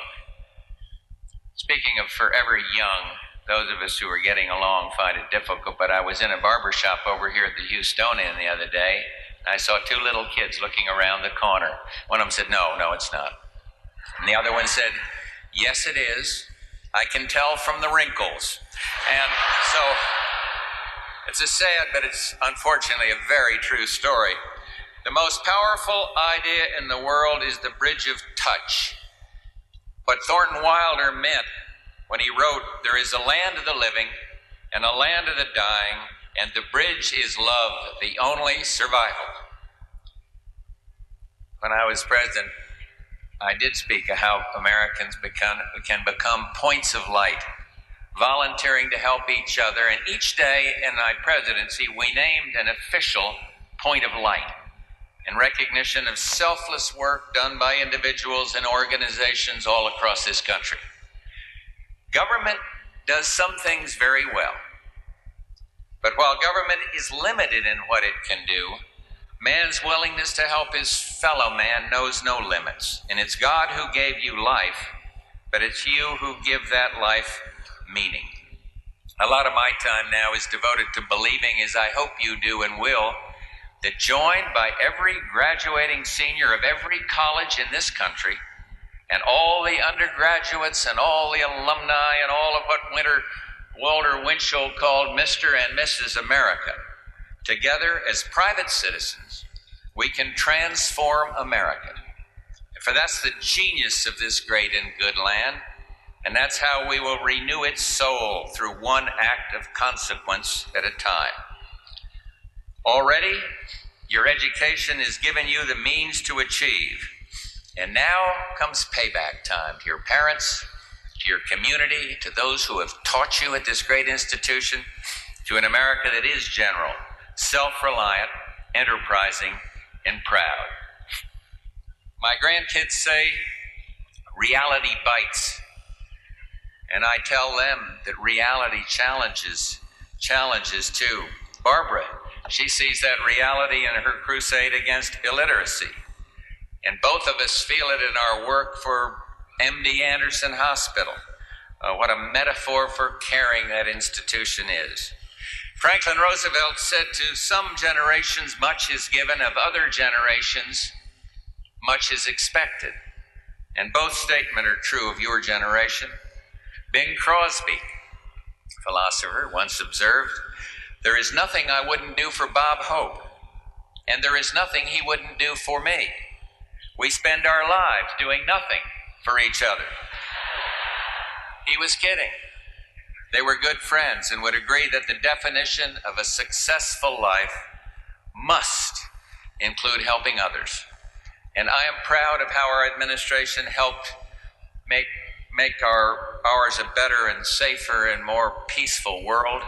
Less fear of nuclear weapons, a reunified Germany, ancient enemies talking peace in the Middle East. Proud of how today we no longer live with the threat of nuclear annihilation. How today, because of the courage of some right here in this room, because of the courage of our Desert Storm military, a brutal, bold aggressor was set back, and no longer does brutal, bold aggression threaten most of the world. And now let's confront the equally devastating threats here at home, because here lurk the cold, old enemies of the human spirit, bitterness and bigotry, despair.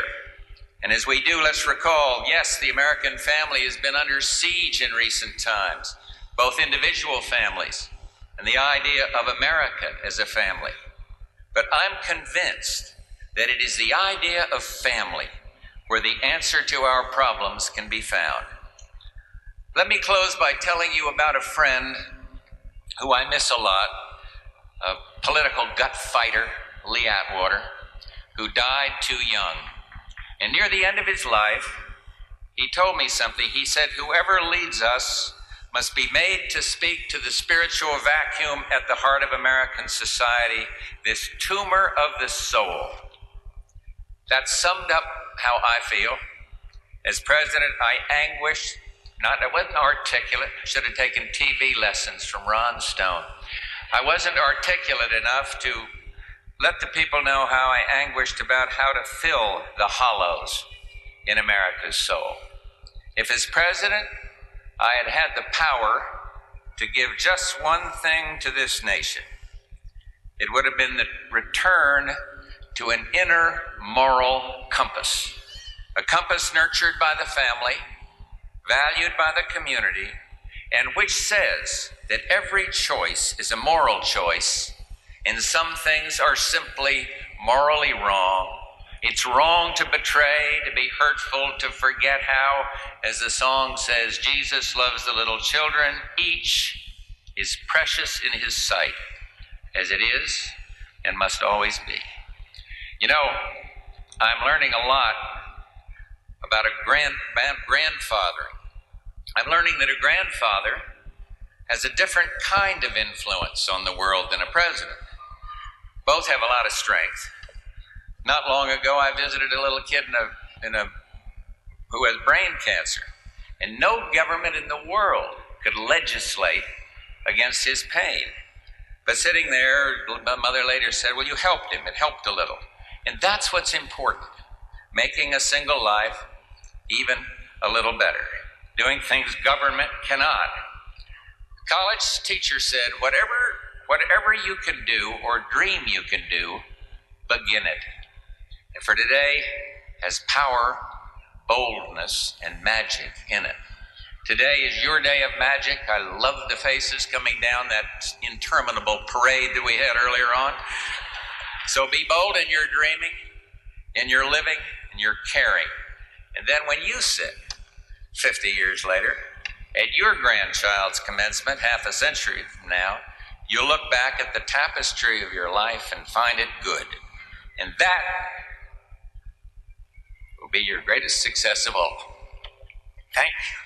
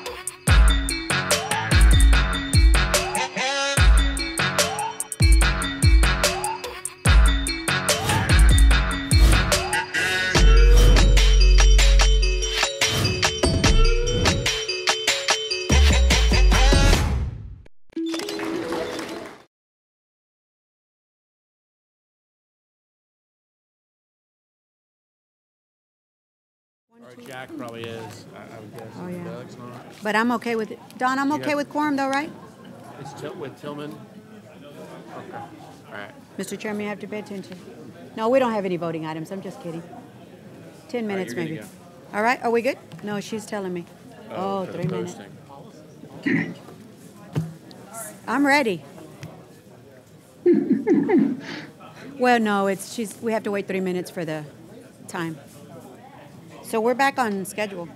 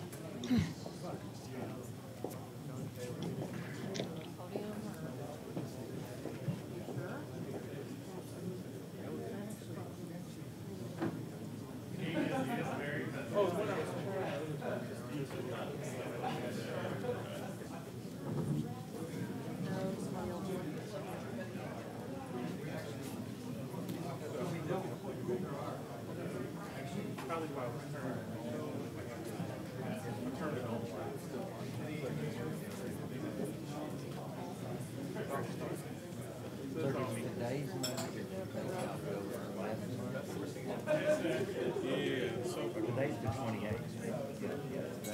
So we beat last year. This is nice. Yeah.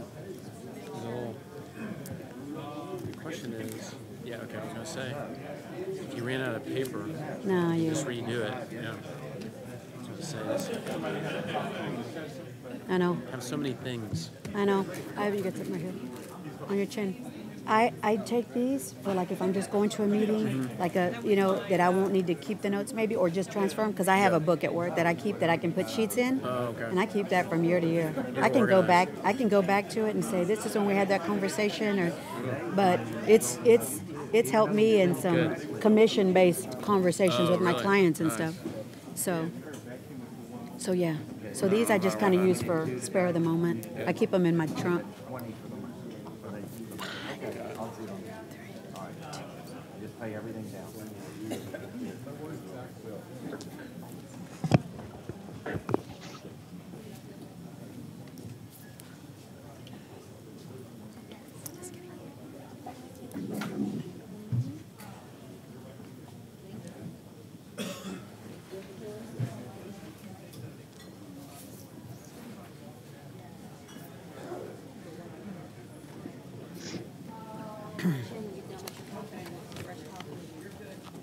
Yes? All right. Good afternoon. It's great to be here in UH Clear Lake. President Blake, I'm not sure where you are, but thank you for having us once again. As chair of the committee, I would like to call to order the Facilities, Construction, and Master Planning Committee meeting of the University of Houston System Board of Regents. I'll also like to add that we've done our work since our last board meeting. All the faculty and staff have done such a wonderful job. We'll be done in about 10-15 minutes, unlike our Finance Committee, who's might keep you here a few hours. The first item requiring committee approval today is the minutes from the Facilities, Construction, and Master Planning Committee meeting held on November 15, 2018. Are there any corrections to these meetings? Minutes?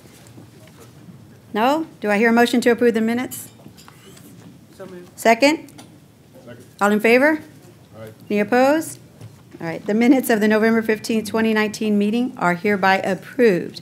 We have one item listed on your agenda for today's presentation, item C, the quarterly report on major capital projects, University of Houston System. Mr. McShann, Senior Vice Chancellor for Administration and Finance, would you please introduce this item? Yes, ma'am. Thank you. Yes, as you mentioned, we have one item. It's purely an information item. David Oliver is going to give you an update on the medical school location and status, and then an update on the other major capital projects. I believe you've just distributed a book that we've tried to provide you quarterly, and then he's going to have a concentration on the projects currently completing or in progress here at the Clear Lake campus. David? All right. Thank you, sir. As Jim mentioned, you should have the booklet in front of you, which is all of the projects over $1 million that have been approved by the board in their current status.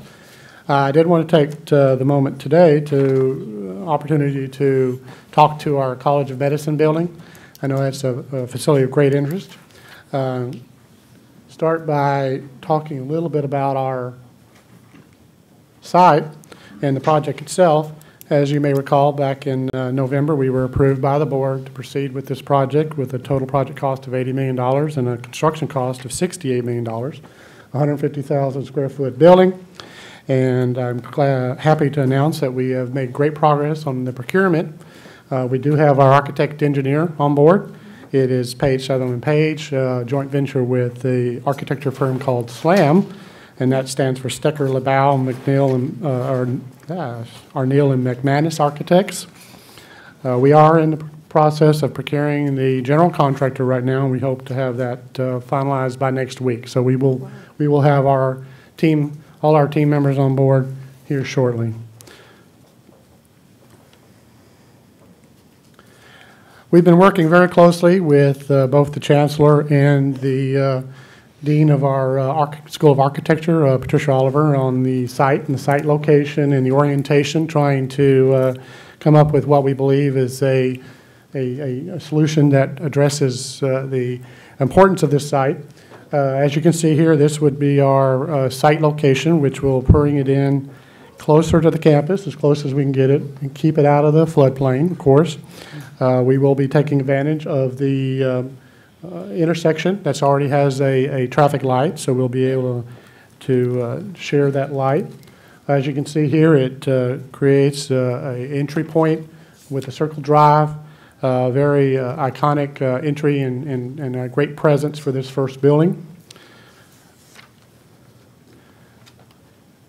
Also wanted to speak to some of the other items that we've been discussing in terms of pedestrian access.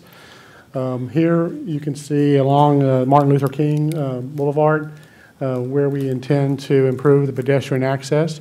On the left is what our vision would be for that improvement. We want to make it a very pedestrian-friendly access, bicycles, and of course our infamous carts that we use back and forth around campus. So this will provide, I think, a very safe and pedestrian-friendly access into the new park.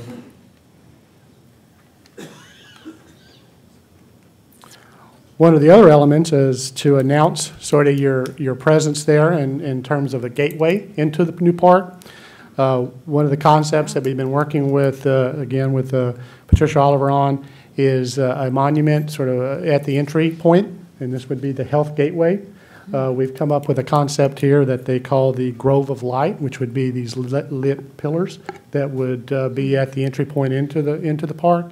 This is, of course, a concept, and we'll continue to develop this, but I think this gives you an idea of the type of entry point that we want to create coming into this park and into Mount that you are indeed arrived at the University of Houston Health District. So that's beautiful. As Jim also mentioned, take the opportunity to talk to some of the Clear Lake projects that we've worked on and completed over the last year or will be completing this summer. We've got 4 capital projects that we've been working through. As you can see here, we've had the Rec and Wellness Center. I'll talk through each one of these individually in just a moment. We have currently under construction the student housing complex. We have a health and science building. And, of course, we had a STEM facility as well. Now, the health and science is in Pearland, as you can see on the map. Of interest, when I started looking at this, we've completed and will be completing about 337,000 square feet of new buildings for the University of Houston Clear Lake campus, which is, when I did the numbers, was 38% growth. So this square footage of this campus has grown 38% with these projects. So this is a significant amount of projects and growth for this campus. This is the Rec and Wellness building, which was completed last July. as you can see here in the picture, some of the state-of-the-art facility with all the amenities that you would expect from a destination campus. So it's been a very, well, for all reports, been a very successful project. We are currently in construction with our student housing complex here on campus, a 250-bed facility. As you can see here, it is approximately 50%-ish complete, 47 to be exact. So we are making great progress, and it is scheduled to be online for this fall semester for the university. We also completed in January the new health and science classroom building at Pearland. As you can see here, it's a facility for their health programs, specifically nursing, psychology, Center for Autism will be housed in this new facility. It opened in January, and it's doing quite well from my understanding. And last but not least, we have the new Science, Technology, Engineering Research building here on the campus. This was completed last year as well in July. It is providing, obviously, STEM programs here on this campus. So it's recently put online. And to keep my promise to the chair, Madam, I kept it to around 5 minutes. So appreciate that. Is there any questions? It's wonderful stuff. It's wonderful information, but thank you for that. Any questions or comments? Well, thank you, Mr. Oliver and Mr. McShann, for your presentation today. This item was given for information only, and no committee action is required. Does anyone have any further questions or comments? If not, this meeting is hereby adjourned. Thank you. Thank you.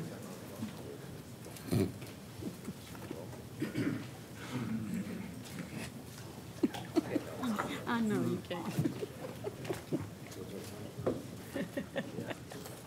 All peace.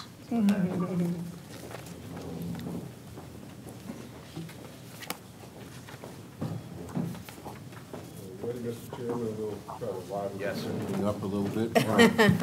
We've been kind of boring today. Facilities. Come down to Clear Lake, they think we're a boring bunch of Regents. We're going to have some fun. Well, we can have the real party, but we'll try to liven it up. Good afternoon, everyone, and welcome to our meeting. As chair of this committee, I'd like to call to order the Finance and Administration Committee of the University of Houston System Board of Regents. First item requiring committee approval today are minutes from the November 15, 2018 Finance and Administration Committee meeting. Are there any corrections to these minutes? Hearing none, do I hear a motion to approve these minutes as distributed? So moved. Second. Is there a second? All in favor? Aye. Opposed? The minutes are hereby approved. We have 9 items listed on our agenda today, all requiring committee and board approval. After each item has been presented, I will ask if anyone has any further questions and call for the vote.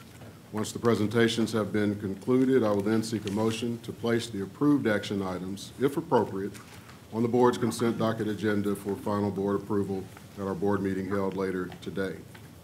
First action item for the committee's consideration is item C. Approval is requested to delegate authority to the Chancellor to negotiate and execute contracts exceeding $1 million for the purchase of goods or services, excluding construction contracts at the University of Houston System, UH System. Mr. McShann, Senior Vice Chancellor for Administration and Finance, please introduce this item. Yes, sir. Thank you. Yes, as I said, it's for contracts that are expected to be in excess of $1 billion over the lifetime of the contract. This particular item is for goods and services. I believe we have 7 items today that will need your approval. The first item is pretty exciting. It's a major milestone in our movement towards our medical school. It's the Lone Star Circle of Care clinic lease. It's basically they will be leasing space from us. They will be managing and administering the clinic activities. They're a fairly qualified health centers. At Health Center? Fine, I got that right. FQHC, which the key thing with that is they are able to receive the maximum reimbursements from federal funding, such as Medicare and Medicaid. So that's a big benefit there. It's one of the key things that makes one of those operations able to actually break even, if not make a profit, because they're a nonprofit organization. It's a 3-year lease with 2 3-year options. They'll be paying us a little less than $400,000 a year for lease space. The doctors that will actually be working in the med school and within the clinics will be university employees. A portion of their time will be for faculty purposes, and a portion of the time will be for the actual clinic activity. Again, it's 3-year, 2 3-year options to renew. Any questions on that? This is for the master services agreement and the lease. Yes, it's the major services. Correct. This is actually for the lease approval, which is their payment to us of approximately $390,000 a year, and then the services agreement for them to provide the oversight and administration of the clinic activity. Thank you. No questions on that. The next item is project management augmentation. You may recall that I guess about 3 years ago, when we were really kicking off a lot of major project activity, we came to you with a request to augment our project management within our facilities group so that we didn't have to hire people to manage the projects that would have no activity and we'd have to lay off a few years later. That's been extremely successful. It came in really handy in the recovery from Harvey as well. So now this one will come to an end, the current contract in 2020. So we're requesting approval to go out and request proposals for another 5 years following that, 3 years with a 2-year option. And again, I would expect that our usage of the augmentation will go down as we wrap up and finalize these major capital projects. And unless there's a significant amount of money provided by the state legislature for additional capital projects, our demand should go down, of course, in any unforeseen natural disasters. And again, this is estimated about $5 million, $1 million a year over the total of the 3 years plus the 2-year option. Yes. So since we're going out for bid and the company that currently has it? Yes. So I'm hopeful that we'll do kind of a contract completion and look at their hub goals and all of that, their performance in case they want to rebid? Absolutely. Okay, thank you. That as well as plus I think there's a possibility that we will look at this one in terms of possibly getting up to 2 or 3 contractors online. Let me ask a question too. Are we giving the chancellor the right to fully negotiate these 7 contracts and they never come back to the board? That is correct. Okay. Do you want me to tell you which ones I want to come back to the board now or later? Right now is as good as any. Let's just go to the end and then. All righty. I bet I know which 3 it may be. Okay, excuse me. Any questions on the project augmentation contract? Okay. We'll move on to the next one. The next 3 are related. Aramark currently has a contract for our custodial services, facility maintenance, and food services within the athletic department. This comes to an end this August, I believe. So it'll be going out for bids for this. We want to break it up into individual contracts as opposed to a combined contract. I believe that we have the expertise within our athletic group and with other assistants to get the best deal by negotiating one each individually. The first one on the list is the custodial services. We're currently spending about $1 million a year. $1.5 million a year on that. I expect that to be the case. And so it's a 5-year contract with a 5-year option. So that'd be approximately $15.5 million over the life of that contract. Any questions on the custodial one? No, the comment on all 3 of them, they were all 3 with Aramark now or currently? Yes, ma'am. That we're unbundling them, which I can appreciate. So thank you very much for that, number 1. But 2, I'd also like to say the same thing, is they've had it. And so let's do a performance review as well as a hub performance review so that if they decide to rebid on it, we have that information handy. We'll do a formal review and document it. And it's probably good to have within our files anyway for future procurement purposes. Thank you. Thank you. The next item would be the facility maintenance services. This is a major contract of about $3 million a year for the maintenance of all the athletic facilities. Again, this would be a 5-year contract with a 5-year option for approximately $30 million. Mr. McShane, just a question. The annual amount of this money, does that flow through the athletics budget or just through the university's budget? This is currently through university funds. This was the one tied to the other portion of the Airmark contract related to the scheduling of activities. Okay, so for non-athletic events, but, Oh, these are athletic venues. I'm sorry, I must be misunderstanding the question. Yes, these are athletic, purely athletic contracts. okay, all right, okay, we're good. Okay. And then the last item is the athletic food services. This is a combination of the food services that are provided for concessions as well as for luxury boxes and other things at the various events. And then in addition, it's the cost of the food operations for athletics, for the athletes, whether it be the food service provided at the, what do they call it, the dining table, the training table, excuse me, yeah, et cetera.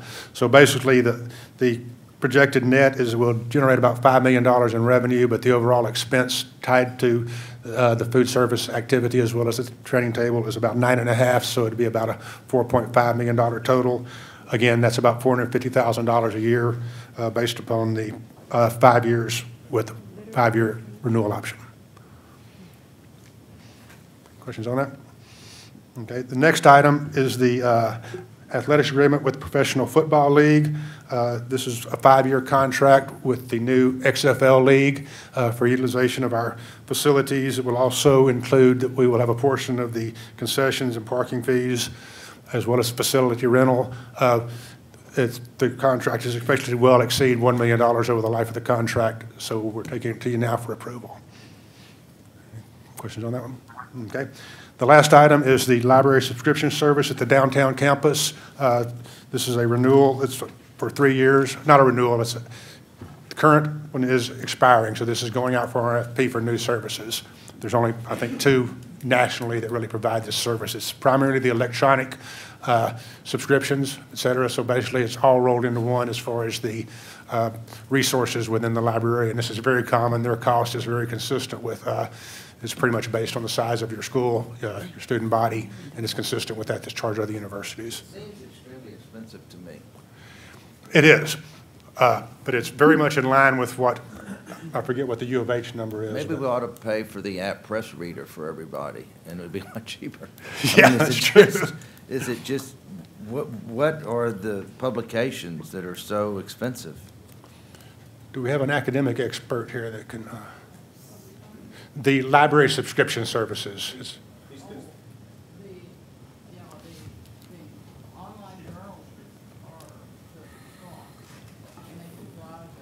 But is it books? Is it stand up, please, where we can hear you? Is it books and everything, or is it just what is it? The most expensive costs are the online journals, the journals that are required for faculty and students to conduct their research, to be able to be the most knowledgeable, up to date. Is it like the old Westlaw or something like that? Well, Elsevier. Okay. Yeah, it's so it's everything. Yes. Yeah. Okay. Well, books are expensive themselves, but the rising cost is with those online journals. I mean, the cost of journals and what libraries have to pay and what institutions have to support is just rising so fast. And the problem is sometimes we cannot select to say that we only want these 150 journals because it's a bundle that publishers sell. And if you say, we won't take the whole bundle and we'll only take these many, then the cost of individual is same as the cost of the bundle. So universities end up taking. So that's one thing.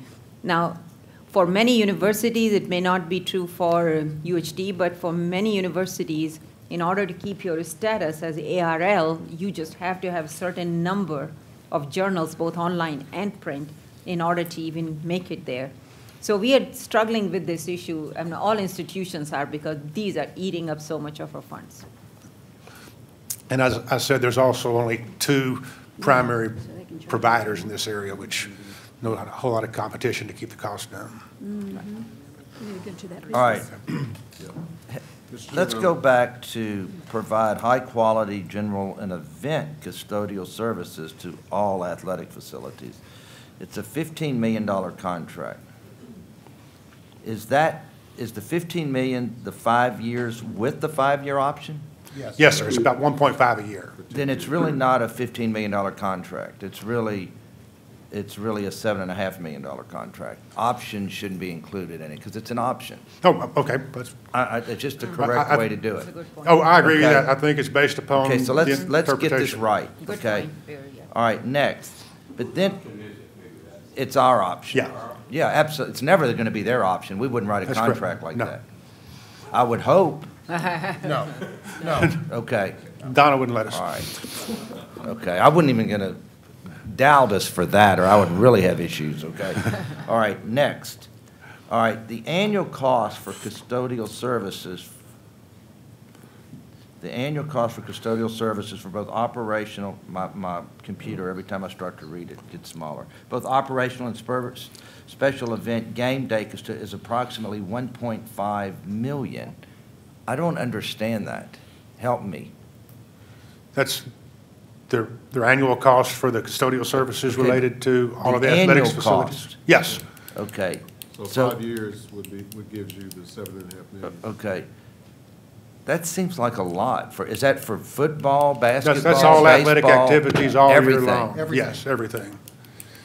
As well as the custodial services, I believe, for the athletic facilities for non-events, if I'm not mistaken. Okay, it's everything. It's everything Okay, custodial all right. related, yes, sir. I'm good with that one. I think the chancellor will do us a hell of a job on that one. Just a quick follow-on, Mr. Chairman.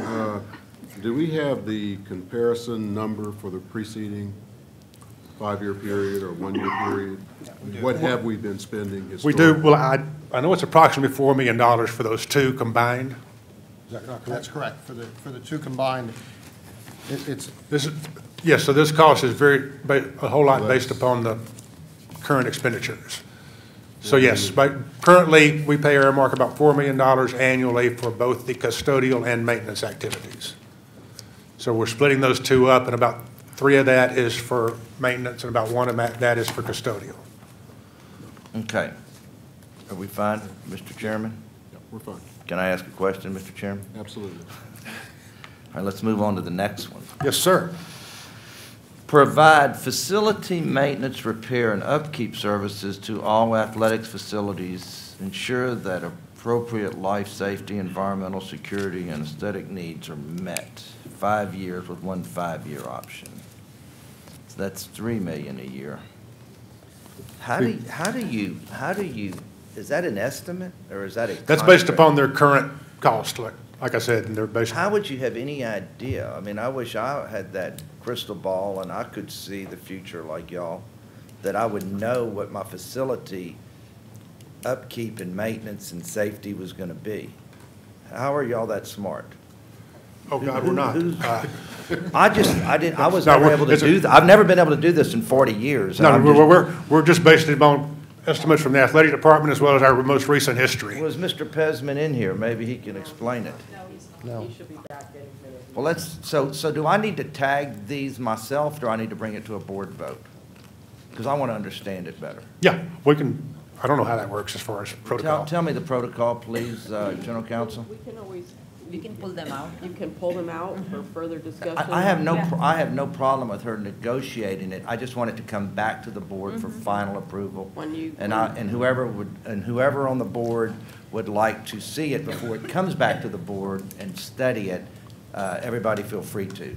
But I don't want to come in here and study it which y'all always do for me anyway, but. We can pull those out when you call for the vote. Let's, after you negotiate it, let's just, you and I talk about it, okay? Next.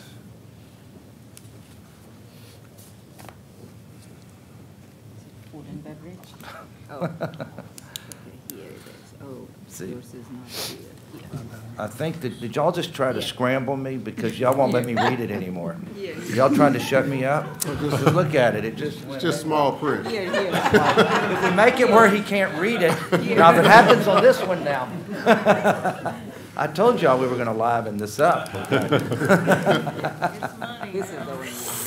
All right. These normally would have an escalator clause, normally, wouldn't they? You know, they would bid $1 million and then it would have, 3% or 5% escalation or something. That would, I mean, that's the way a lot of the contracts work we would have. I don't That's see. the way it would work. Are you through, sir? Yes, sir. Okay. Provide food services for all athletic facilities, including concessions, premium levels, and training tables. What that means is for the athletes to eat. All right, 5 million revenue on expense, 950. All right, I would like to make sure that one comes back too after the RFP and who we are thinking about using. Sure. Okay. Sure. And not only come back, but you know, this one, well, maybe we should show it as two components because it does. One is I agree with you. Revenue and yeah, we'll look at that as well. Expense, yeah. And the other one is just pure expense. Yeah. Yeah, we'll take a look at breaking that out that way so it's very clear. And again, I also believe that we don't necessarily have to approve these contracts. These right now, we can bring them back for approval once we have our recommended contract. That's how we did it many, many years ago. This just speeds up the procurement process in the meantime, but there may be a special interest that you want to approve, see them before you approve. I know, but there was a reason that about 8 years ago, and myself and my auditor, who's retiring, we put into place that all contracts, we don't have issues, and the chancellor, I would hate for us to have a bad contract and the chancellor not have the board for support. No, I agree. That's why these three, we can easily and just I wait. Said, well, I didn't look at it. I didn't touch it. Yeah, this is y'all's issue. It's not mine. Oh, yeah. I'm saying I'm happy with us just to bring them back once we actually have the contracts for your approval. Yeah, but we're gonna have some chats beforehand, too. Oh, absolutely. Yes. Okay. All right. I just want to make sure we're on the same page. All right. You bet. Next. Provide facilities access to use and at the XFL UH main campus for purpose of and conducting. Once again, I have all faith in Chris and the chancellor, but I think that needs to come back to the board too for cover. Since we're letting somebody from the outside come in and use our facilities. Right. Okay? And if any of y'all have any issue with any of this, please feel free to speak up, of course. Next. I feel very comfortable with us, with you negotiating our subscriptions. So in other words, everything athletic needs to come here. Well, bring it. At last I saw is that seems to be where we have money problems. Okay. So I think it's a good thing for the board to keep their hands on because it seems like our actual expenditures and our budgeted expenditures for some reason do not add up every year. And we're going to fix that. Absolutely. Great. Thank you very much. Thank you. So I believe we're going to exclude the contracts, the 4 contracts associated with athletics from this item. I think how the vote should be is you would vote to accept all but those 4 to bring those back to approve those, to delegate the authority for the chancellor to negotiate and execute. For the 3 contracts that were going out for bid, you can vote to allow those to go out to bid, to come back to the board at the next meeting. And for the last one, because it's not negotiated it's already a set deal, is that you will defer on that one with the XFL. You will not, you don't have to make any specific vote on the XFL deal because that will just have to come back to the board at the next time. So we'll pull that one out. But the 3 athletics, you'll allow those to go forward, to go through the RFP process and then come back. Okay. So did we get that recorded? Go ahead and make that motion, please. You want me to? You want me to? I'll say it. Why don't you say it for me, and then I'll call for a motion. The vote to There may not be a need to do anything on the RFP because Right. they don't have to approve us Right. going out with an RFP, so really can just take the action on the other 3 items, if I'm not Yes, mistaken. that's fine. I think that's fine. Okay. Okay, so once again, we will exclude The 4 athletics the 4 contracts. athletics-related contracts. May I have a motion to approve? Now you're going to show up. Your timing is wonderful. I think we're fine. I don't think we need Chris for this. We'll still keep that in order. But while we're doing this, just let me make myself clear, okay? We have not I've dealt with, I believe, 3 athletic directors since we've been here, or 4. We kind of go through them pretty, 3. And we have never, athletics always thinks they're on an island and can do whatever they want. And I just want to say this right now. There has not been a more forthcoming, care about our budget, care about doing the right thing than Mr. Pesman. And so in no way by me tagging these does it have anything to do. Chris and I talk at least twice a week and sometimes twice a day. But we're here to support and give, we're here for support.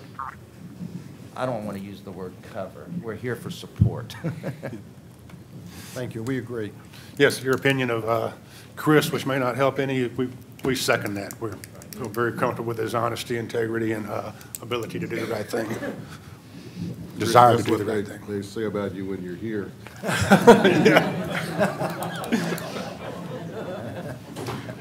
So just to be clear again, can we approve this item excluding the 4 athletics-related contracts? May I have a motion to approve? Is there a second? Second. All in favor? Aye. Opposed? Okay, the item as amended is hereby approved. Okay. The next item for the committee's consideration and approval today is item D. Approval is requested to delegate authority to the Chancellor to negotiate and execute construction contracts exceeding $1 million for construction projects at the University of Houston system. Mr. McShann, will you please introduce this item? Yes, sir. Thank you. We have one contract in this category that we're going to go out for proposals for road and parking maintenance. We've not done this through a specialist in this particular area of construction in the past. We've either done it through our existing JOC contracts if, in fact, it was an emergency or had to go out to bid for the process. This way we'll have them lined up ahead of time. There'll be specialists in this particular area. We'll be cutting out the middleman, so it should be a more effective cost-wise. This is for, what are we going for, Dave, 5 years? Okay, 5-year contract. Oh, yeah, about $1.4 million a year. We're going to try to get at least 2, if not 3 vendors for this to go through. That way we can always have someone available, as well as I think we'll improve the opportunity for some hub participation. And again, that's $7 million over 5 years, about 1.4 a year in road and parking lot maintenance. Any questions? Did I miss something? Why does it say 2.5 year versus? 2.5 for each, and we're looking to award to multiple vendors up to 3. Okay, so up to 3 vendors. Oh, they changed the page since I looked at it yesterday. That's a little bit yes, different. up to 2.5 each. Yeah, he's got it. Yesterday it was originally listed as 7 with 1 vendor. Okay. All right. Any other questions? Thanks. May I hear a motion to approve this item as presented? Is there a second? All in favor? Aye. Opposed? This item is hereby approved as presented. Next on our committee, we have item E. Approval is requested to delegate authority to the Chancellor to negotiate and execute contracts for design and construction for the Hilton expansion and renovation project located in the Central District at the University of Houston. Mr. McShann, please proceed. Yes, sir. Thank you. Again, this is an exciting one. I've heard for years that our Hilton has far more conference rooms, that it has rooms for patrons to utilize it. So we're basically going to go from 86 rooms to 151 rooms, doing a second tower that I believe will be kind of perpendicular, coming from the kind of an L shape above the current Hilton configuration. There will be some renovation of the lower floors as part of this, but no addition of space down there that I'm aware of. And it's primarily the adding of the, 75 rooms. And it works fine from a profit perspective. It'll be a better experience for our students. And I believe the dean is here if he'd like to say a couple of words about this project. He's not excited about it, I don't believe. We were founded 50 years ago, and we were one of the few hospitality programs to have. The mic.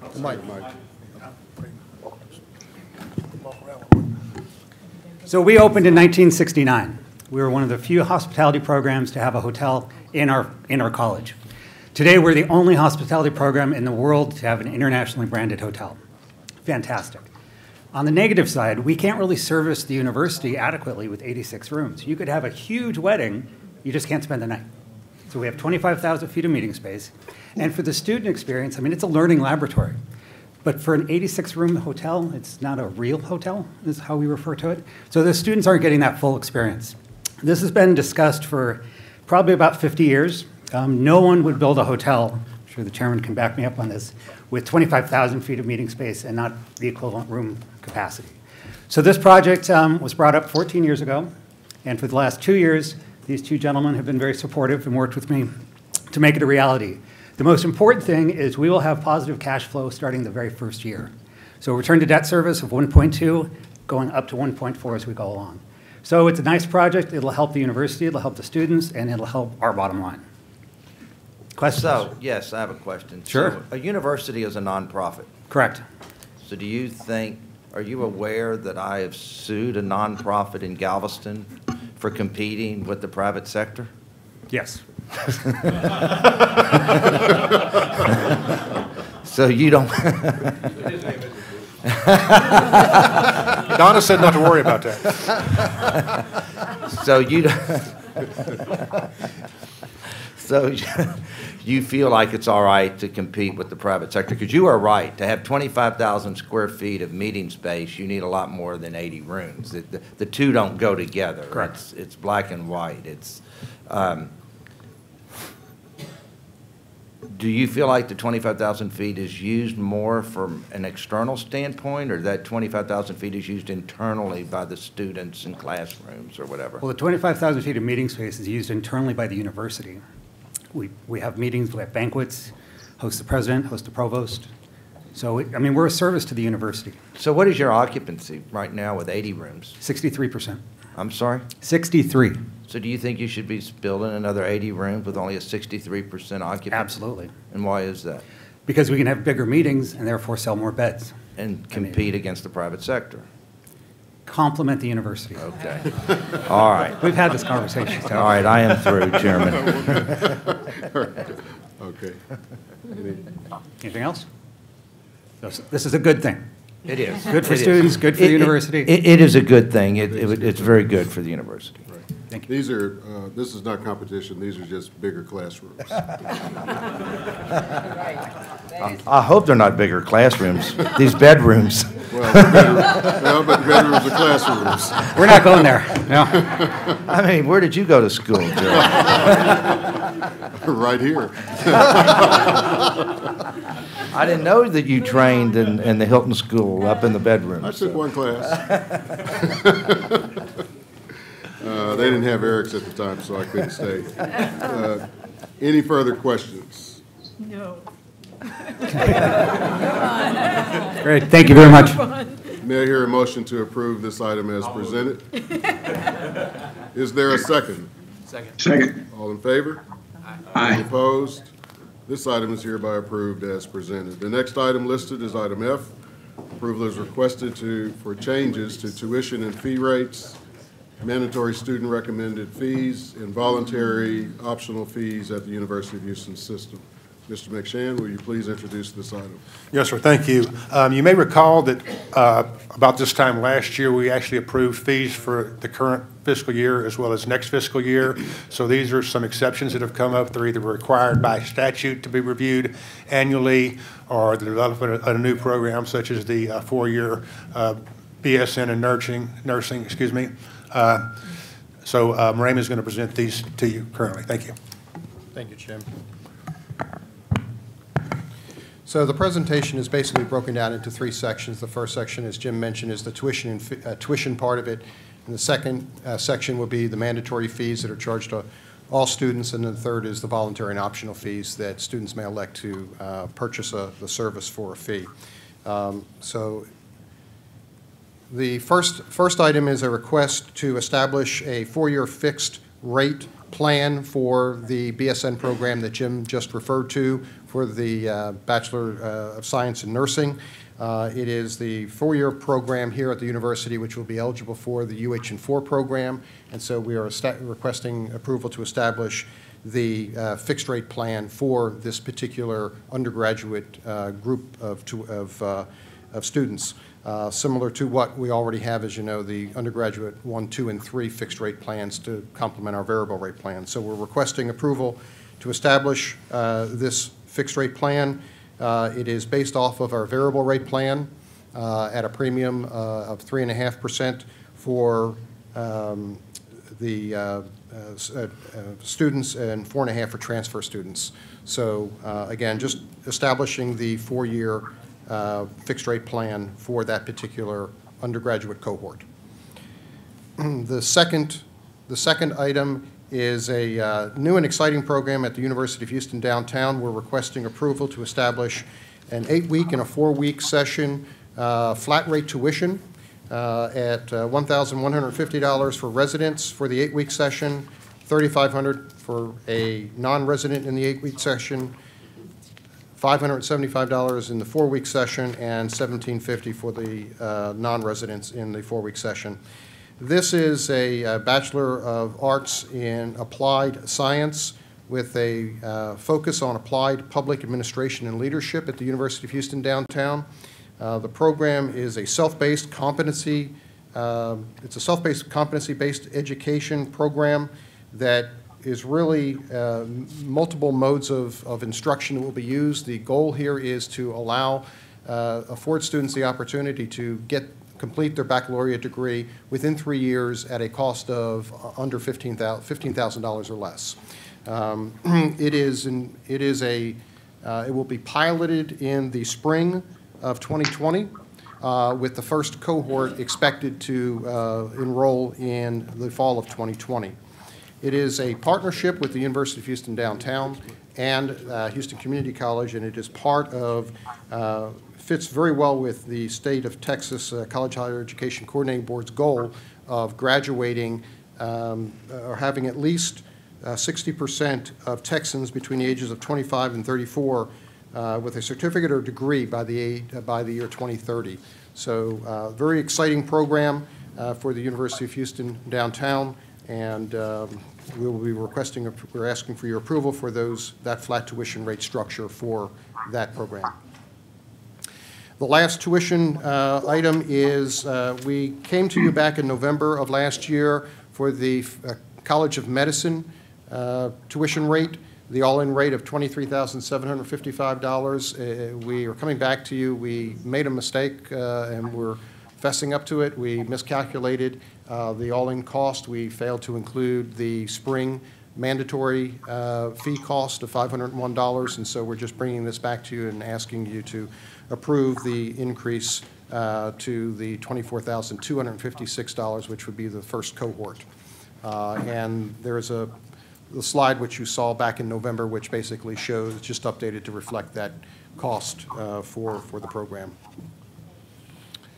The second part of the presentation is on the mandatory student recommended fees. These are, again, student fees that are assessed to all students. With regards to the student service fee at each of the universities, there is no change for 2020, but we are required by state law to bring these to you on an annual basis and provide this information to you. I do want to make one note that it's not reflected in your materials. Back in March of last year, as Jim alluded to, when we brought tuition and fees to the board, University of Houston Victoria had actually requested and the board approved their increase for their student service fee for both fiscal year 19 and 20. And so what I want to just make you aware of is that, in fact, for FY20, their rate will actually be $294.96, not the $288.72. That $288.72 is their current fiscal year 19 rate. The other two, the two new rates that we're requesting approval for are the Wellness and Success Center fee at the University of Houston downtown and the Health and Wellness Center fee at the University of Houston Victoria. Both of these fees will fund recreation type facilities at their campuses. We'll talk a little bit more about that in a moment.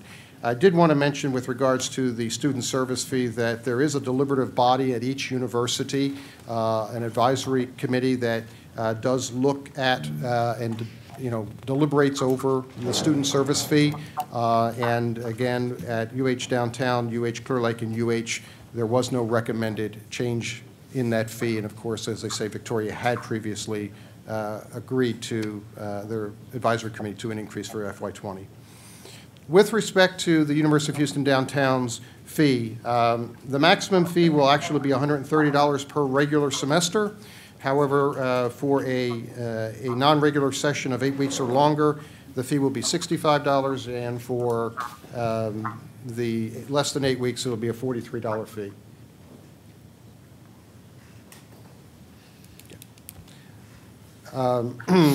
The fee has been overwhelmingly supported by students. 74% of the student body that voted supported this fee. And again, it will be to support the construction and operation of the Wellness and Success Center fee at U of H Downtown. We show you a little timeline here to reflect the amount of deliberative work that has gone on with the Student Government Association at U of H Downtown, leading to ultimately the approval by the Student Government Association. And with your approval today of this fee, the next step in the process will be seeking legislative approval, which that's kind of, we're working with Jason Smith on that to get that before the legislature. And should that be ultimately approved, then the fee would be implemented and charged beginning in the upcoming fall semester. With respect to the University of Houston Victoria. Excuse me, Raymond. Regent Agrawal? Yes. Students voted for this. So what percentage of the students really voted of total enrollment? Correct. So there were 2,000 students who actually voted, so that would be approximately 16% of the student body. 16%. 16%. Yes. So yes, and of those 2,000 that voted, 74% of those had approved. So that's about 12% of the total enrollment. Yeah. Okay. That's go ahead, sorry. And that's perspective on the referendum. Previous student-wide votes for referendums or in student government elections, you typically get 4 to 5% turnout. So a 16% turnout for a referendum like this is actually really, really impressive. Yeah, double digits. And I know at UH Victoria the turnout was very significant as well. Yeah, so double digit turnout. 14%.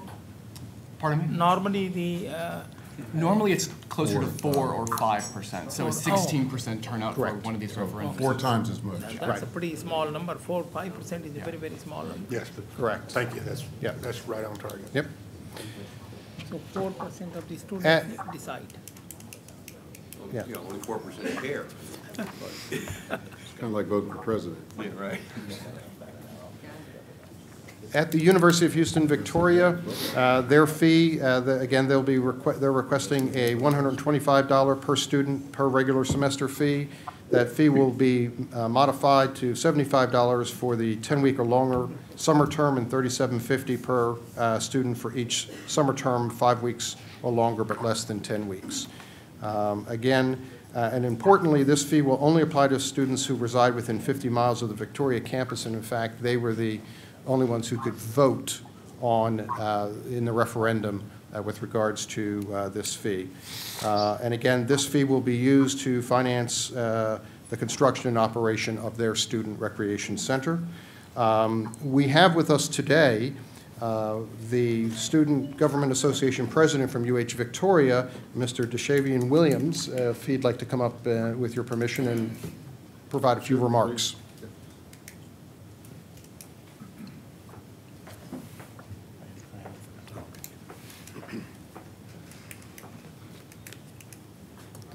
Good afternoon, everyone. My name is Deshavian Williams, President of Student Government Association of Houston, University of Houston, Victoria.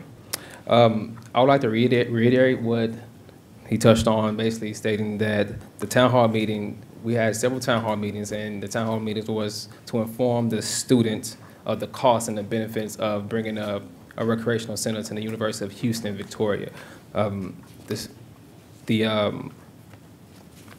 The student service fee will affect students that lived in a 50-mile radius of Victoria, and it'll be $125.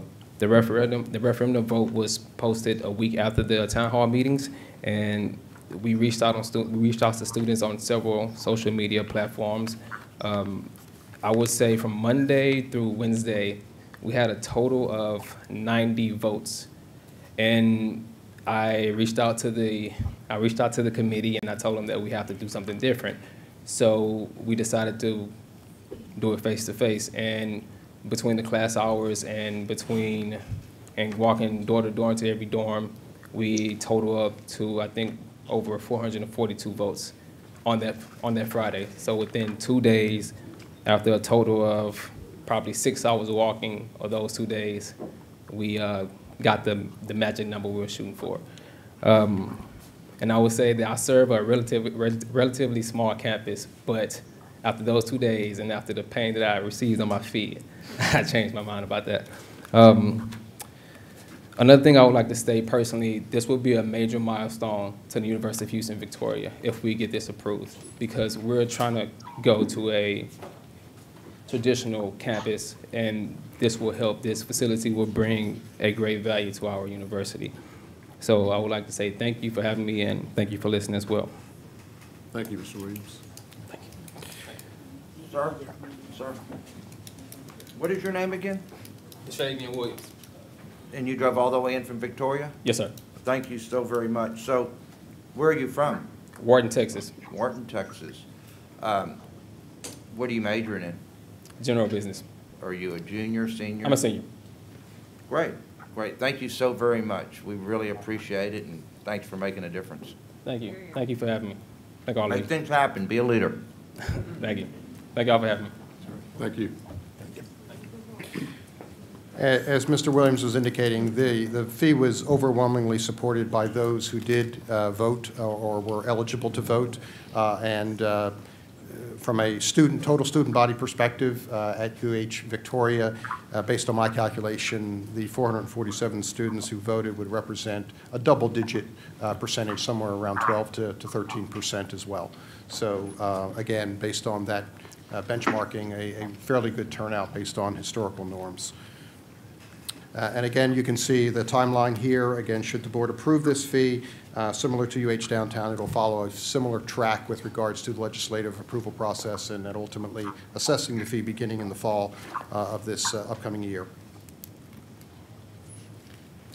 With respect to the voluntary and optional fees, at University of Houston, we're requesting proposing an increase in the student replacement fee for both students, or for students, as well as increasing or creating a new fee for staff and faculty, a replacement fee, as well as vendors. We are requesting a 3% increase in housing, except for the university lofts. Most of that is to defer, to offset deferred maintenance and general operating costs. We're requesting a 3% increase in meal plans, as well as adding a new plan for what is referred to as the Food Insecurity Meal Plan, which is a major initiative of the Student Government Association at the University of Houston, fully supported. As well, with regards to parking, we're not coming back to the board again and asking for any increase related to faculty or staff, but this is really more just making some tweaks to the bands, the time bands, and the rates for visitor parking. And I'll step through that very quickly in a few moments. At UH Clear Lake, there is a request to add 2 voluntary all-cash plans for students, faculty, and staff. So this is just adding some additional options to students, faculty, and staff with regards to ways to provide for meals. At the University of Houston Victoria, there is a request to increase their housing rates anywhere from 4.5% to 4.9%. They're also doing some modifications to some of their rooms, their plans, in terms of removing some of them and adding a couple of new rate structures. At University of Houston Victoria's meal plans, asking for a 4.5% increase to their existing plans and adding several new declining balance meal plans. And with respect to, again, the Cougar card fee, this is really more about, quite frankly, trying to shape behavior of the 23,000 cards that were issued in fiscal year 17. 35% of those, or 8,251, were lost or stolen cards. So what we're really trying to do here is kind of focus more of our effort on redirecting our resources not to producing lost or stolen reproducing cards that have been lost or stolen, but really taking those resources and redirecting them more towards the next iteration, if you will, of the Cougar Card program, which is going to be a smart chip-enabled card, and then ultimately we're going to move to a mobile-enabled device, if you will, on your phone and other mobile devices. So again, this is requesting an increase for the student replacement fee, adding one for the faculty as well as for increasing the vendor fee. This has been discussed considerably, and there's been a lot of research done comparing ourselves to other universities with respect to this, and so we're very comfortable asking for this recommendation. If I might add, yes, we're one of the few universities in the country that has this level of technology in their student card once this is implemented, which will be this over the next 9 months, correct, Emily? This is the one that couldn't come this year. Yeah. This year is so crazy. Yep. And as they like to describe it, it's future-proof in the sense that we're far enough, and I don't understand that really, how anything could be future-proof, but we're far enough ahead in technology by moving to this card that, like Raymond said, we'll be moving on from the card to the technology where your student ID can be on your iPhone and have all the same access, et cetera. So it's a big step forward as far as our student services. As again, we talked about a 3% increase in our housing. Just as a point of reference, Cullen Oaks, one of our partnership properties, is planning a 3.01% increase, and Cambridge Oaks, another one of our properties, partnership properties, is planning an average of a 2.5% increase. So again, fairly consistent with regards to those increase requests. And again, there's a deliberative process that goes on with respect to considering these increases. With respect to meal plans, a 3% increase in meal plans is being recommended at the University of Houston. They're listed here for you. I won't go into each one of them in detail, but it's basically covering the cost of food inflation, if you will. If we scroll down to the the food insecurity meal plan. This is a new plan. As I said, it's been widely endorsed by the Student Government Association, and so we're requesting approval to establish this affordable meal plan, if you will, for certain students at the University of Houston. Mr. Bartlett. Yes, sir. You were going to get us maybe a little more depth on that, especially this designation as homeless and how that connects with what the university's doing. Yes, thank you. So I think the operative word here is that they may not necessarily be homeless. It's that they may be at risk of being homeless. And so where that data comes from is when the student fills out their FAFSA. There are specific questions, about 3 of them, in the FAFSA that would give indication that they're homeless or at risk of being homeless. And so at the University of Houston, there were 46 students who enrolled that kind of fell into this category of being at risk of being homeless. And the university has reached out to those students through our Urban Experience program. And if any of those students do come forth and speak with the university, then we provide them access to community, put them in touch with community resources to assist them. So thank you for following up and asking that. Again, with regards to visitor parking, again, some minor adjustments to the time bands, if you will. I do want to point out that the maximum rate of $14 for visitor parking is not changing, and the first 2 hours remain unchanged in terms of the rate structure. What we're really trying to do here is to help more effectively manage our overall parking assets. Basically, if you intend to be on campus for an extended period of time or over several days during the week, and it's more frequent than infrequent, we're really trying to shape and direct you more towards a parking permit so that we can free up those parking spaces to allow visitors to actually have sufficient parking. Another big key of what we're trying to do with the parking is ensuring that our students aren't paying for services we're giving away to someone else. That's right. But this is more the students have got involved. They're very heavily involved in our parking and transportation processes as well as our fees.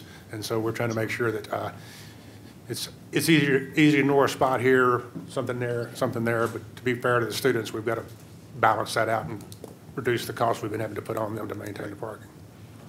Thank you. And again, at UH Clear Lake, there is a request to establish a couple of new plans. One is a $1,280 declining balance plan and a $2,120 plan, again, available to faculty, staff, and students. We talked about the increases at Victoria for their housing, ranging anywhere from, on average, most of them are 4.5%, with one in the summer at 4.9%, and they're eliminating certain rates within their housing portfolio. At UH Victoria, with regards to resident meal plans, they're adding a few new plans, including some declining balance. They're renaming a couple of plans. If we look at their commuter meal plans, again, they're renaming a few of the plans and adding several new plans, all of with declining balance. And again, it's intended to give maximum flexibility to students, faculty, and staff with regards to the type of affordable plan that may fit their lifestyle better. And again, they have the faculty and staff meal plan at UH Victoria, just a small increase again at 4.5% for that. And they're making a modest change to their door rate, which is basically if you don't have a meal plan and you want to go eat in one of their facilities, then this is the cash price that you would pay at the door. That's the end of the tuition and fee presentation. Happy to answer any additional questions you may have. Any further questions? That was a long presentation there. I tried to get through it quickly. Sorry about that. May I hear a motion to approve this item as presented? So moved. Is there a second? Second. All in favor? Aye. Any opposed? This item is hereby approved as presented.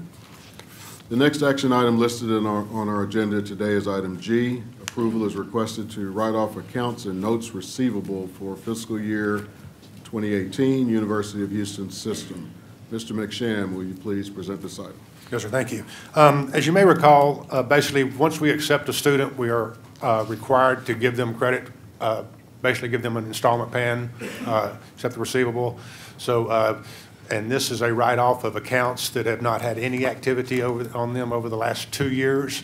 And again, this is purely a write-off for state compliance purposes and financial reporting purposes. It's to accurately reflect our assets and our financial statement based upon our relative percentage chance of collecting the receivables. And again, once we write them off for financial reporting purposes, they don't go away. They're still within our system. We have an internal collection process that we go through, and then at a certain point in time, those will go from an internal collection process to external collectors, as well as the students' debt will remain in the system so that we're aware if they come back, so that hopefully you can work out a payment plan or something before they receive further goods or services from the university. And again, we have no option but to write these off by state law. We can't choose to forgive them. And to give you perspective, we're looking at $9.3 million, or 0.95% of the total revenue collected through these systems. If you compare this to the credit card default rate, in which they do credit checks, it's about 2.49%. The national average of higher education as far as the loan default rate is about 3.3%, and the federal loan default rate is about 10.8%. So comparatively speaking, it's a very low percentage involved. Again, we do it annually. It's financial statement write-down, and we process approximately $940 million of revenue through this system. So any questions? So this include, this, may I speak? Yes, please, go ahead. This Regent. includes a payment plan? So if I sign up and I have a payment plan and I don't pay my second payment, Yes. am I kicked out of the class and then I still owe it? But Yes. but I can't go to class anymore? No, Let's no, say- no, no, no, no, no, no, no, no. So if you're on an installment pay plan with the university, then if you go past due, it'll just carry over to the next installment, and then ultimately, you'll still be able to get through the class, but at the end of that class, basically, we're going to bill you for whatever is in arrears, and we have the right, and often do, we'll withhold the grades and things of that nature until you know those that fee is paid. Or at a certain point, you're not allowed to Yeah, register for nor- an upcoming Right. semester. or And if it it's the goes same past- for all of our campuses? Yes. Yes, And whether it's online or not? That's correct. But this takes place approximately 2 years after that. Correct. This Yeah. is, Right. there's been no activity on an account No with a activity. balance for 2 years. Right. And again, there's a lot of activity that occurs prior to us ultimately making the determination that we have to by accounting practice, charge it off. Exactly. I'll follow up. Or write it off, excuse me. Thank Okay. you. Any further questions?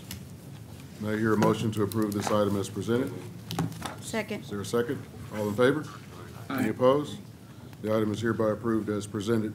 Next on our agenda is item H. Approval is requested to delegate authority to the Chancellor to take all actions precedent to the University of Houston closing a portion of Leak Street located in Houston, Texas, University of Houston system. Mr. McShann. Yes, sir, thank you. If you look at the visual there, that's, the orange would be the Leak Street. We purchased the property to the west, or to the left side of Leak Street in the picture for the ACE Institute, and we already own the property to the right side of it. According to state and local laws, we're allowed to request and receive ownership of that street. We're responsible for the maintenance of it. At that point, I believe we may have to pay less than $5,000 for a depreciated water pipe underneath the street, but that's not a big issue, and it'll be incorporated into our parking plan for the ACE Institute, as well as when we look at the parking that already exists to the right side of that orange marker there currently. Okay. Any questions? May I hear a motion to approve this item as presented? Is there a second? Second. Is there a second? Second. Thank Sorry. you. All in favor? Aye. Any opposed? This item is hereby approved as presented. Item I, approval is requested to delegate authority to the Chancellor to negotiate and execute contracts related to the sale of property for the University of Houston system. Mr. McShann. Yes, sir, thank you. We are requesting authority to proceed with the sale of property. It was a gift from, to the Civil Engineering Department. It's a lot in, a residential lot in West University. No existing structure on the property. And so as for the terms of the gift, where we will sell it and then turn around and invest the proceeds in the Civil Engineering Department. Any questions? No? May I hear a motion to approve this item? Is there a second? Second. All in favor? Aye. Any opposed? Item is hereby approved as presented. The next item for the committee's consideration today is item J. Approval is requested to delegate authority to the Chancellor to negotiate and execute contracts for insurance policies for fiscal year 2019 University of Houston system. Mr. McShann, please present this item. Yes, sir. No, we don't. Yes. So we're required by statute to purchase our certain portions of our insurance through the State Office of Risk Management. The primary one is property, but it also includes directors and officers, employment practices, educators' legal liability, builder's risk, finance, and auto insurance. The amount of those policies was approximately $4.5 million in the current year. The biggest piece of that, of course, is the property, which is in the current year is 3.8 of the $4.5 million. We're projecting based upon what we've learned. Again, we do not have the actual quotes yet. SORM is still working with the underwriters and carriers to come up with the amounts, but we're expecting the property to increase by about 13.7 or 14%. 7% of that is purely associated with the increased valuations of our buildings to the adding of square footage across the system. The other 7% is anticipated based upon the natural disasters here in the U.S. as well as around the country. So that'll be the most significant increase, approximately about $600,000 we're anticipating for the property insurance. The others have stayed relatively level without any significant increases. And while we're estimating it to be less than 5.2 million, just in case, since we don't know the numbers and we have to move on with the contract within the next month, once we have the numbers, we're requesting for authority up to $5.4 million for the insurance policies. And again, this is not really anything we have any control over. It's run by the State Office of Risk Management. Any questions? May I hear a motion to approve this item? Is there a second? Second. All in favor? Aye. Any opposed? This item is hereby approved as presented. Mr. Chairman, we're getting close to the end here. Y'all are losing me, you know, my ATV's I know, that's why I need some airtime. we're trying to hold you. We're almost there. This one's pretty important. It's really important. Item K, approval is requested for the University of Houston System fiscal year 2020 holiday schedule. University of Houston System will be presented. Mr. McShann, will you please introduce this item? Yes, sir. Thank you. The state has allocated 15 holiday days for the next fiscal year. Our representatives from our Human Resources Department work together to propose a schedule. We have quite a bit of controversy this year since we have different spring break weeks in the upcoming fiscal year. So we made a big decision to allow each of the campuses to take the Friday of their spring break week off as opposed to just tying it down to one date. So basically what we're proposing is the allocation of those 15 days, which includes a Friday off on the spring break week for each of the campuses. So are we adding a day? What did we do? The state gives us a number every year. The number this year was it 15 this year? No. I think it's 13 or 14 this year, but next So why year it's did we 15. add, but why are we doing it the Friday before? The Friday after. The Friday after. So historically, we've had the same academic calendar, the same spring breaks. Somehow next year they won't have, so everybody likes to have the Friday of the spring break week off. Like in the system, it's different. Yeah, so Clear Lake and Victoria, their academic calendar is just off a little bit relative to UH downtown, and UH is such that their spring break week is a week after ours. And so That's new this year, though, right? It'll be new for fiscal year 20. That is correct. Are they trying to be like the University of Texas, who decided they were going to go out on their own, and so? We're looking into that. We're going to look into it. See if we can get back maybe on we'll track. sell them to University of Texas if they want. Any further questions or comments? May I hear a motion to approve this item as presented? Is there a second? All in favor? Aye. Any opposed? This item is hereby approved as presented. Mr. Chairman, we are through the list, so let me just summarize. This concludes the presentations of the 9 action items for the committee's consideration and approval today. I would now like to request that these 9 action items be placed on the board's consent docket agenda for final board approval as follows. Approval is requested to delegate authority to the Chancellor to negotiate and execute contracts exceeding $1 million for the purchase of goods or services, excluding construction contracts, and with the exception of the 4 athletics contracts listed in the agenda item. 2, approval is requested to delegate authority to the Chancellor to negotiate and execute contracts, construction contracts exceeding $1 million for projects at the UH system.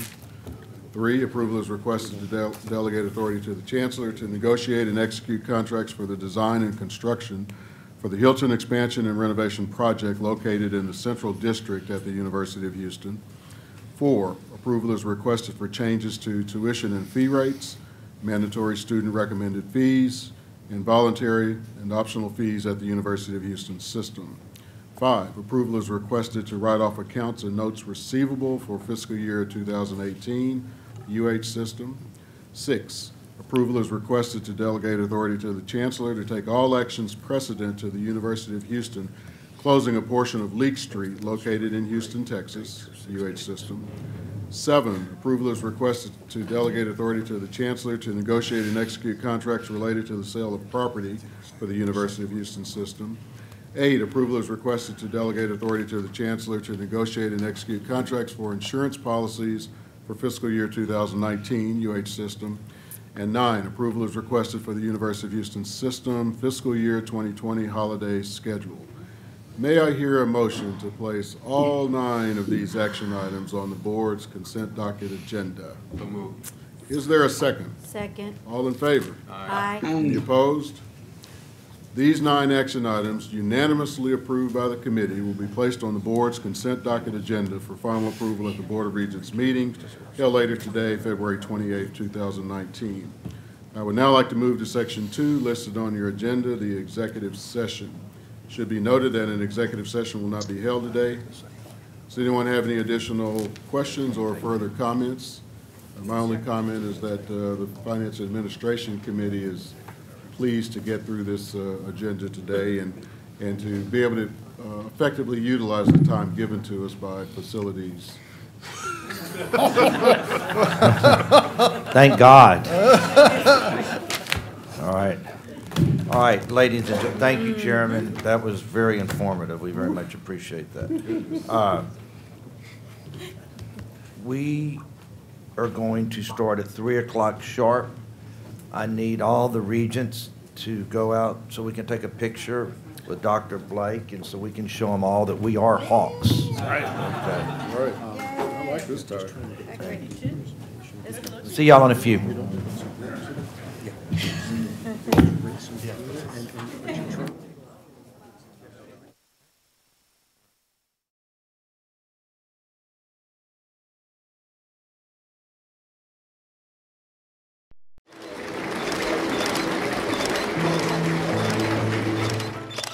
I took my seat because I believe in all things U of H Clear Lake, and I'm excited about this wonderful venue and the entertainment it holds. I took my seat at the Bayou Theater because of the diversity and number of high-quality performances being offered in this unique venue here in the Greater Bay Area. I took my seat because I want to be a part of bringing the arts to UHCL and the community. I took my seat because magic happens here. I took this seat because I'm a UH Clear Lake Hawk.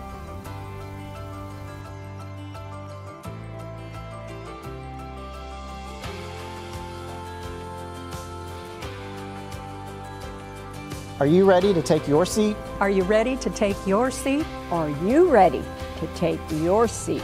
Are you ready to take your seat?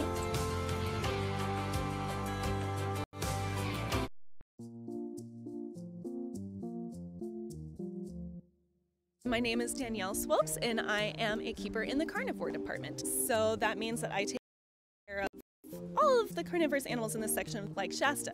So here today we are celebrating the pending graduation, and Shasta is guarding your rings. Shasta is 7 years old, and he's been here since 2011 when he was just a little cub. He weighs 72 kilograms, which translates to just over 140 pounds, and he gets about 3 pounds of ground meat as his daily diet. Shasta is a very fun cat to work with. He is very people-oriented. You can usually tell which of the 2 cougars that lives here he is because he's most likely to come to the front of the exhibit to be checking people out. And he has kind of a darker face and a skinnier tail than his roommate, Haley, who's our 10-year-old female cougar. Congratulations, class of 2018. Go Cougs!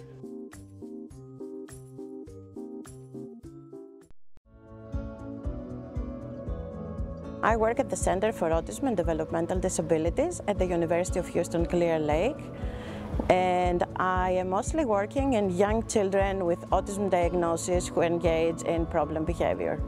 We use telehealth as a modality to provide services in families around the world. In fact, we have families from 14 different countries so far. Behavior analysts are very good at reducing problem behavior like self-injury, aggression, or property destruction. And while in the United States, there are over 14,000 behavior analysts. In many other countries around the world, there are none. For example, in Latin America, there are less than 60 behavior analysts, and in Africa, less than 12. All sessions are live. The caregiver and the child are at their house, and the behavior therapist is located at the University of Houston Clear Lake. As long as a family has access to internet and a device like a cell phone or an iPad or a laptop computer, we can provide services. This is not funded through the university.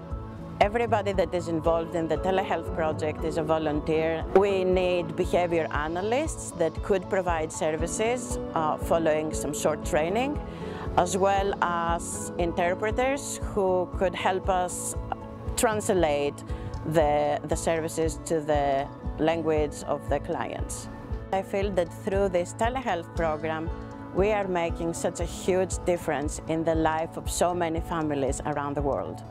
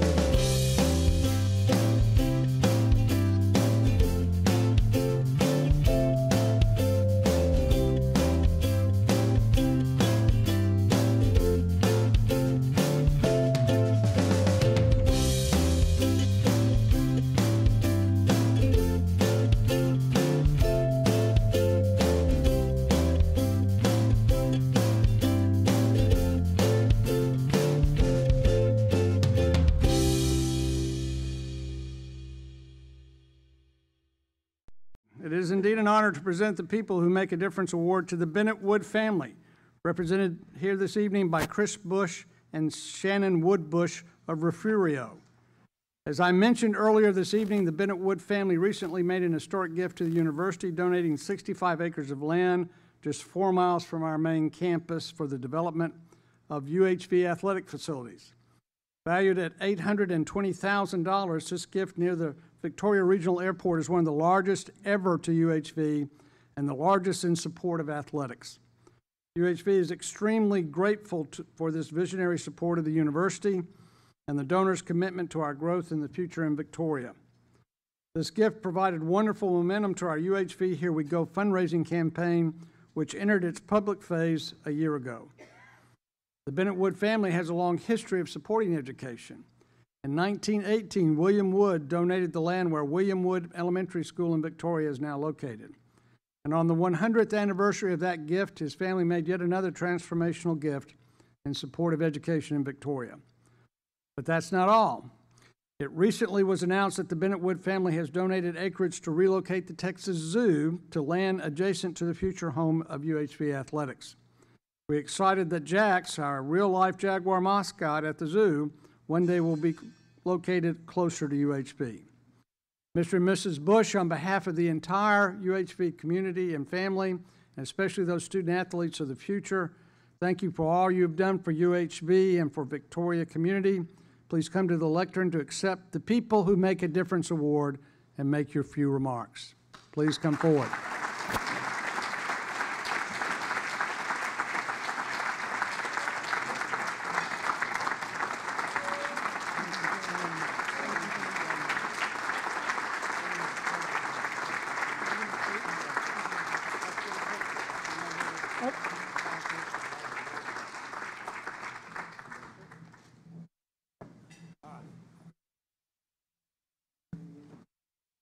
I'm humbled and honored to be a part of this community. The growth, everything I've heard tonight, to be part of this new history in University of Houston, Victoria.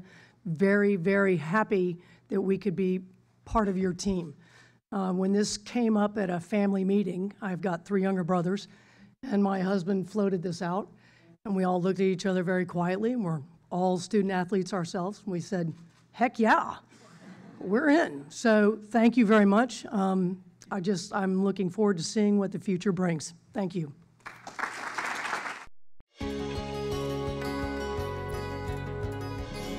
More Than Bricks, the fundraising campaign to build a new University of Houston Law Center building, has reached the $10 million milestone. The proposed $90 million 5-story building would replace an aging, flood-prone structure. The UH Law Center will now ask the Texas legislature for $60 million to support Phase 2 of its building campaign. The Center for Mexican American Studies and the City of Houston are joining forces to host Latino Art Now Houston, a 4-month citywide celebration that explores and celebrates local and national Latino and Latin American artists. Land Houston features more than 70 art exhibitions and other forms of cultural engagement at UH area museums, galleries, and cultural centers through May 31st. And UH Assistant Professor Julia Wellner is leading 2 different expeditions in Antarctica, studying how melting ice sheets will play a role in future sea level rise. The West Antarctic ice sheet currently represents the largest ice loss in Antarctica, and scientists say if it were to completely melt, global sea levels would rise by about 14 feet.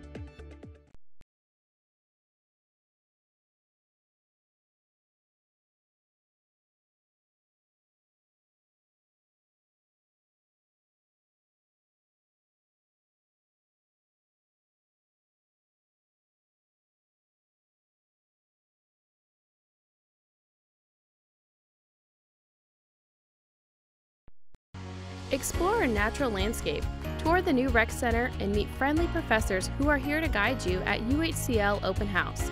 Join us February 16th or March 23rd. Register at www.uhcl.edu/open.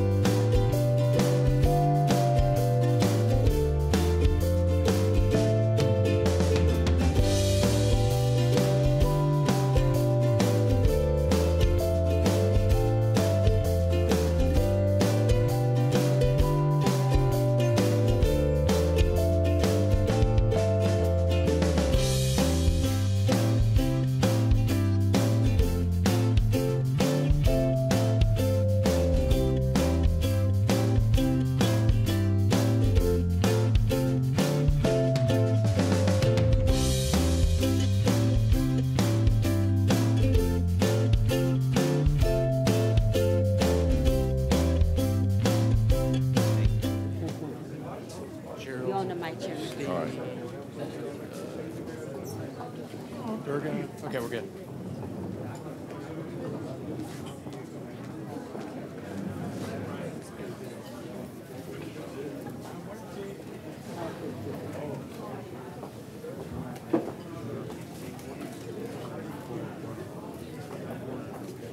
By the time we're done? Dude, I got I can do it. Watch it, dude. Might have to record you. Go ahead.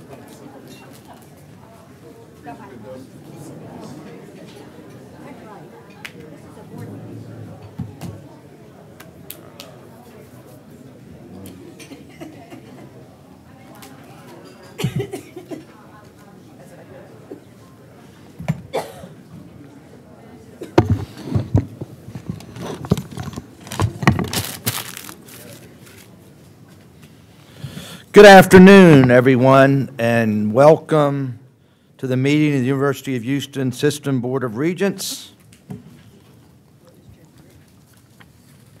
As chairman, all right, let me see here. Y'all got me two agendas. As chairman, I'd like to call this meeting to order. The first item listed on your agenda today is welcome remarks from Dr. Ira K. Blake, President of the University of Houston, Clear Lake. Before I do that, Dr. Blake, come on up, come on up. Come on up, Dr. Blake, we'd love to hear from you. Dr. Blake is starting her second year. She's been with us for about 18 months, but let me talk about Dr. Blake for a second. Very innovative, which we love. She's following in the footsteps of the person right next to my right. She believes in change, change, change, which I've preached my whole life. And she's a strong leader. And that's what the University of Clear Lake wants, and that's what the University of Houston system wants. To show you how strong she is, look at all of us in our green ties. We are Hawks, okay? So all these people are going to say, who is the group with the green ties on? But she said, I want that tie on you. So you see, I just listened so we can tell she's a strong leader. So we are thrilled you are here. We are thrilled to be here. Y'all, everybody here has been a wonderful host today. Love talking to one of the classes, and we're just happy to be here. Thank you and your whole team for such a warm welcome to the University of Houston Board of Regents. Thank you. Thank you. Good afternoon, everyone. Chairman Fertitta, members of the Board of Regents, Chancellor Couture, and guests. On behalf of the community of the University of Houston Clear Lake, I welcome you to our campus. This is the first Board of Regents meeting of 2019, which happens to be UH Clear Lake's 45th anniversary. We appreciate the opportunity to host. UHCL's leaders, deans, faculty, and staff want you to know that we are building on our impressive past, determined to enhance our value and multiply our impact on individual lives and in families, neighborhoods, businesses, and organizations within the greater Houston metropolitan region. We sincerely thank you for your unwavering support in the realization of our mission and our evolving vision. I would like to introduce our leadership team, which we are still building. Team leaders, please stand as I call your name. Provost, Dr. Stephen Berberich. Vice President for Administration and Finance, Mr. Mark Denny.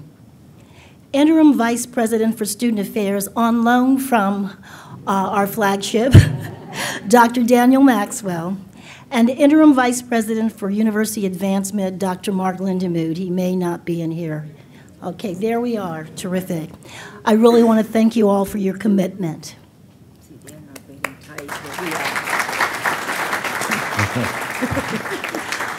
On behalf of UH Clear Lake, I would like to thank Chancellor Couture and her team of vice chancellors for all of their active support during my tenure here. We would not be where we are today without it. which has helped us move more assertively toward building the institution's future.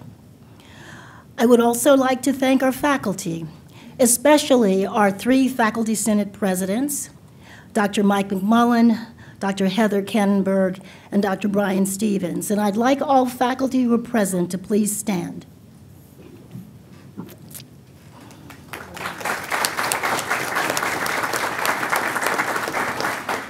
I want everyone to know that the faculty have never once let me down. Regardless of the opportunity, the issue, or the short time frame I've given them, a faculty member or 2 or 3 have always been a step away from what I've needed them to do. Their commitment to the promise of UH Clear Lake and its potential to make a meaningful difference in the prosperity and civic well-being in our region is undeniable. A special thanks to Miss Dion Bunch. I took her from UH, okay? And the Marcom team for the striking signage, only matched by Student Affairs team and UHCL Hawks student and staff volunteers. Their smiles do light up everything, every day. I would like to thank the Board of Regents staff in Chartwells for their guidance and patience with me and my new team. As you can see, we have not missed an element of the meeting setup or protocol. Thank you, Ms. Jerry Matheson, Ms. Marquette Hobbs, Ms. Brenda Robles, and Ms. Megan Magushin, and Mr. Michael Angelo Quibello for your professionalism. We really do appreciate it. And last but sincerely not least, I want to thank our grounds, parking, custodial, police safety, and maintenance teams for envisioning a more beautiful, inviting campus and putting in extraordinary effort to make it a reality. Thank you very much.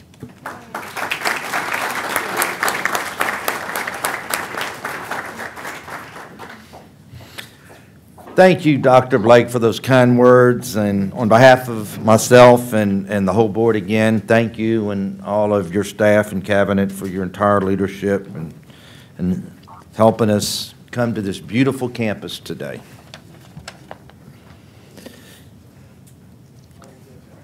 The first item listed on your agenda today is item 3, open forum. No individuals have signed up for open forum for this meeting today.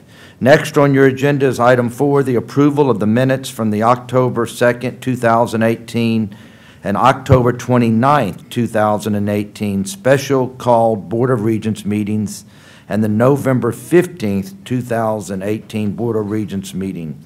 Are there any corrections to any of these minutes? Regents? May I have a motion to approve these minutes? All in favor? Aye. Opposed? The motion carries and the minutes from the various board meetings mentioned above are hereby approved. I would now like to take the agenda out of order and we move to item BOR 6 listed on your agenda, quarterly update on Here We Go campaign progress, University of Houston System, Ms. Eloise Dunn Bryce, Vice Chancellor for University Advancement, who has headed the first $1 billion campaign at the University of Houston, who came in 18 months before the due date. Will you please come forward and give your remarks? You don't have to push me to do that. We're telegraphing our pass a little bit here. Let's make sure television is ready. Are we ready for this? All right. Cue, go. Thank you very much. I want to take a moment to celebrate what I consider to be a huge milestone for the University of Houston system. And it's, of course, perfectly appropriate that we do this at the Board of Regents meeting because it's the Board of Regents that authorized this campaign. And it's our fearless chancellor who said, I'm not going to fool around with any campaign that doesn't have a B in it. So it's been a great ride. This board has been an important part of our success to date. And I want to ask 3 people from the board to come forward at this moment. Our co-chair of the campaign, chair of the board, Tillman Fertitta, co-chair Beth Madison, and our finance chair, Steve Chazen. They've been instrumental. If you could come forward, and we're going to have a little bit of fun here as we announce just what is happening. We love fun, so let's go. Chancellor, were you not invited? I'm going to invite you. I'm going to invite you.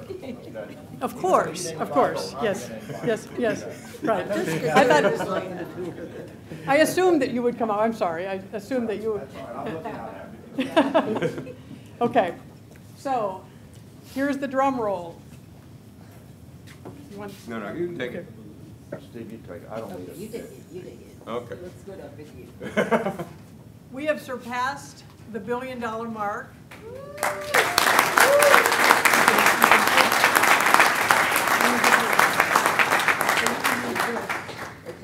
On that one.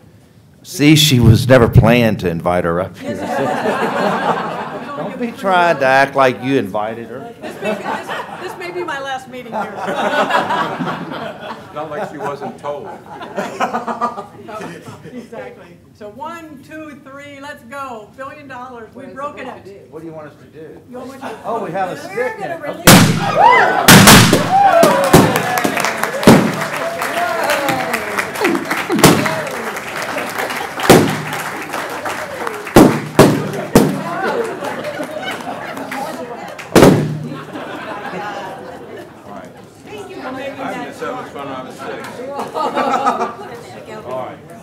All right.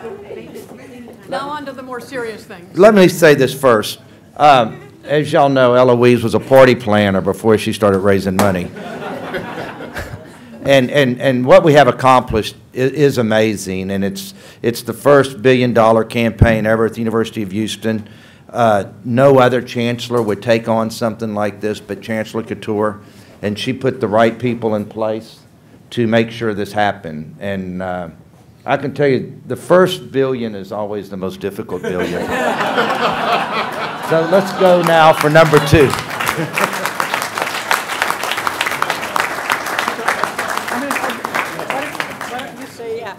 I want to add to that, as someone that you've been so willing to share credit for, let me tell you how extremely happy I am for the university, for the scholars. The university will meet long-planned milestones. Obviously, it'll change some scholars' lives. But really, as an advocate for the university in this community, it is such an irrefutable statement to our constituencies' value on this university. And it makes us clearly a pillar in the economic and the cultural network and framework for the whole city. I mean, I was daunted, but most of the world was absolutely breathless that we would consider $1 billion. And here you've done it. Not only you've overdone it and done it early, and it's a sense of pride that I'm so grateful to be a part of. Thank you very much. For your... Thank you, Beth. Thank you. Eloise and her team has been spectacular in this, having been harassed by her for months. She never gives up. And as part of never giving up, she still has a few unmet needs. And so we need to work on the unmet needs, but the team has done an incredible job. This has been a wonderful experience to be on this. I've done this before at other places, less wonderful experiences. And this has been terrific. She's you send her, say, I got to talk to this one, she's gone. And I think you're very fortunate to have her here. And Renew is the greatest salesman I've ever seen to run a school. Thank you, Stephen, for your help. Well, $1 billion. I remember when we said it first time that we were looking for $1 billion campaign, and eyes just wide open. It's like, billion, are you crazy? Well, no. This is a tribute to this region, to this city, that made it possible for us. I mean, if you think about it, this is a vote of confidence by more than 178,000 people in the direction of the university. So we're very grateful, just very humble and very honored to every single donor, to every single fan, to every single booster who has decided that University of Houston system really does serve a very huge need, and it is worth having. And it's worth supporting. If you think about it, how many universities have had $1 billion campaign? There aren't that many. I also want to tell you, it's been, what, maybe 9 years, Eloise, when you and I met? Seven? Yeah. It seems like more, okay. So Eloise, when I hired Eloise, we didn't have any infrastructure at the university. I mean, literally, we did not have the development staff that was needed to carry out a campaign. It was been 25 years since we had a campaign at this university. And I know I met Eloise, and I told her, I said, I can't give you anything else. I don't have the infrastructure. I don't have resources. But I'm here to sell you a dream. I said, come and be part of this team. Come, here is the dream, and I think you and I can make it happen. And Eloise had run $1 billion campaigns, so I knew I wanted somebody who knows what it would take. She came in here, and she surely realized that we really didn't have anything, so we built pieces, pieces, pieces. And here we are today. Not that we have just finished a $1 billion campaign, but we have done it 18 months ahead of time. Think about that, 18 months ahead of time. I mean, it's spectacular, and it speaks to Eloise, her whole entire staff. It speaks to those 178,000 donors, and it speaks to all of the students, who have given this energy, and it speaks to all of our alumni, faculty, staff. It is a joint effort, but we are not done yet. We have two choices at this point. Either we can say that campaign is over, or we can say, wait a minute, there's 18 months left, right? So I'm going with that 18 months left. We are not over yet. Now we are going beyond the $1 billion. And we have, because we do have, unmet needs, we have 75,000 students, after all, in our system. And we do serve a very important purpose. So I think let's just keep on going. And let's see what more we can do. So thank you all very much. Thank you, Eloise. Thank you, your staff.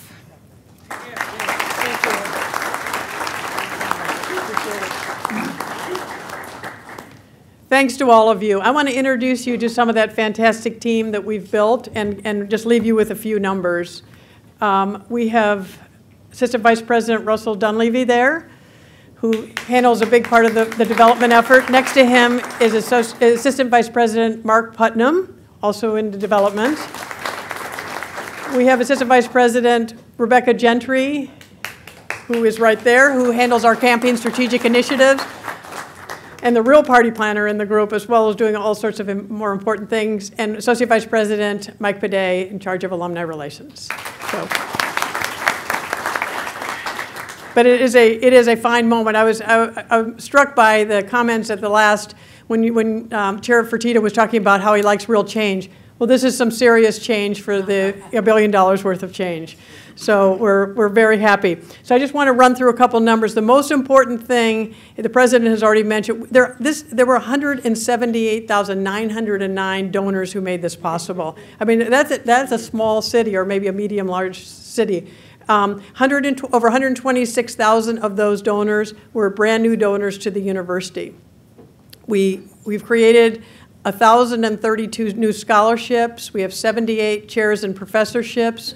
We have 9 new research centers, and we've also built new buildings, not all of which have been built with philanthropy, but they were totally made possible by philanthropy. So there's been real change on campus, but we have 18 months left to go, and the President is exactly right that we are seeing this as full force ahead, and we want to surprise you with the huge number in 18 months from now. So thank you very much. Appreciate it. Oh, and I also, I wanted to introduce Vice President Joanna Wolf, who is not in my line of vision, but here from UHD. And you've met Mark Lindenmuth, who's the interim vice president here at UH Clear Lake, who was introduced a little bit earlier. So it's an incredible team we have. Thank you very much.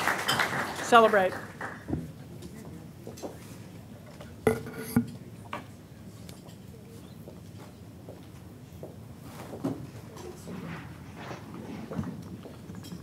Thank you again, Eloise. That was wonderful, and special time for the University of Houston. This item was presented for information only, and no further board action is required. We'll go back in order of the agenda. A presentation by University of Houston Faculty Senate President on the history of universities, a millennium of intellectual, scientific, and cultural advancement, University of Houston, Dr. Raul Ramos. Thank you, sir. Hi. Good afternoon. First of all, I have to say I think I need to take some tips from Eloise on how to teach my classes here and get my students more excited. This is great. Chairman Fertitta and board members, thank you for the opportunity to address you this afternoon. In my role as Faculty Senate President at UH, I have the honor and privilege of representing more than 2,000 full-time and part-time faculty. I'm particularly excited to be here at UH Clear Lake to witness its growth and achievement. The Faculty Senate leadership of all 4 UH systems meet on a monthly basis to work together to represent our faculties system-wide through the University Faculties Executive Committee, thanks to the support of Provost Short. Here at Clear Lake, you've already been introduced to the Senate leadership there, Mike, Heather, and Brian. They've all had wonderful things to say about the collaborative working relationship that's developed with their new president, Dr. Blake. So it's very heartening to see. Our Faculty Senate is actively engaged in shared governance in almost every aspect of the university. Thanks to our transparent and continuous communication, we have developed a cooperative working relationship with the Chancellor, Provost, and almost every level of the upper administration. Our 7 committees, along with our executive committee, participate in a wide range of administrative duties, from approving new courses and degree plans to reviewing applications for internal grants to collaborating on projects to improve faculty success and advancement. For example, senators on the Graduate and Professional Studies Committee worked overtime to review and support the degree plans for the new medical school. Thanks in part to their experience, the review and revision suggested by senators, the medical degree sailed through the state coordinating board. For today's brief remarks, I would like to take my remaining, what do I have, half an hour? I'm a excuse me. My remaining time to provide something of a brief history lesson. And I know there's no such thing as a brief history lesson. I should add, I've been here at the University of Houston History Department for 16 years, where I teach courses in Texas history, history of the American West, and Mexican American history. I've seen the university grow in size and preeminence in that time, especially in the 3 years I lived at Cougar Village 1 with my wife and 2 young children. As a historian and educator, I never like to miss the opportunity to provide a historical perspective to what we do and where we are. And I know Regent Taft and I have spoken before about the importance of history. I would like to place UH and your role as stewards of the university in a global historical context. While UH was founded in 1927, the institution we call a university has its origins in medieval Europe and in the Mediterranean world. The core relationship that makes the university is the relationship between the teacher and student, a legacy that dates back even further than the founding of the first university. In this case, the first university being at the University of Bologna in 1088 in Bologna, Italy. Now, university as an institution was defined by a body that gathered for this mission of education, but most importantly, with the protection from control and influence by the Pope and the King. It is here that we see the first student associations formalize their mission to learn, in particular in the subject of law, in the case of Bologna. By the way, it took 300 years before they developed a medical school. So it puts our 12 years project in perspective there. It is important to know that these institutions did not arise whole cloth out of thin air, but rather organically in response to the times and influenced by a legacy of education that include Roman and Islamic influences. We still use many of the concepts, if not terms, originating from that period, including faculty and baccalaureate. More importantly, the institution of the university is attributed with the rapid advancement in science, culture, and thought. I bring up the history of the university to place the work you do as regents in the historical tradition of higher education. The impact on our world created by our faculty and students and supported by the institution are critical. Still, even a half-century ago, leaders recognized the tension in the mission of the university. Historian Peter Clausen, writing about the early and organic development of universities, noted, "From the beginning, education was subject to the tension between fundamental and primary impulse to seek the truth and the desire of many persons to acquire practical training. Conversely, without really wanting to do so, the schools formed the new academic stratum and changed the whole structure of society, enriching it and making it more complex. I believe the University of Houston is a model to the state and nation for striking that balance by educating leaders in the academy and industry while leading in discovery and innovation based on the truths scholars have always sought throughout history. Thank you.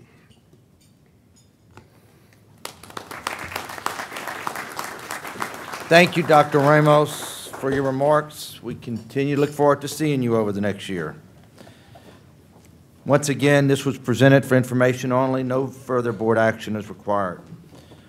Board of Regents 7 is our next board item to be presented by UH Energy Initiative.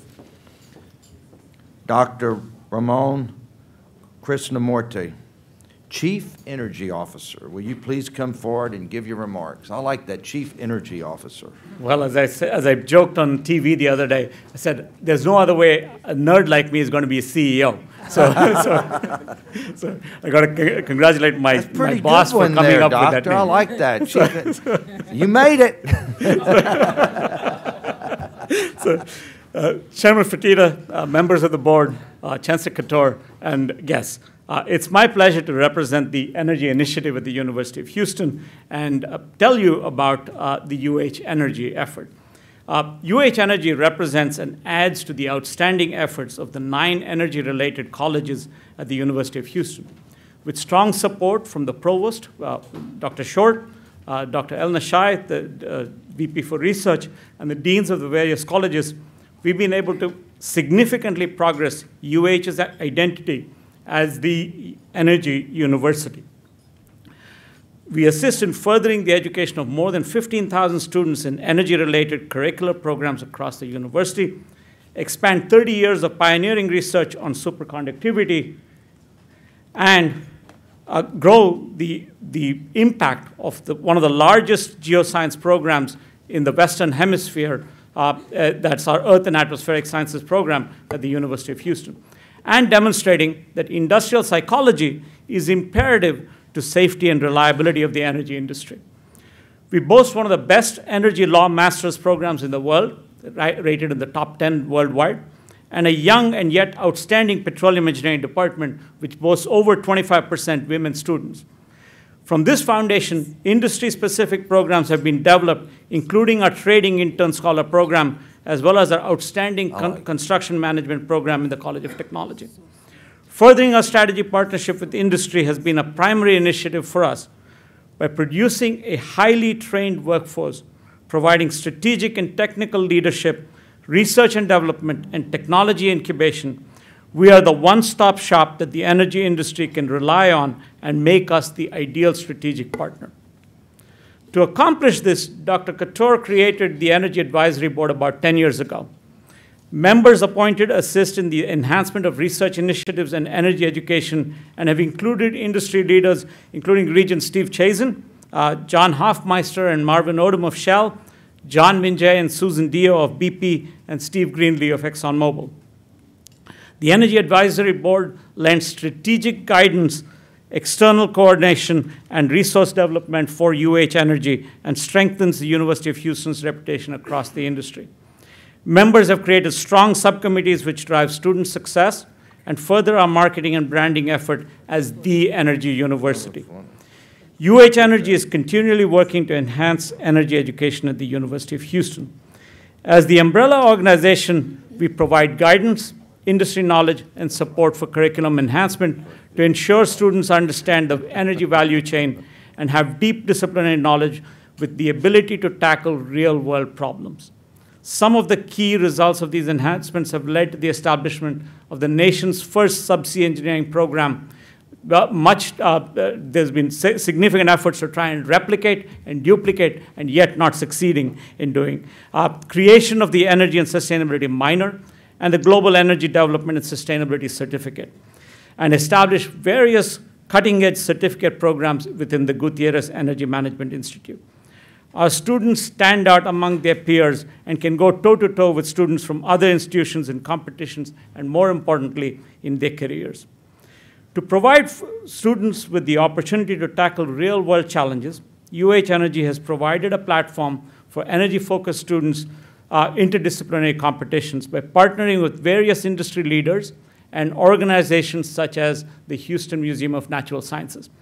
These competitions allow students the opportunity to gain industry exposure, work on interdisciplinary teams, and guide their own learning. UH students have come up with innovative solutions to presented problems and continue to demonstrate their capabilities by taking top prizes when facing their peers from other institutions. In that picture, you see Delaney Robinson, Walter Reed, Eric Lunn, and Andrew Steyer, who led the effort for the Imperial Barrel Challenge Award. 192 teams worldwide participated in this geoscience award competition, and they came out #1. So they were #1 in 2017. Amazing group of students. We've provided excellent opportunities for current UH students.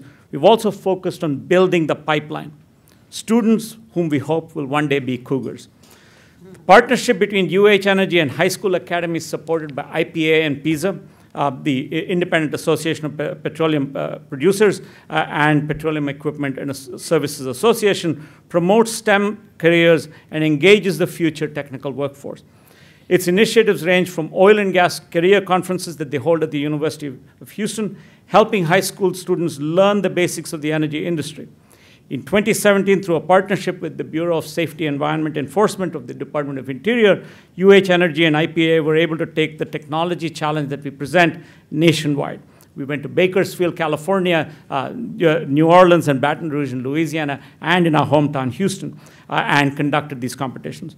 In 2019, we will further increase our impact by expanding the career conference to include more high school students, doubling the number of students each year. While we engage both current UH students and high school students, we have also created a very unique student association, the Energy Coalition, a student organization created in 2016 with one member that is present here. This Energy Coalition enables students to support the education and industry knowledge of their peers from the grassroots. With your permission, I would like to introduce Mr. Christian Beduya, a senior majoring in finance and economics and the president of the Energy Coalition, to introduce the Energy Coalition to you. Christian?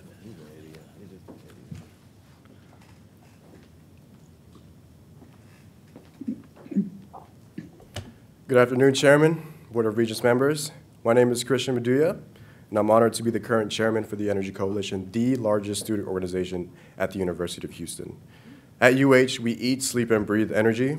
We have over 150,000 active alumni in the greater Houston area, and a third end up working in the energy industry. You couple that with passionate student leaders, and the result is a multidisciplinary partnership that is unrivaled across the country.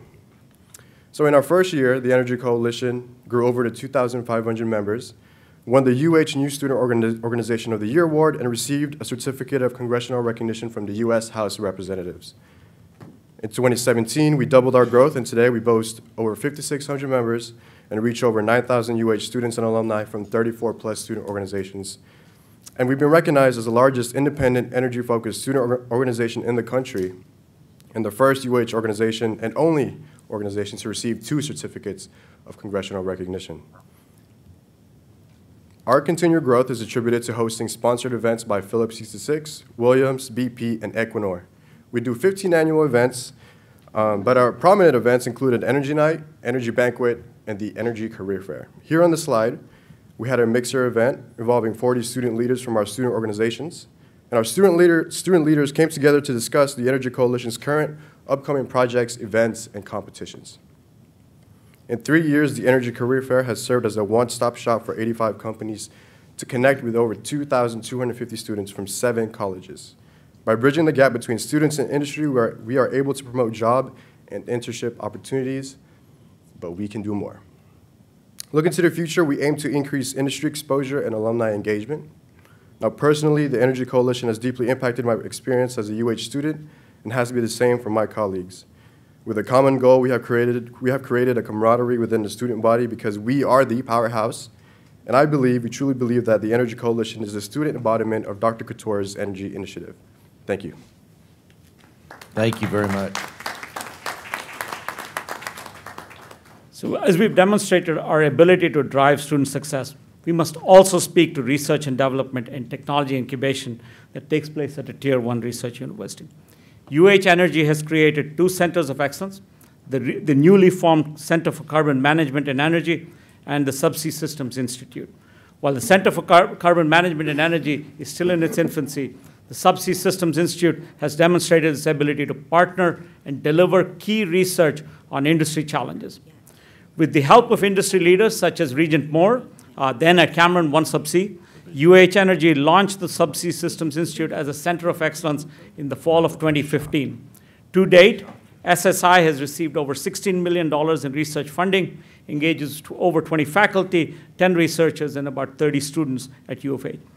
While a financially significant research entity, SSI has demonstrated its ability to partner with industry to develop 3 industrial consortia on robotics and automation, power systems, and digital transformation, which will be key to the technical advancement of the offshore oil and gas industry.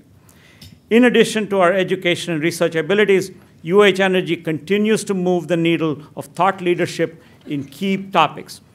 Through our energy symposia, which are recognized worldwide, our Forbes blog from our UH Energy Fellows, and white paper series that we just recently introduced, UH Energy has contributed to countless topics and provided key industry insights in oil and gas, renewables, policy, and business.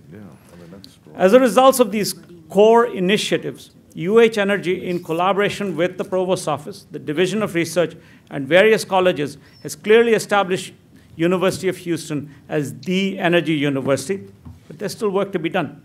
The development of the Sugar Land and Katy campuses demonstrate the significant growth opportunities for UH to widen our reach within the energy industry and have impactful and tangible results for not only our institution, but for the Houston community at large and the industry. Thank you very much for giving me this opportunity to chat with you. Thank you. Thank you, Doctor. Appreciate the huge update. It makes us really proud. I mean, it's very special, and you're the CEO in my book, so I just want you to know. This item was presented for information only, and no further board action is required. Thank you again. Very special. Section 3 is next on your agenda, our committee reports, which list the board consent docket agenda items. These items have been considered and unanimously approved at each of our board committee meetings, which were held earlier today. Pursuant to Board Bylaw 6.9, any regent may request that an individual item be removed from the board's consent docket agenda, which y'all saw happen earlier, and addressed by the full board. I will now like to ask the chair of each of these committees to present their respective reports. Our first committee report today will be addressed by the chair of the Endowment Management Committee, Distinguished Regent Durga Agarwal. Thank you, Mr. Chairman. The Endowment Management Committee met earlier today, February 29th, 2019. The following actions items were approved for submission on the board's consent docket agenda for the final board approval today as follows. Approval is requested to modify the U.S. system investment policy for non-endowed funds U.S. system. Number 2, approval is requested for the fiscal year 2019 University Advancement Endowment Assessment Rate to defer implementation of the assessment as to the support organizations U.S. system. And number 3, transfer the Lucia La Madrid Cain Scholarship Endowment to the University of Houston Foundation U.S. system. Mr. Chairman, this concludes my committee report. Thank you.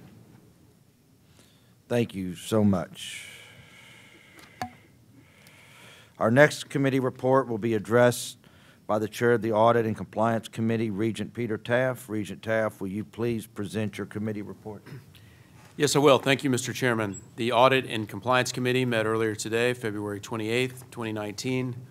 There were no action items submitted to the committee that require final board approval at the board meeting today. Mr. Chairman, this concludes my committee report. We love when your report is that short. The next committee report will be addressed by Regent Beth Madison, Chair of the Academic and Student Success Committee. Regent Madison, will you please give us your committee report? Thank you, Mr. Chairman. The Academic and Student Success Committee met earlier today, February 28, 2019, and approved the following action items for submission on the board's consent docket agenda for final board approval today as follows. Approval of a Master of Science in Manufacturing Engineering at the University of Houston. Approval of a Master of Science in Engineering Data Science at the University of Houston.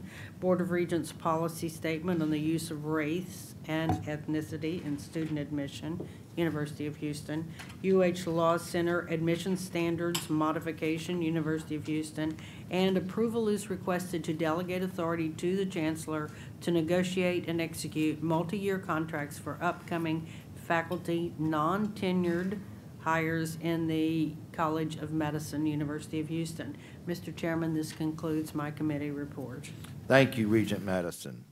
The next committee report will be addressed by Regent Paula Mendoza, Chair of the Facilities, Construction, and Master Planning Committee. Regent Mendoza, would you please give us your committee report? Yes, sir, Mr. Chairman. The Facilities, Construction, and Master Planning Committee meeting was held earlier today, February 28, 2019. There were no items brought forward from the committee requiring final board approval today. Mr. Chairman, this concludes my committee report. Thank you, Regent Mendoza. Our final committee report today will be given by Regent Gerald McKelvey, Chair of Finance Administration Committee. Regent, would you please give your committee report? Thank you, Mr. Chairman. The Finance and Administration Committee met on February 28, 2019, and approved the following action items for submission on the board's consent docket agenda for final board approval today as follows. 1, approval is requested to delegate authority to the Chancellor to negotiate and execute contracts exceeding $1 million for the purchase of goods or services, excluding construction contracts, and with the exception of the 4 athletics-related contracts listed in the agenda item. 2, approval is requested to delegate authority to the Chancellor to negotiate and execute construction contracts exceeding $1 million for projects at the University of Houston system. 3, approval is requested to delegate authority to the Chancellor to negotiate and execute contracts for design and construction for the Hilton expansion and renovation project located in the Central District at the University of Houston. 4, approval is requested for changes to tuition and fee rates, mandatory student recommended fees, and voluntary optional fees at the University of Houston system. 5, approval is requested to write off accounts and notes receivable for fiscal year 2018 at the University of Houston system. 6, approval is requested to delegate authority to the Chancellor to take all actions precedent to the University of Houston closing a portion of Leak Street located in Houston, Texas, UH system. 7, approval is requested to delegate authority to the Chancellor to negotiate and execute contracts related to the sale of property for the University of Houston system. 8, approval is requested to delegate authority to the Chancellor to negotiate and execute contracts for insurance policies for fiscal year 2019 UH system. And 9, approval is requested for the University of Houston system fiscal year 2020 holiday schedule. Mr. Chairman, this concludes my hard-working committee's report. You did work hard today, McKelvey. Thank you, sir. Pursuant to Board Bylaw 6.9, does any regent wish to request that an individual item be removed from the board's consent docket agenda and addressed by the full board for further discussion today? If not, may I hear a motion to approve all items as presented in each of the committee reports, with the exception of the 4 athletic contracts included in item C listed in the Finance and Administration agenda. Second by Mr. Brooks. Second. All right. Just wanted to make sure you weren't napping on us and you had... No, sir. I'm wide awake. All in favor? Aye. Aye. All opposed? All items listed under the various committee reports, consent docket agenda have been approved by the full board. Thank you. We will now move to section 4 listed on your agenda, committee report items not addressed in the consent docket but requiring final board approval. There were no items brought forward from the various committees today requiring full board approval. We will now move to section 5 on your agenda, the Chancellor's report. Dr. Couture, will you please give us your reports? Yes, Mr. Chairman, thank you very much. More than 400 UH system students, faculty, staff, alumni, and friends from our 4 system universities, as well as Board of Regents, members, traveled to Austin this month to take their message to their legislators for increased support for higher education. UH's group walked the halls of State Capitol February 12th, followed by UH Clear Lake's contingent February 19th. Groups from UHV and UHD went to Austin February 25th and 26th, respectively. My special compliments to our Vice Chancellor, Jason Smith, for organizing all of these trips, and they were beautifully done. The American Academy of Arts and Sciences, the Texas Higher Education Coordinating Board, and Houston GPS are co-hosting a conference in March on the UH campus to facilitate partnerships among the Texas Gulf Coast region higher education community with the aim of overcoming degree completion challenges and providing cost-effective educational experiences for students to succeed beyond college. Now for the University of Houston. What about those Cougars, the basketball team? Ranked number 4th in NET and number 6th in coaches poll and number 8th in AP polls. I think we are flying high. I still don't have a name for this team, but it definitely seems like a Phi Slamma Jamma version 2. And what about those track and field as well? Both men and women track and field teams have won conference championships. It's a good time to be a Houston Cougar. Our freshman applications are up. We continue to attract record number of students as a university of first choice on the University of Houston campus.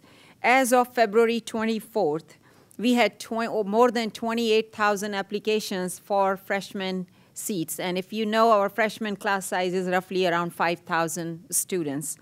Our transfer applications, which it is too early and we raise standards in this semester, we still see a 5% uptick in our transfer applications. University of Houston has signed a memorandum of understanding with Baylor College of Medicine that could result in joint faculty appointments, professional clinical services, student and education collaboration, faculty collaborative research projects, research-based core labs, and co-branding. This alliance will complement UH research and academic programs, especially those related to the new UH College of Medicine.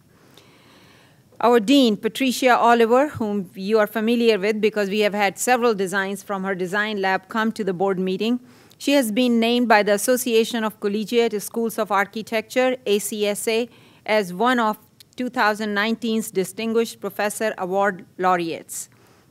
Now, if you consider that ACSA represents over 40,000 architecture faculty and students worldwide, this honor is particularly special, so congratulations to Dean Oliver. The Division of Research and Technology Transfer reports that in last year, that our research grants over $1 million brought in a total of $62 million. I think it's a very positive, good trend. What it shows us that we are doing a lot of interdisciplinary projects. Our licensing income is also ahead of plan, increasing from $33 million last year to $43 million, which is a 27% increase in the year that we just now closed. If you watched Grammys, you probably saw that alumna Jessica Jones, who holds master's and bachelor's degrees in vocal performance, scored Music Gold for Best Opera Recording in The Revolution of Steve Jobs, which premiered in 2017 at the Santa Fe Opera. Now let's move on to University of Houston Clear Lake. Pearland residents Jasmine and Nizam Mia have pledged $300,000 benefiting UH Clear Lake Pearland programs. Through their Mia Family Foundation, they committed $200,000 to equip the nursing simulation lab in the new health sciences and classroom building, which opened this semester.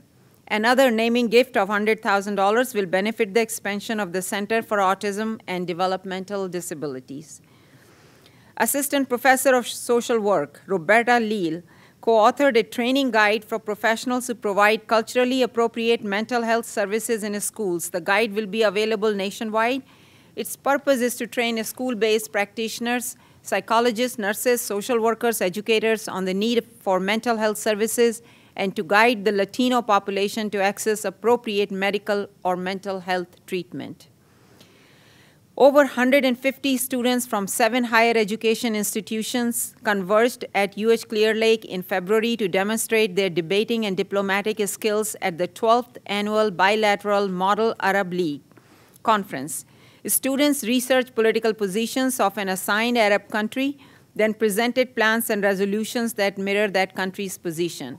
This marks UH Clear Lake's 3rd year as the host. Now let's move on to University of Houston downtown. UHD's Marilyn Davies College of Business completed the process of reaffirming its accreditation with the Association to Advance Collegiate Schools of Business, AACSB. And AACSB accreditation is the gold standard for business programs, and only 5% of the world's institutions are accredited. Congratulations to UHD president, provost, faculty, staff, and students. It's a monumental task. UHD has signed a letter of intent with HISD, Houston Community College, and the Port of Houston Authority to create academic pathways for inspiring maritime professionals. Leaders from these institutions, including UHD President Juan Sanchez Munoz, committed to support high school students seeking to transfer credits in logistics and supply chain management to HCC, and ultimately to UHD's Bachelor of Applied Arts and Sciences program. 2 UHD programs have been recognized among the best in the nation by U.S. News and World Report. The Bachelor of Applied Arts and Sciences in Applied Administration is among the top 100 online programs in the country, and the MS in Criminal Justice is ranked number 26. Moving to University of Houston, Victoria, I'm proud to announce UHV upheld its reputation for excellence after 95% of students preparing to become educators, administrators, or counselors passed the Texas examination of educator standards exams in 11 certification programs. 95% seeking initial teacher certification also passed the Pedagogy and Professional Responsibilities test. 4 awards were presented at the University of Houston, Victoria's President's Annual Report and Excellence Award community event.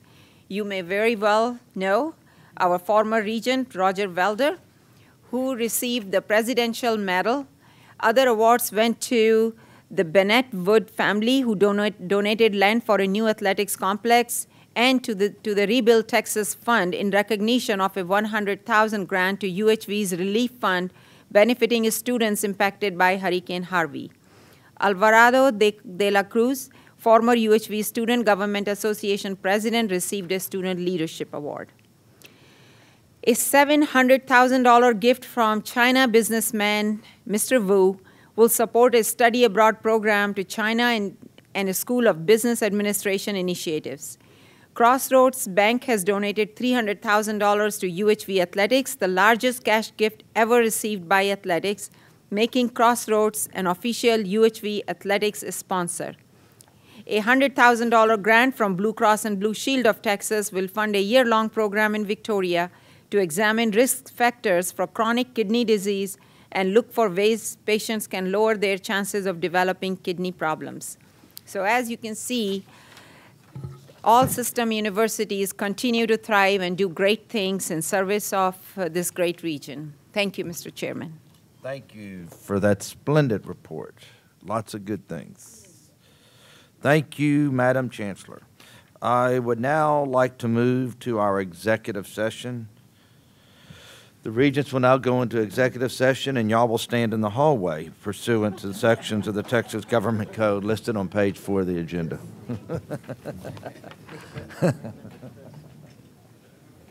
Can I ask Jim McShane, Raymond Bartlett, and Chris Pesman to stay, please?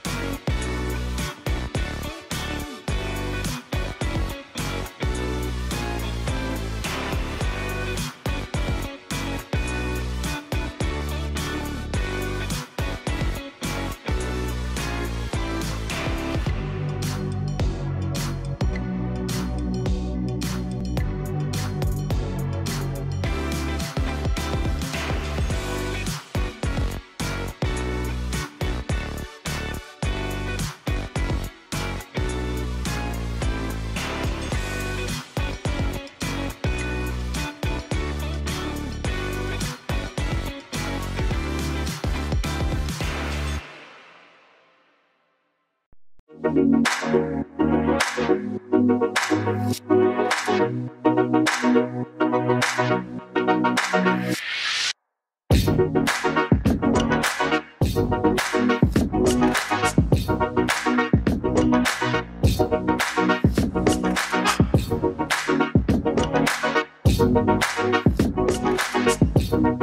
most fun event would be Splatterbeat. My favorite memory is Splatterbeat, the event that I always go to every year. It's just so much fun to play with a bunch of paint and just make a lot of mess. We want to welcome all of our freshmen today. I'm from Jackson, Mississippi. I'm coming from Austin, Texas. I'm coming from Mumbai. This is my first time, further than the Bahamas, so this is kind of an adventure. It's all new and overwhelming. The best part of America is the diversity.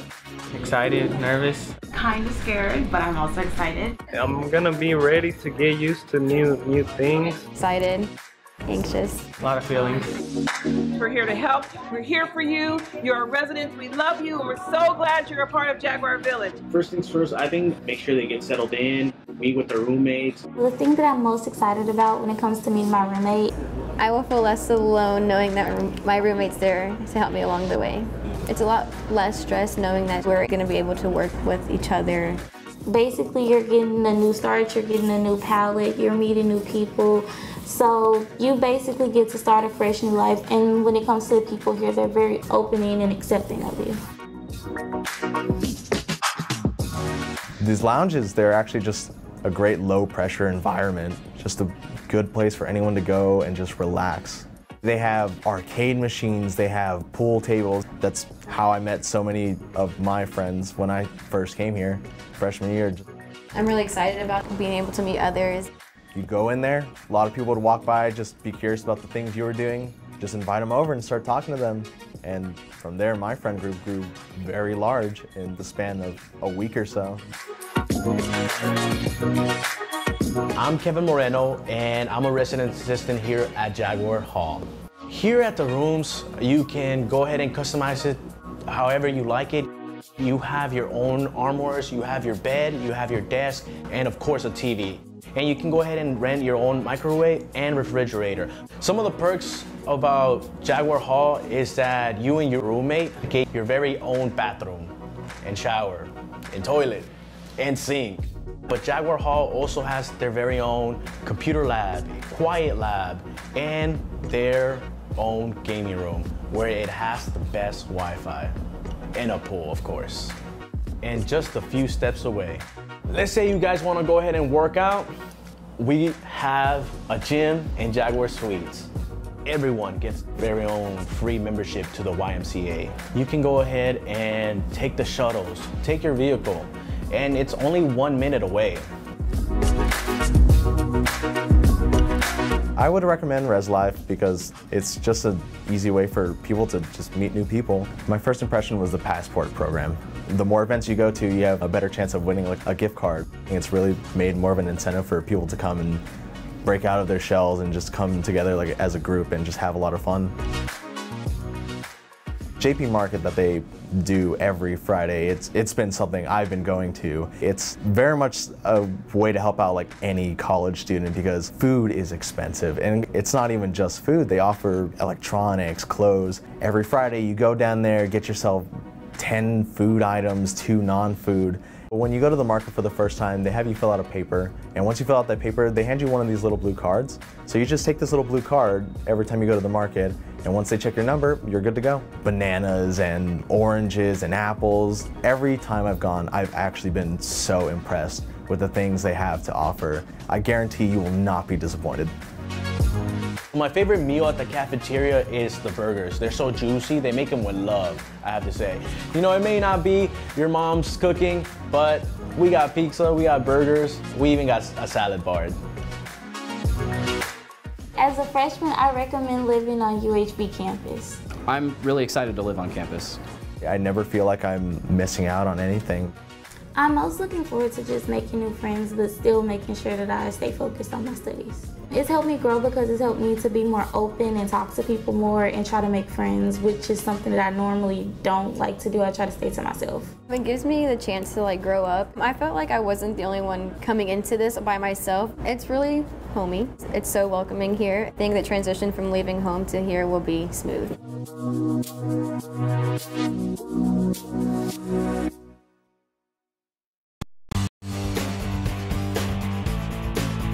Welcome to the newest addition to our campus, to your city's campus, the College of Science and Technology building. In this building, we will educate tomorrow's researchers, nurses, data scientists, biologists, geologists, chemists, and engineers.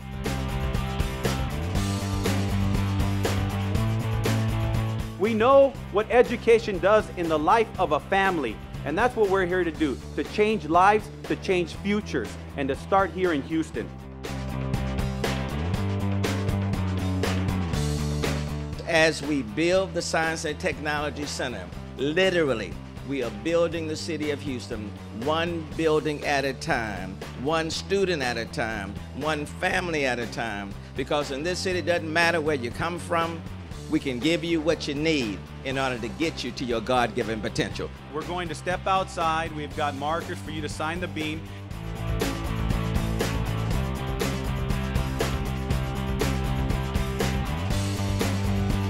Ready? 1, 2, 3, go!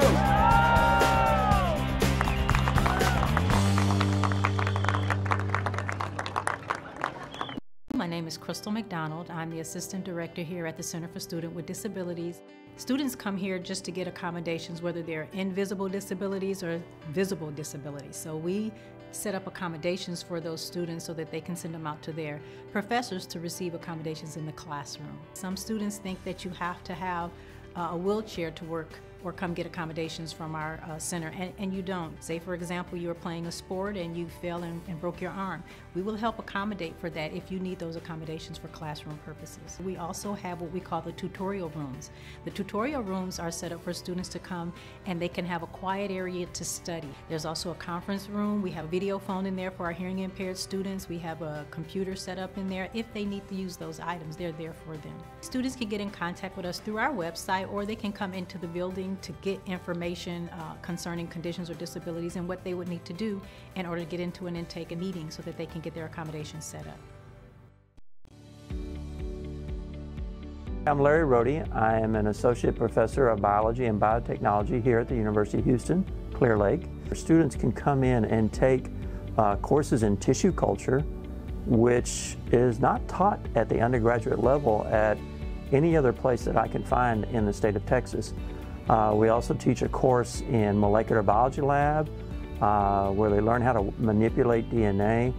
We teach a course called eukaryotic gene expression lab where they learn how to manipulate RNA. And the goal there is to ensure that they have these skills so that they can go out there in the biotech market and be able to work very quickly. The coolest piece of equipment we have right now is the Muse Cell Analyzer. This is a little benchtop flow cytometer.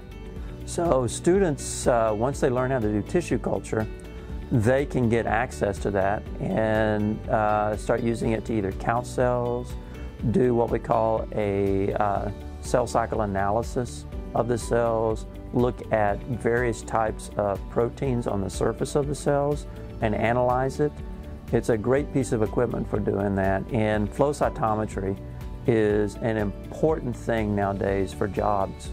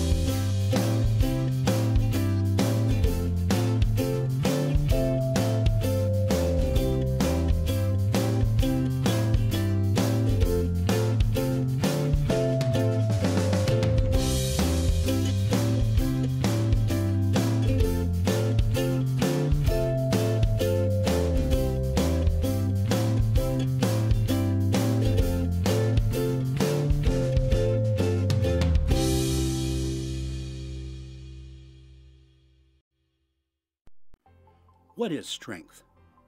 It comes from deep within and shines out bright for the world to see. It's showing your daughter that education is important, for moms too. Strength is being the youngest woman in the company to make partner, ever. It's knowing that being first in your family changes everything for your family. However you started your journey, finish UHD strong. Hey Facebook friends, welcome back to the UHV Move-In Day.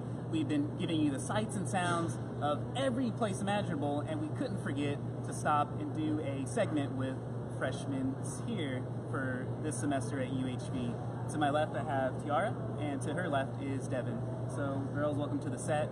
So starting off, what made y'all both choose UHV? Was it location? Go ahead, Tiara. I chose UHV because it was easy to apply, and UHV kept in touch with me even after my application got submitted. So they helped me with paperwork and everything just to make sure that I moved in smoothly and my classes were smooth to register for. So it was really nice. Devin? My neighbor actually is here at UHV as well, and so is one of the first schools that I applied to, and they kept in touch with me as well, and it was always very helpful. So y'all been moving in today. What time did y'all get here? I think you said earlier, Devin, 9? Yeah, around 9. I got here around 11. Gotcha, cool. So have y'all done any decorating so far? Or? Just trying to The boxes are there, right? Yeah. There's boxes everywhere. Yeah. Nothing's unpacked really yet. I'm like watching them unpack our room, and I want to be there to help them. So how was the process today? You know, coming in, getting unpacked, was it pretty simple? You know, lots of help? So helpful. Yeah, There's a lot of people helping us. Yeah, very welcoming, like moving our stuff in as soon as we got here. Wow, cool, absolutely. So this is move-in day. Tomorrow you'll have 3 days filled with all kinds of stuff. And y'all were telling me earlier, y'all haven't even like looked at the schedule. Just so y'all got, yeah, y'all gonna be at so many things. It's gonna be like y'all gonna be, you know, yeah, you're tired. I'm gonna sleep more than ever. I bet. Yeah. First week's our introductions. It'll probably be unpacking still for y'all. Yeah. Great. So tomorrow is the kickoff of the Jaguar Journey Welcome Weekend. So tomorrow night there's a comedian. There's all kinds of stuff, like I said, orientations. So tell me a little bit more about yourself, Tiara. What's your major so far? So my major, I'm double majoring in psychology and forensic psychology, and I'm from San Antonio, Texas. Great, great. Devin? Right now I am a business major, and right now it's just general business, but I've actually also considered accounting. I took an accounting class in high school and I was really interested in it. So that's like one of my many options at the moment. So, and I'm from Harlingen, Texas, which is in the Rio Grande Valley area. Gotcha. Have y'all gotten a chance to see the whole scope, how big this place is? I mean, have y'all just been in this area? Have y'all been, I think y'all already been. Most of it, whenever I was here for orientation, they toured like pretty much the entire area, Yeah. I understand from here y'all can take a bus to the campus, correct? Yeah. Is that what y'all plan on doing? Yes. Okay. My dad was like, don't worry about a car, they provide transportation. I was like, all right. So my mom said she was like, make sure you catch it on time. Yeah. No insurance for me, you're good. I was like, okay. So tell me about y'all's class schedule. Is it more online or is it face-to-face? I have all classroom and like with my professors. And I got to meet my professors at New Student Orientation, which was really awesome. Right. When was that? I went on July 14th, and I met my psychology professor and my English professor. It was really nice. They're super cool. They were talking to me about like creating clubs and stuff, and I was like, I could do that. So I was really excited about that. They're like, you need 5 people. All right. So. Great. How about you, Devin? Have you met we were actually the same orientation, but we didn't meet each other till right now. I don't know how I missed her. I was like, oh, okay. But yeah, I got to meet one of my professors, I think. So I told her, I was like, I'm excited for your class. I'm really interested in it. I'm excited. Yeah, and I think that's what's so great about the UHV system here, the process of y'all moving in, getting checked in. They create it to where you bump into someone that was at the orientation you were at, and now y'all moving in. Are y'all neighbors, or I think y'all are just around, y'all are in the same area We're here? actually roommates. Oh, roommates, okay, great, gotcha. Devin's stuck with me now. So. Great, and UHV just makes it so nice and routine and organized for, you know, these lifelong friendships to happen with classmates and roommates. Yeah. And y'all are going to be here for the next 2 semesters, correct? Yes. Great, cool. Wonderful, absolutely. So y'all must be excited to make y'all's mark here. I think, are y'all officially Jaguars now, I think? Or is that? Okay, official great. Jaguars. Yeah, I've got Jack everything, Station. my student ID and everything. I'm super Wow, excited. great. So y'all are still unpacking, getting ready to simmer down. Do y'all plan on taking naps today, or? I plan on going to bed early. Yeah. If I can find any time between, but unpacking's gonna take a while. Yeah, I'm not going to sleep until everything's situated because I don't want to unpack all week. So. Gotcha. Anything else y'all would like to say? Shout out to y'all's parents, bringing y'all here.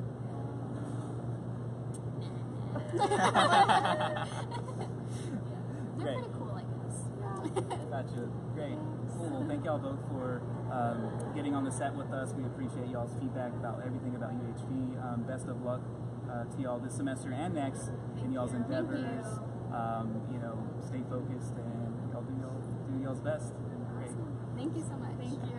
Yeah. So from everyone here, there you go, Facebook friends. We have Devin and Tiara giving you some insight on moving in on UHV Move-In Day. It's a very easy process, very simple, very friendly, very welcoming, all at UHV, where you can make your mark here. So from all of us here, Devin, Tiara, both Ashleys behind the camera, giving you today's Advocate Advantage.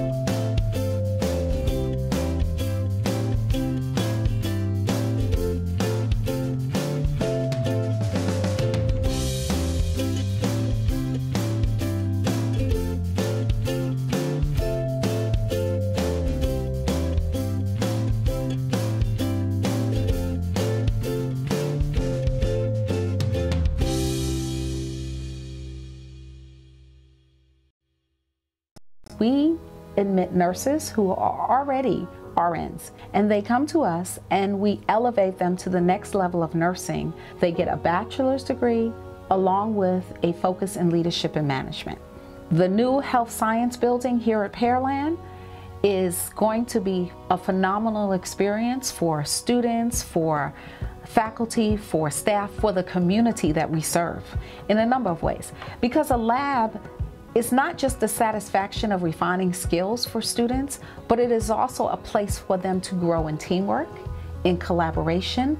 It is a way to bring the community to us. We have well-qualified PhD nursing faculty. And with that comes not only the commitment for our faculty to want our students to succeed, we have created a learning environment that is very unique in a blended format. We offer classes 2 days a week for full-time students.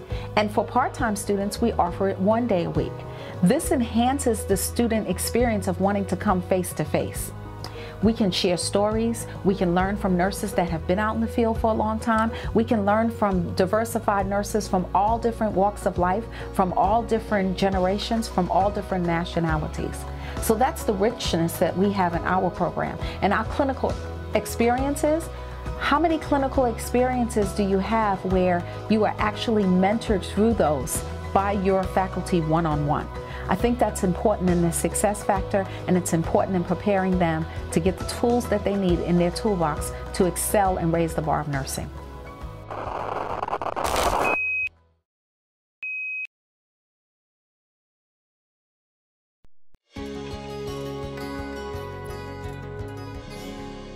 The Humana Integrated Health System Sciences Institute at the University of Houston held its kickoff event at UH with a panel discussion on value in healthcare. The institute unites the new UH College of Medicine with the colleges of nursing, pharmacy, social work, and optometry, and is designed to graduate healthcare professionals who are trained in population health and are interested in primary care and working with the underserved. The UH College of Optometry is the first optometry school in the nation to use the 3D anatomage table to teach anatomy for the optometry program. The table comes loaded with 4 digital cadavers and a full library of case studies. Students have 24/7 access to the tables, allowing them to better prepare for the national board exams.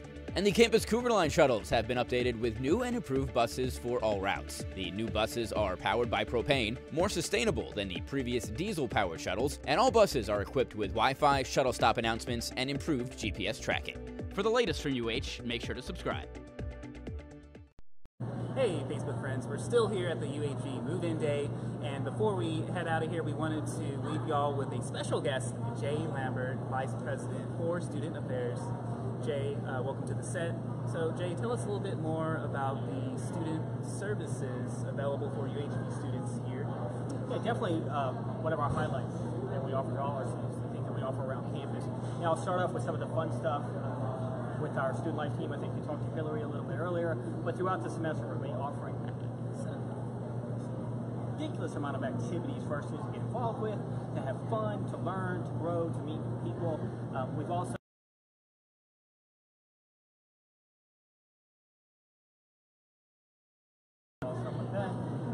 we also have a new initiative through health education, and our health educator is, she's going to pack full of activities coming this fall, and obviously this spring as well. Would be remiss if I didn't bring up tutoring. A lot of our students don't know that anybody can go into our tutoring center and get tutoring for any subject. So if you're having a problem, students, if you're watching this, parents, if you're watching this, send your student to the tutoring center. Also in that same office are our student success coaches, and our student success coaches offer programming throughout the semester that focuses on things that are going to help the students, succeed in the classroom as well. Right, gotcha. Great, that sounds really great, Jay. Tell us a little bit more about the future of UHV, like regarding the structures going up. Everyone's seen them going up. Tell us a little bit more what's in store. Well, the one that everybody can see is our University Commons, and so that will be our student center, which our students voted, 3 or 4 years ago to actually implement a fee that they're paying.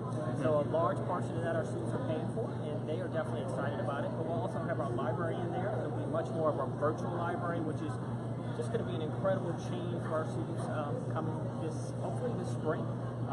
Our inside the University Commons, it's kind of going to be that living room for our students. You can kind of look in the background back there, and you can see some sofas, and in many ways, this has been the living room, but we're going to shift over there.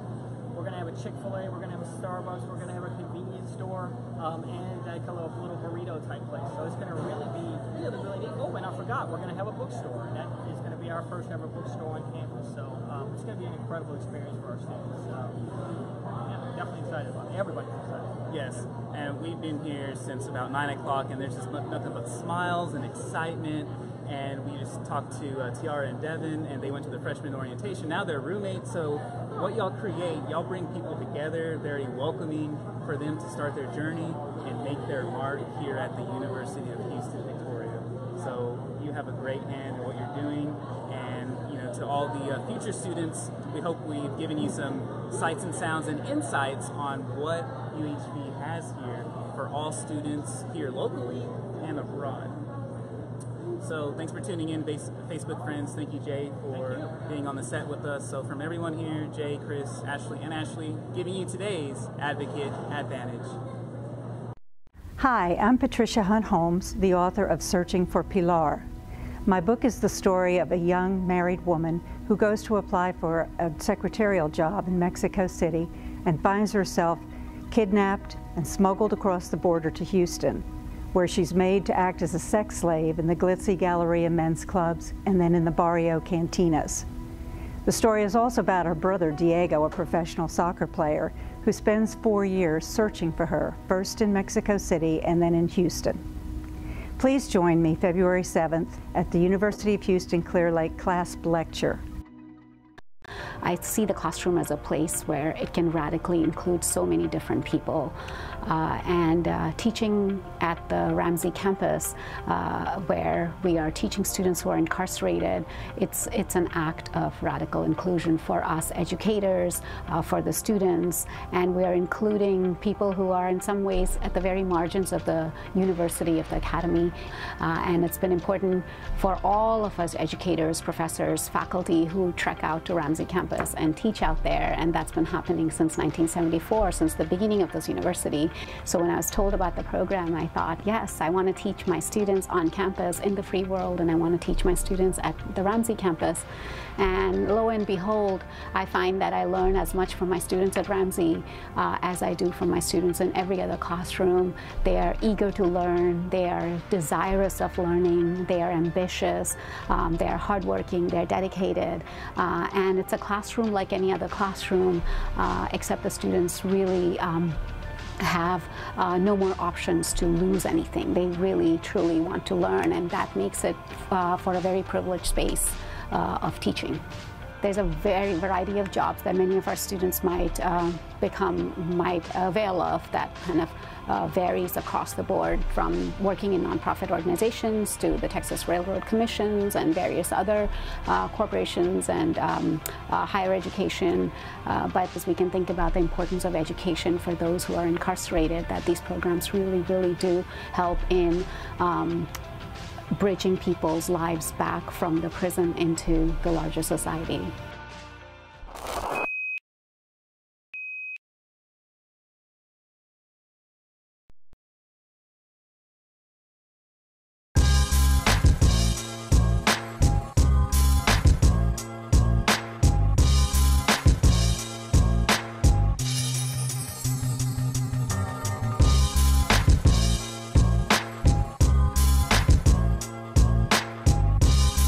That feeling is a very, very natural emotion. But remember, you have a college degree, and that degree is the necessary key to open a variety of doors to multiple opportunities. All it takes now is the courage to knock.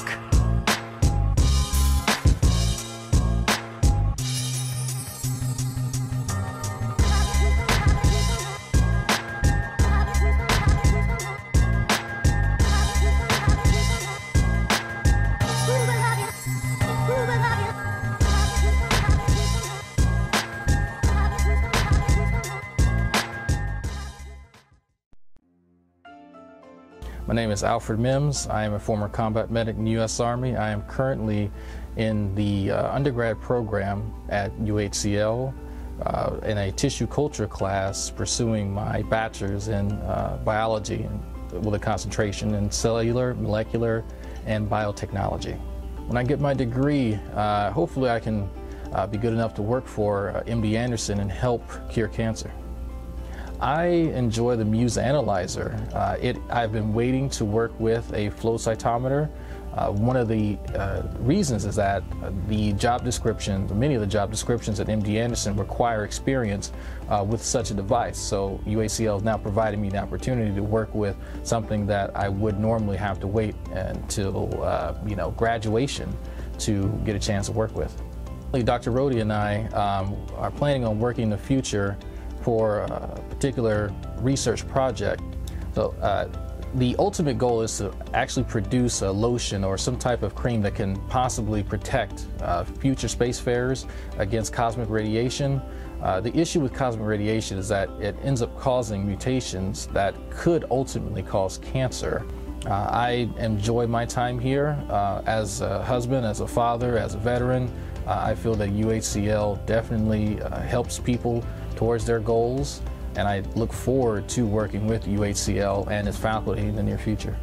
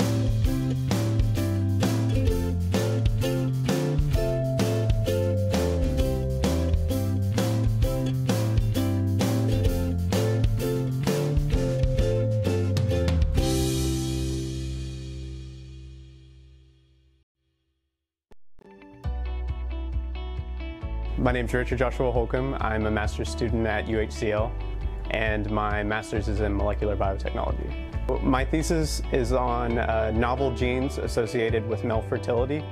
So essentially, I'm finding genes that have not been assigned a function and determining what that function is. And to do that, I'm deleting the gene in mice.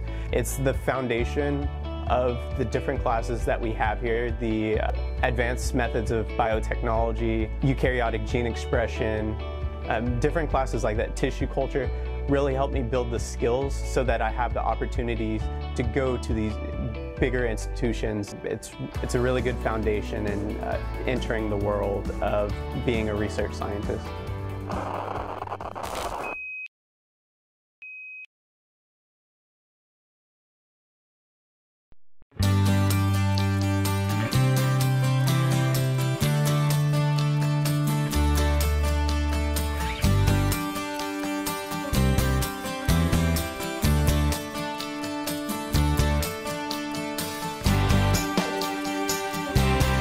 These are things that they will be able to learn here on site during their coursework and actually apply it to their real work jobs afterwards.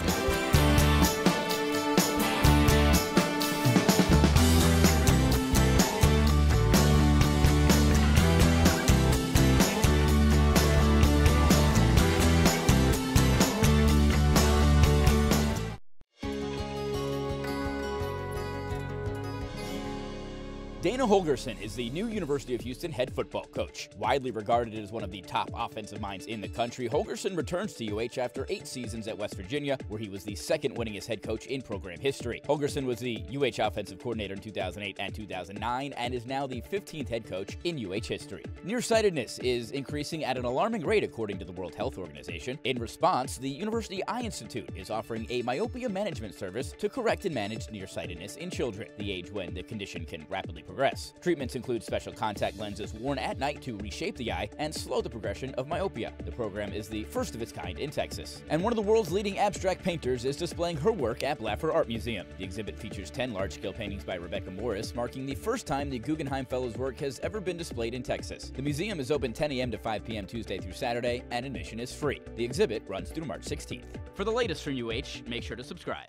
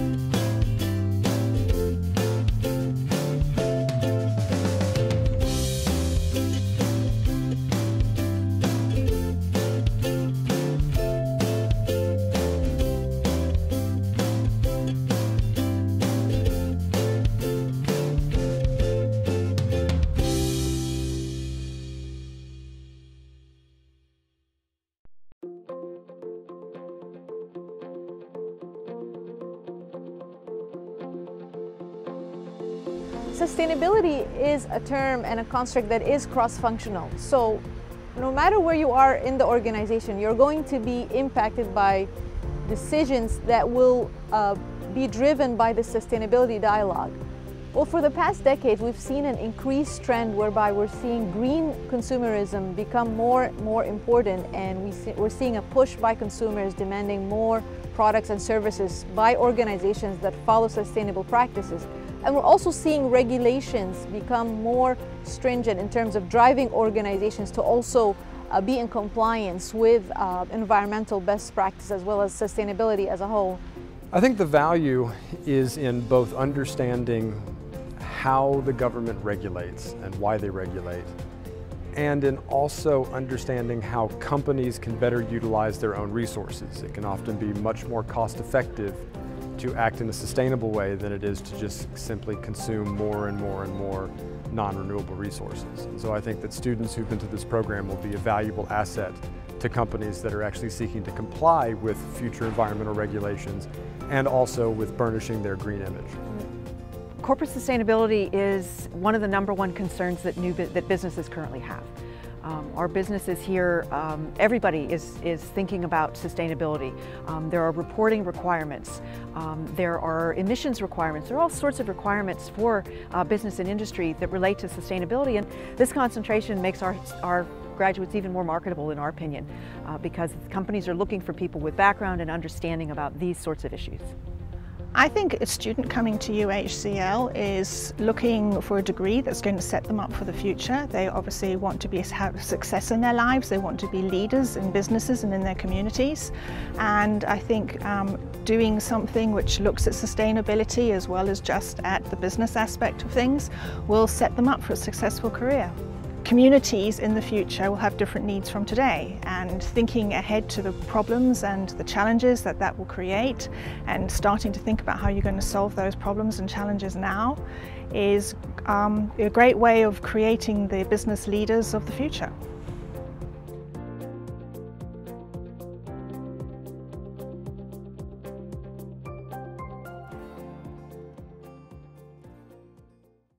You're listening to UHD iRadio. Let's get these beats turned up.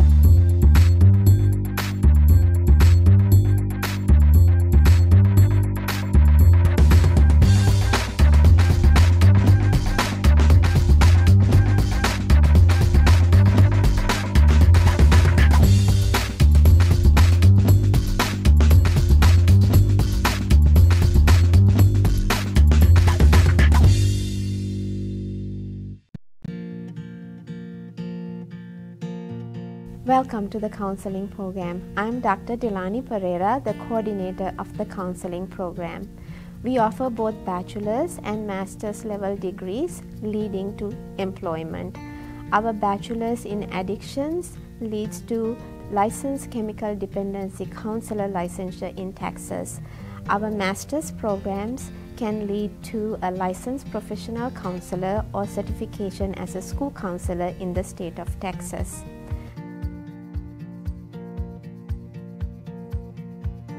Counseling is a service profession. Most counselors work with people through hurdles in their regular lives. If you like to help people during difficult times, counseling may be the right career option for you. For more information, please contact us via email or phone.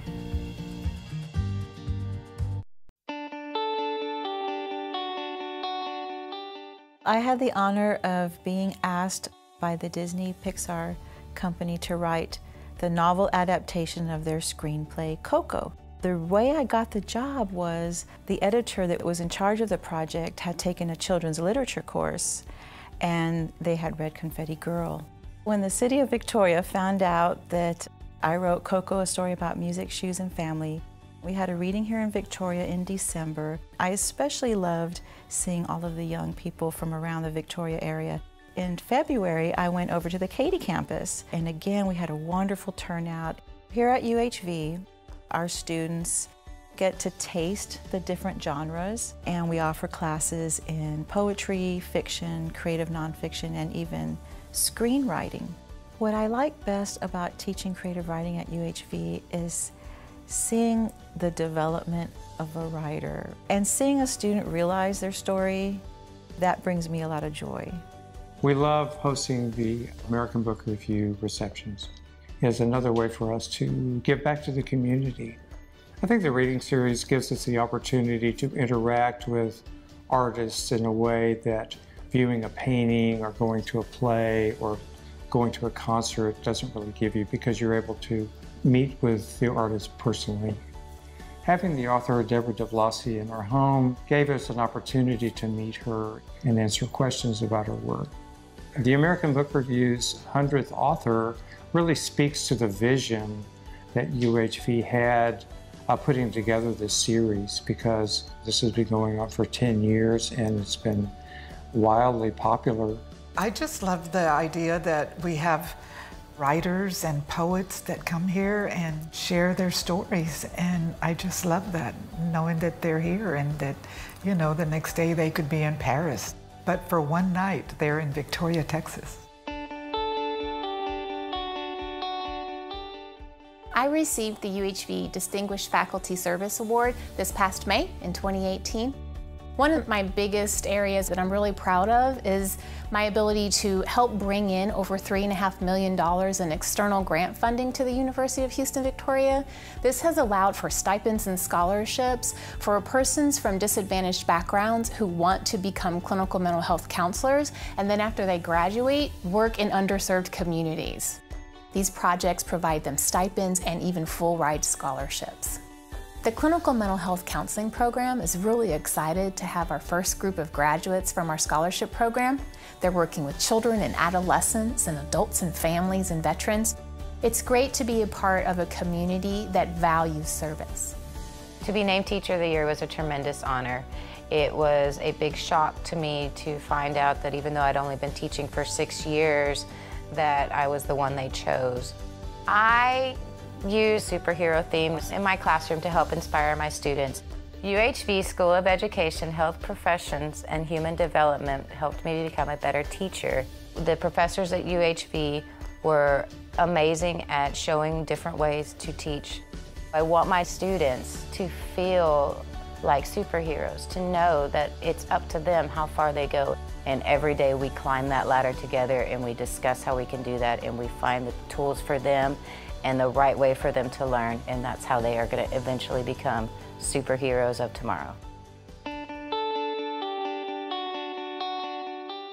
The Strategic Master of Business Administration Best-in-Class competition, we had to compile a paper that analyzed a company and create recommendations that would encourage them to be more profitable.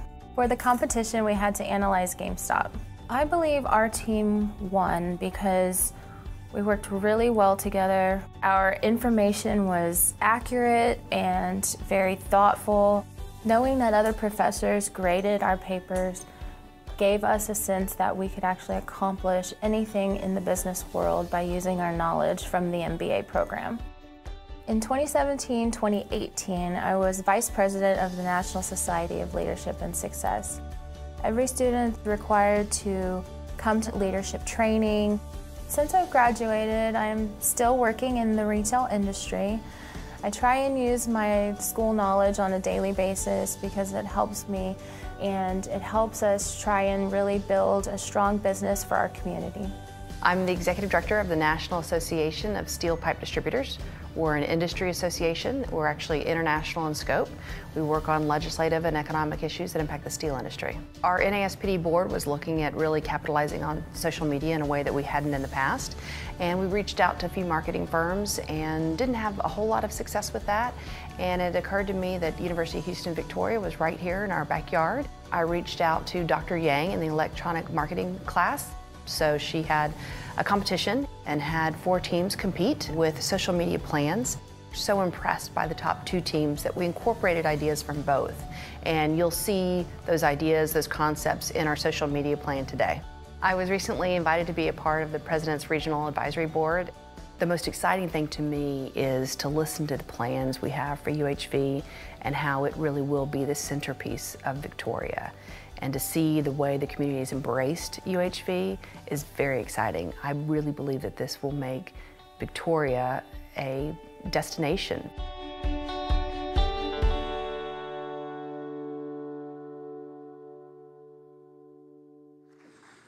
Numerous ranking organizations recognize UHV degrees for their affordability and quality during the past year.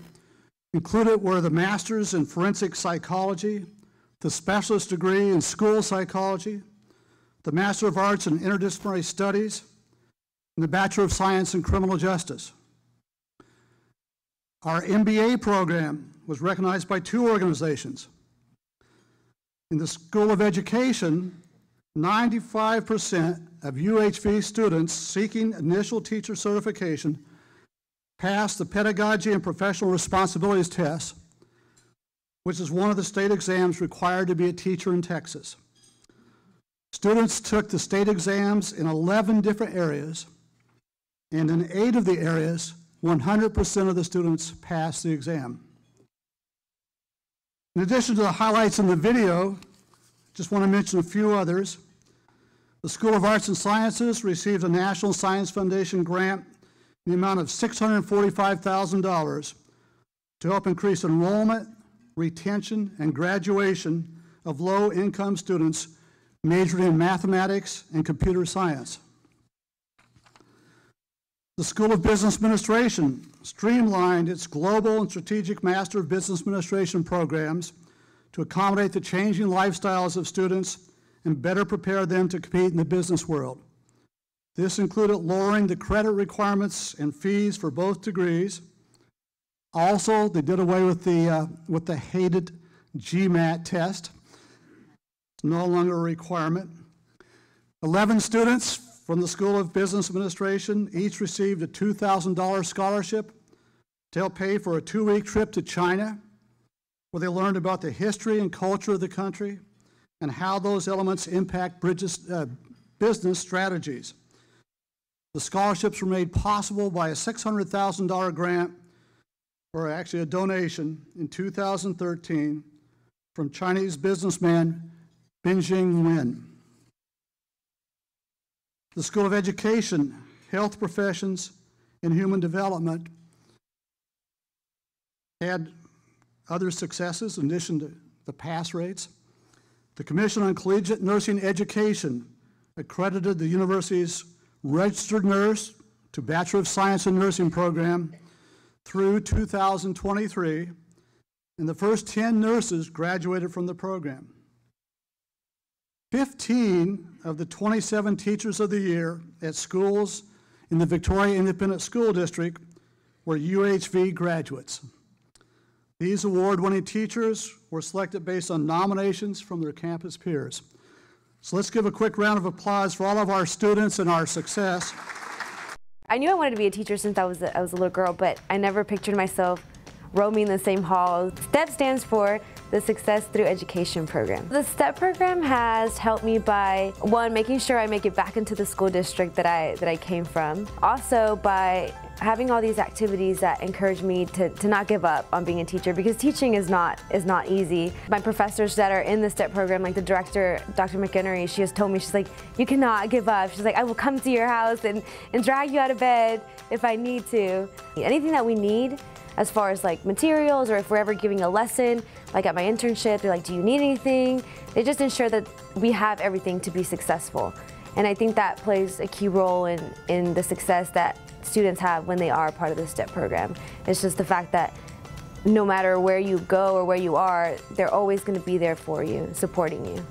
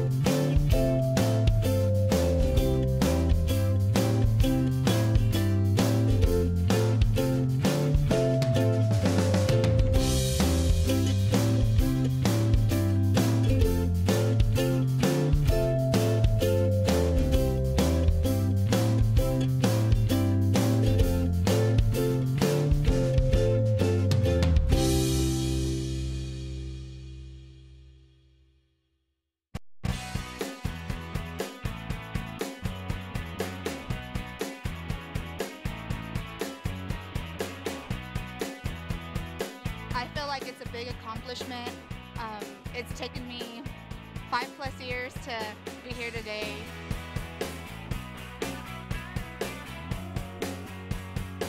Please remember this: you can achieve anything.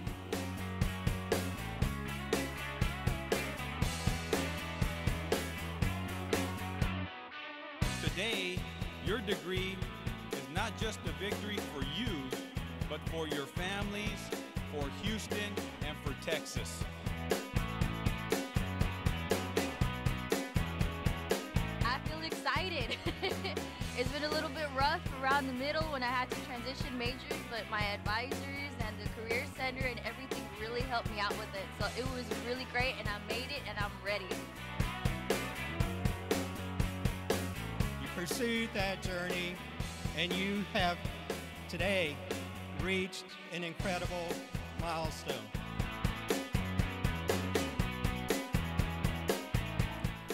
We didn't just finish, we finished strong. UHD strong.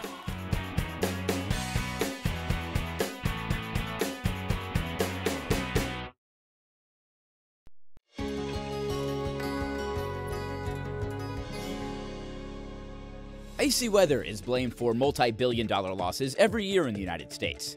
University of Houston professor Hadi Ghasemi and a team of researchers have created a new coating capable of repelling ice from any surface, saving industry from costly delays and damage related to ice. The coating is applied as a spray and will last for more than 10 years with no need to reapply. The nationally ranked UH track and field team has a new state-of-the-art indoor track. The $2 million track was donated by Net Lease Capital and includes a 6-lane, 200-meter banked oval, an 8-lane straightaway for sprints, and runways for long jump and pole vault competition. The track will also be used to hold indoor meets for runners of all ages. And congratulations to Kelvin Sampson. The UH men's basketball coach recently recorded his 600th career win while leading the Cougars to their best start in school history. Sampson is the 57th coach in NCAA Division I men's basketball history to reach 600 wins. For the latest, make sure to subscribe.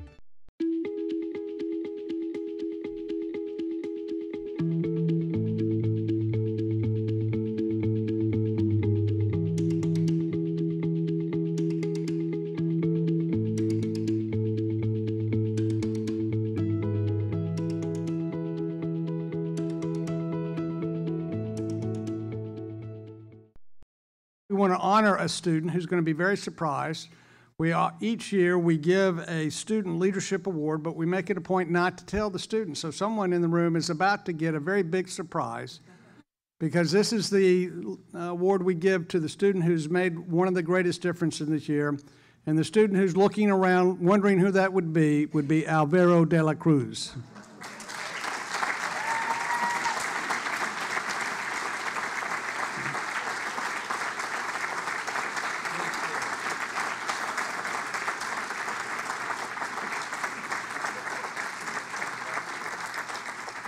Mr. De La Cruz is a senior from Converse who is majoring in biology and plans to attend medical school after graduation. He has served as a prominent member and leader in various student organizations for most of his time at UHV. He has held the positions of president of the Pre-Health Student Association, vice president of the Residence Hall Association, and president of the Student Government Association in 2017-2018. In addition, he has been a resident assistant each year at UHV and a senior resident assistant for the past 2 years. He always goes above and beyond to ensure students' residents' needs are met, and he trains incoming resident assistants so they can transition them into their new roles. As president of the Student Government Association, his administration was able to accomplish a significant amount of positive change at UHV in a relatively short amount of time. The most significant accomplishment was the spearheading of the creation of the UHV alma mater, which was unveiled in May. His advisor said this about this particular accomplishment: "I was amazed by his ability to lead this initiative. He worked collaboratively with students, faculty, staff, and administration to bring about this new tradition to our institution. His energy, passion, and grace throughout the entire creation process truly was second to none." As you can tell, the list of Mr. De La Cruz's accomplishment at UHV could go on, but please join me in congratulating the Student Leadership Award recipient, Alvaro de la Cruz. Congratulations.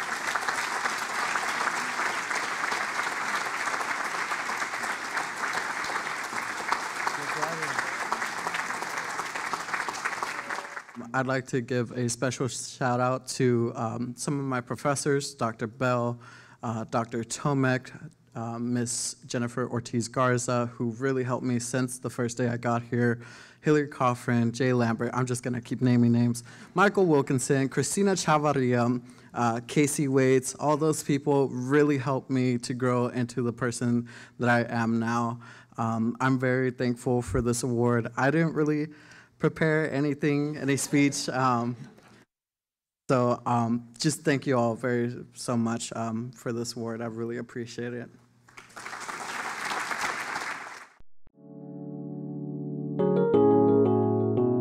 I've been here since I was 16, 25 years.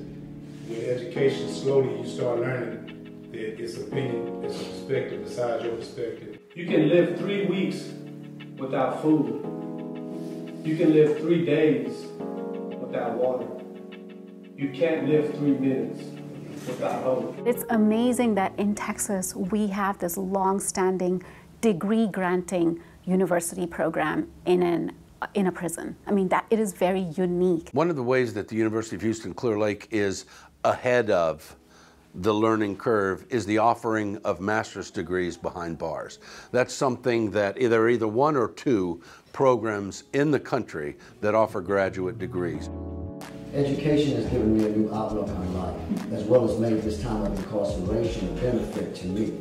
I wanted to ask you, out of all the material that we covered, I would like to know, what was most significant to you, and why was it so significant? Well, there was so much material. I mean, so much. Yeah, I've been in the house for like a week. They're probably my only students. These are students who are incarcerated who say, could you please give us the entire text? We want to read the entire work of Discipline and Punish or Madness and Civilization. And they grapple with it, and they wrestle with it, and they work so hard at understanding it. So their dedication sort of gives meaning to all that we do. They truly want to learn. I thought about this question pretty much every day and every night for the last week. I knew that I could escape, I guess you could say, get a taste of normalcy, dealing with people who weren't, living in that environment and were corrupted mentally by that environment, and being able to have dialogues that aren't confined to the things that are going on within that environment was probably the biggest gift that I got from it.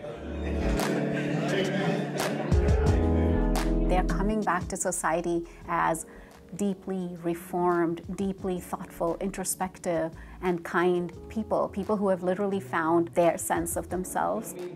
I mean, what's the majority of the population of this The graduates from our program at both the bachelor's and master's level have taken such varied positions as counselors at substance abuse and halfway houses, offices within the Texas governmental system. Here at the university, we've had students who've taken full-time positions here. So the effects and benefits of prison education manifest themselves both at a community level as well as on a statewide basis. What choices am I making on the day-to-day? Across the board, studies of correctional education have demonstrated a remarkably consistent reduction in recidivism, as much as 50% in some cases to an untraceable amount at the master's level. A literally fractional amount of students with master's degrees return to the Texas Department of Criminal Justice.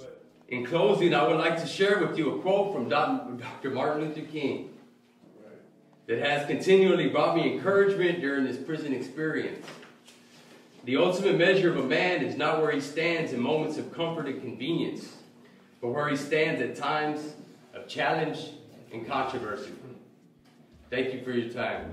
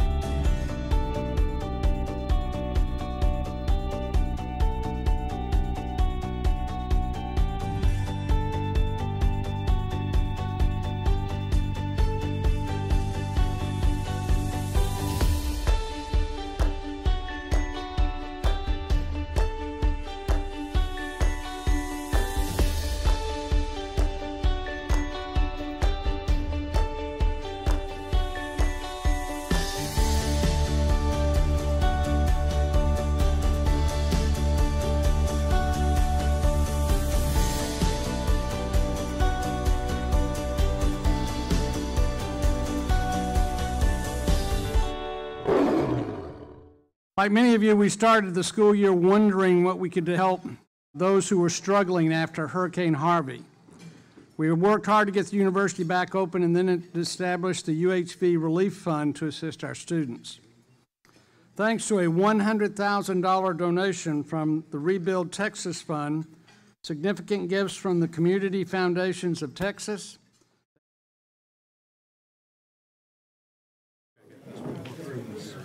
We're committed to making some changes. I'd like to reconvene the Board of Regents meeting. The Regents met in executive session and heard a pre-litigation and litigation status report, conferred with General Counsel on pending legal and contract matters, and some personal issues. No action was taken in executive session. Dr. Couture, do you have any further comments? No, I do not. Dr. Blake, thank you again, and all your staff and students. I promise we will not wait 8 years to come back again. If there is no further business to come before the board, our meeting is hereby adjourned. Thank you very much, everybody. Dr. Blake has a gift for you guys. Good job. Thank you. Good seeing you.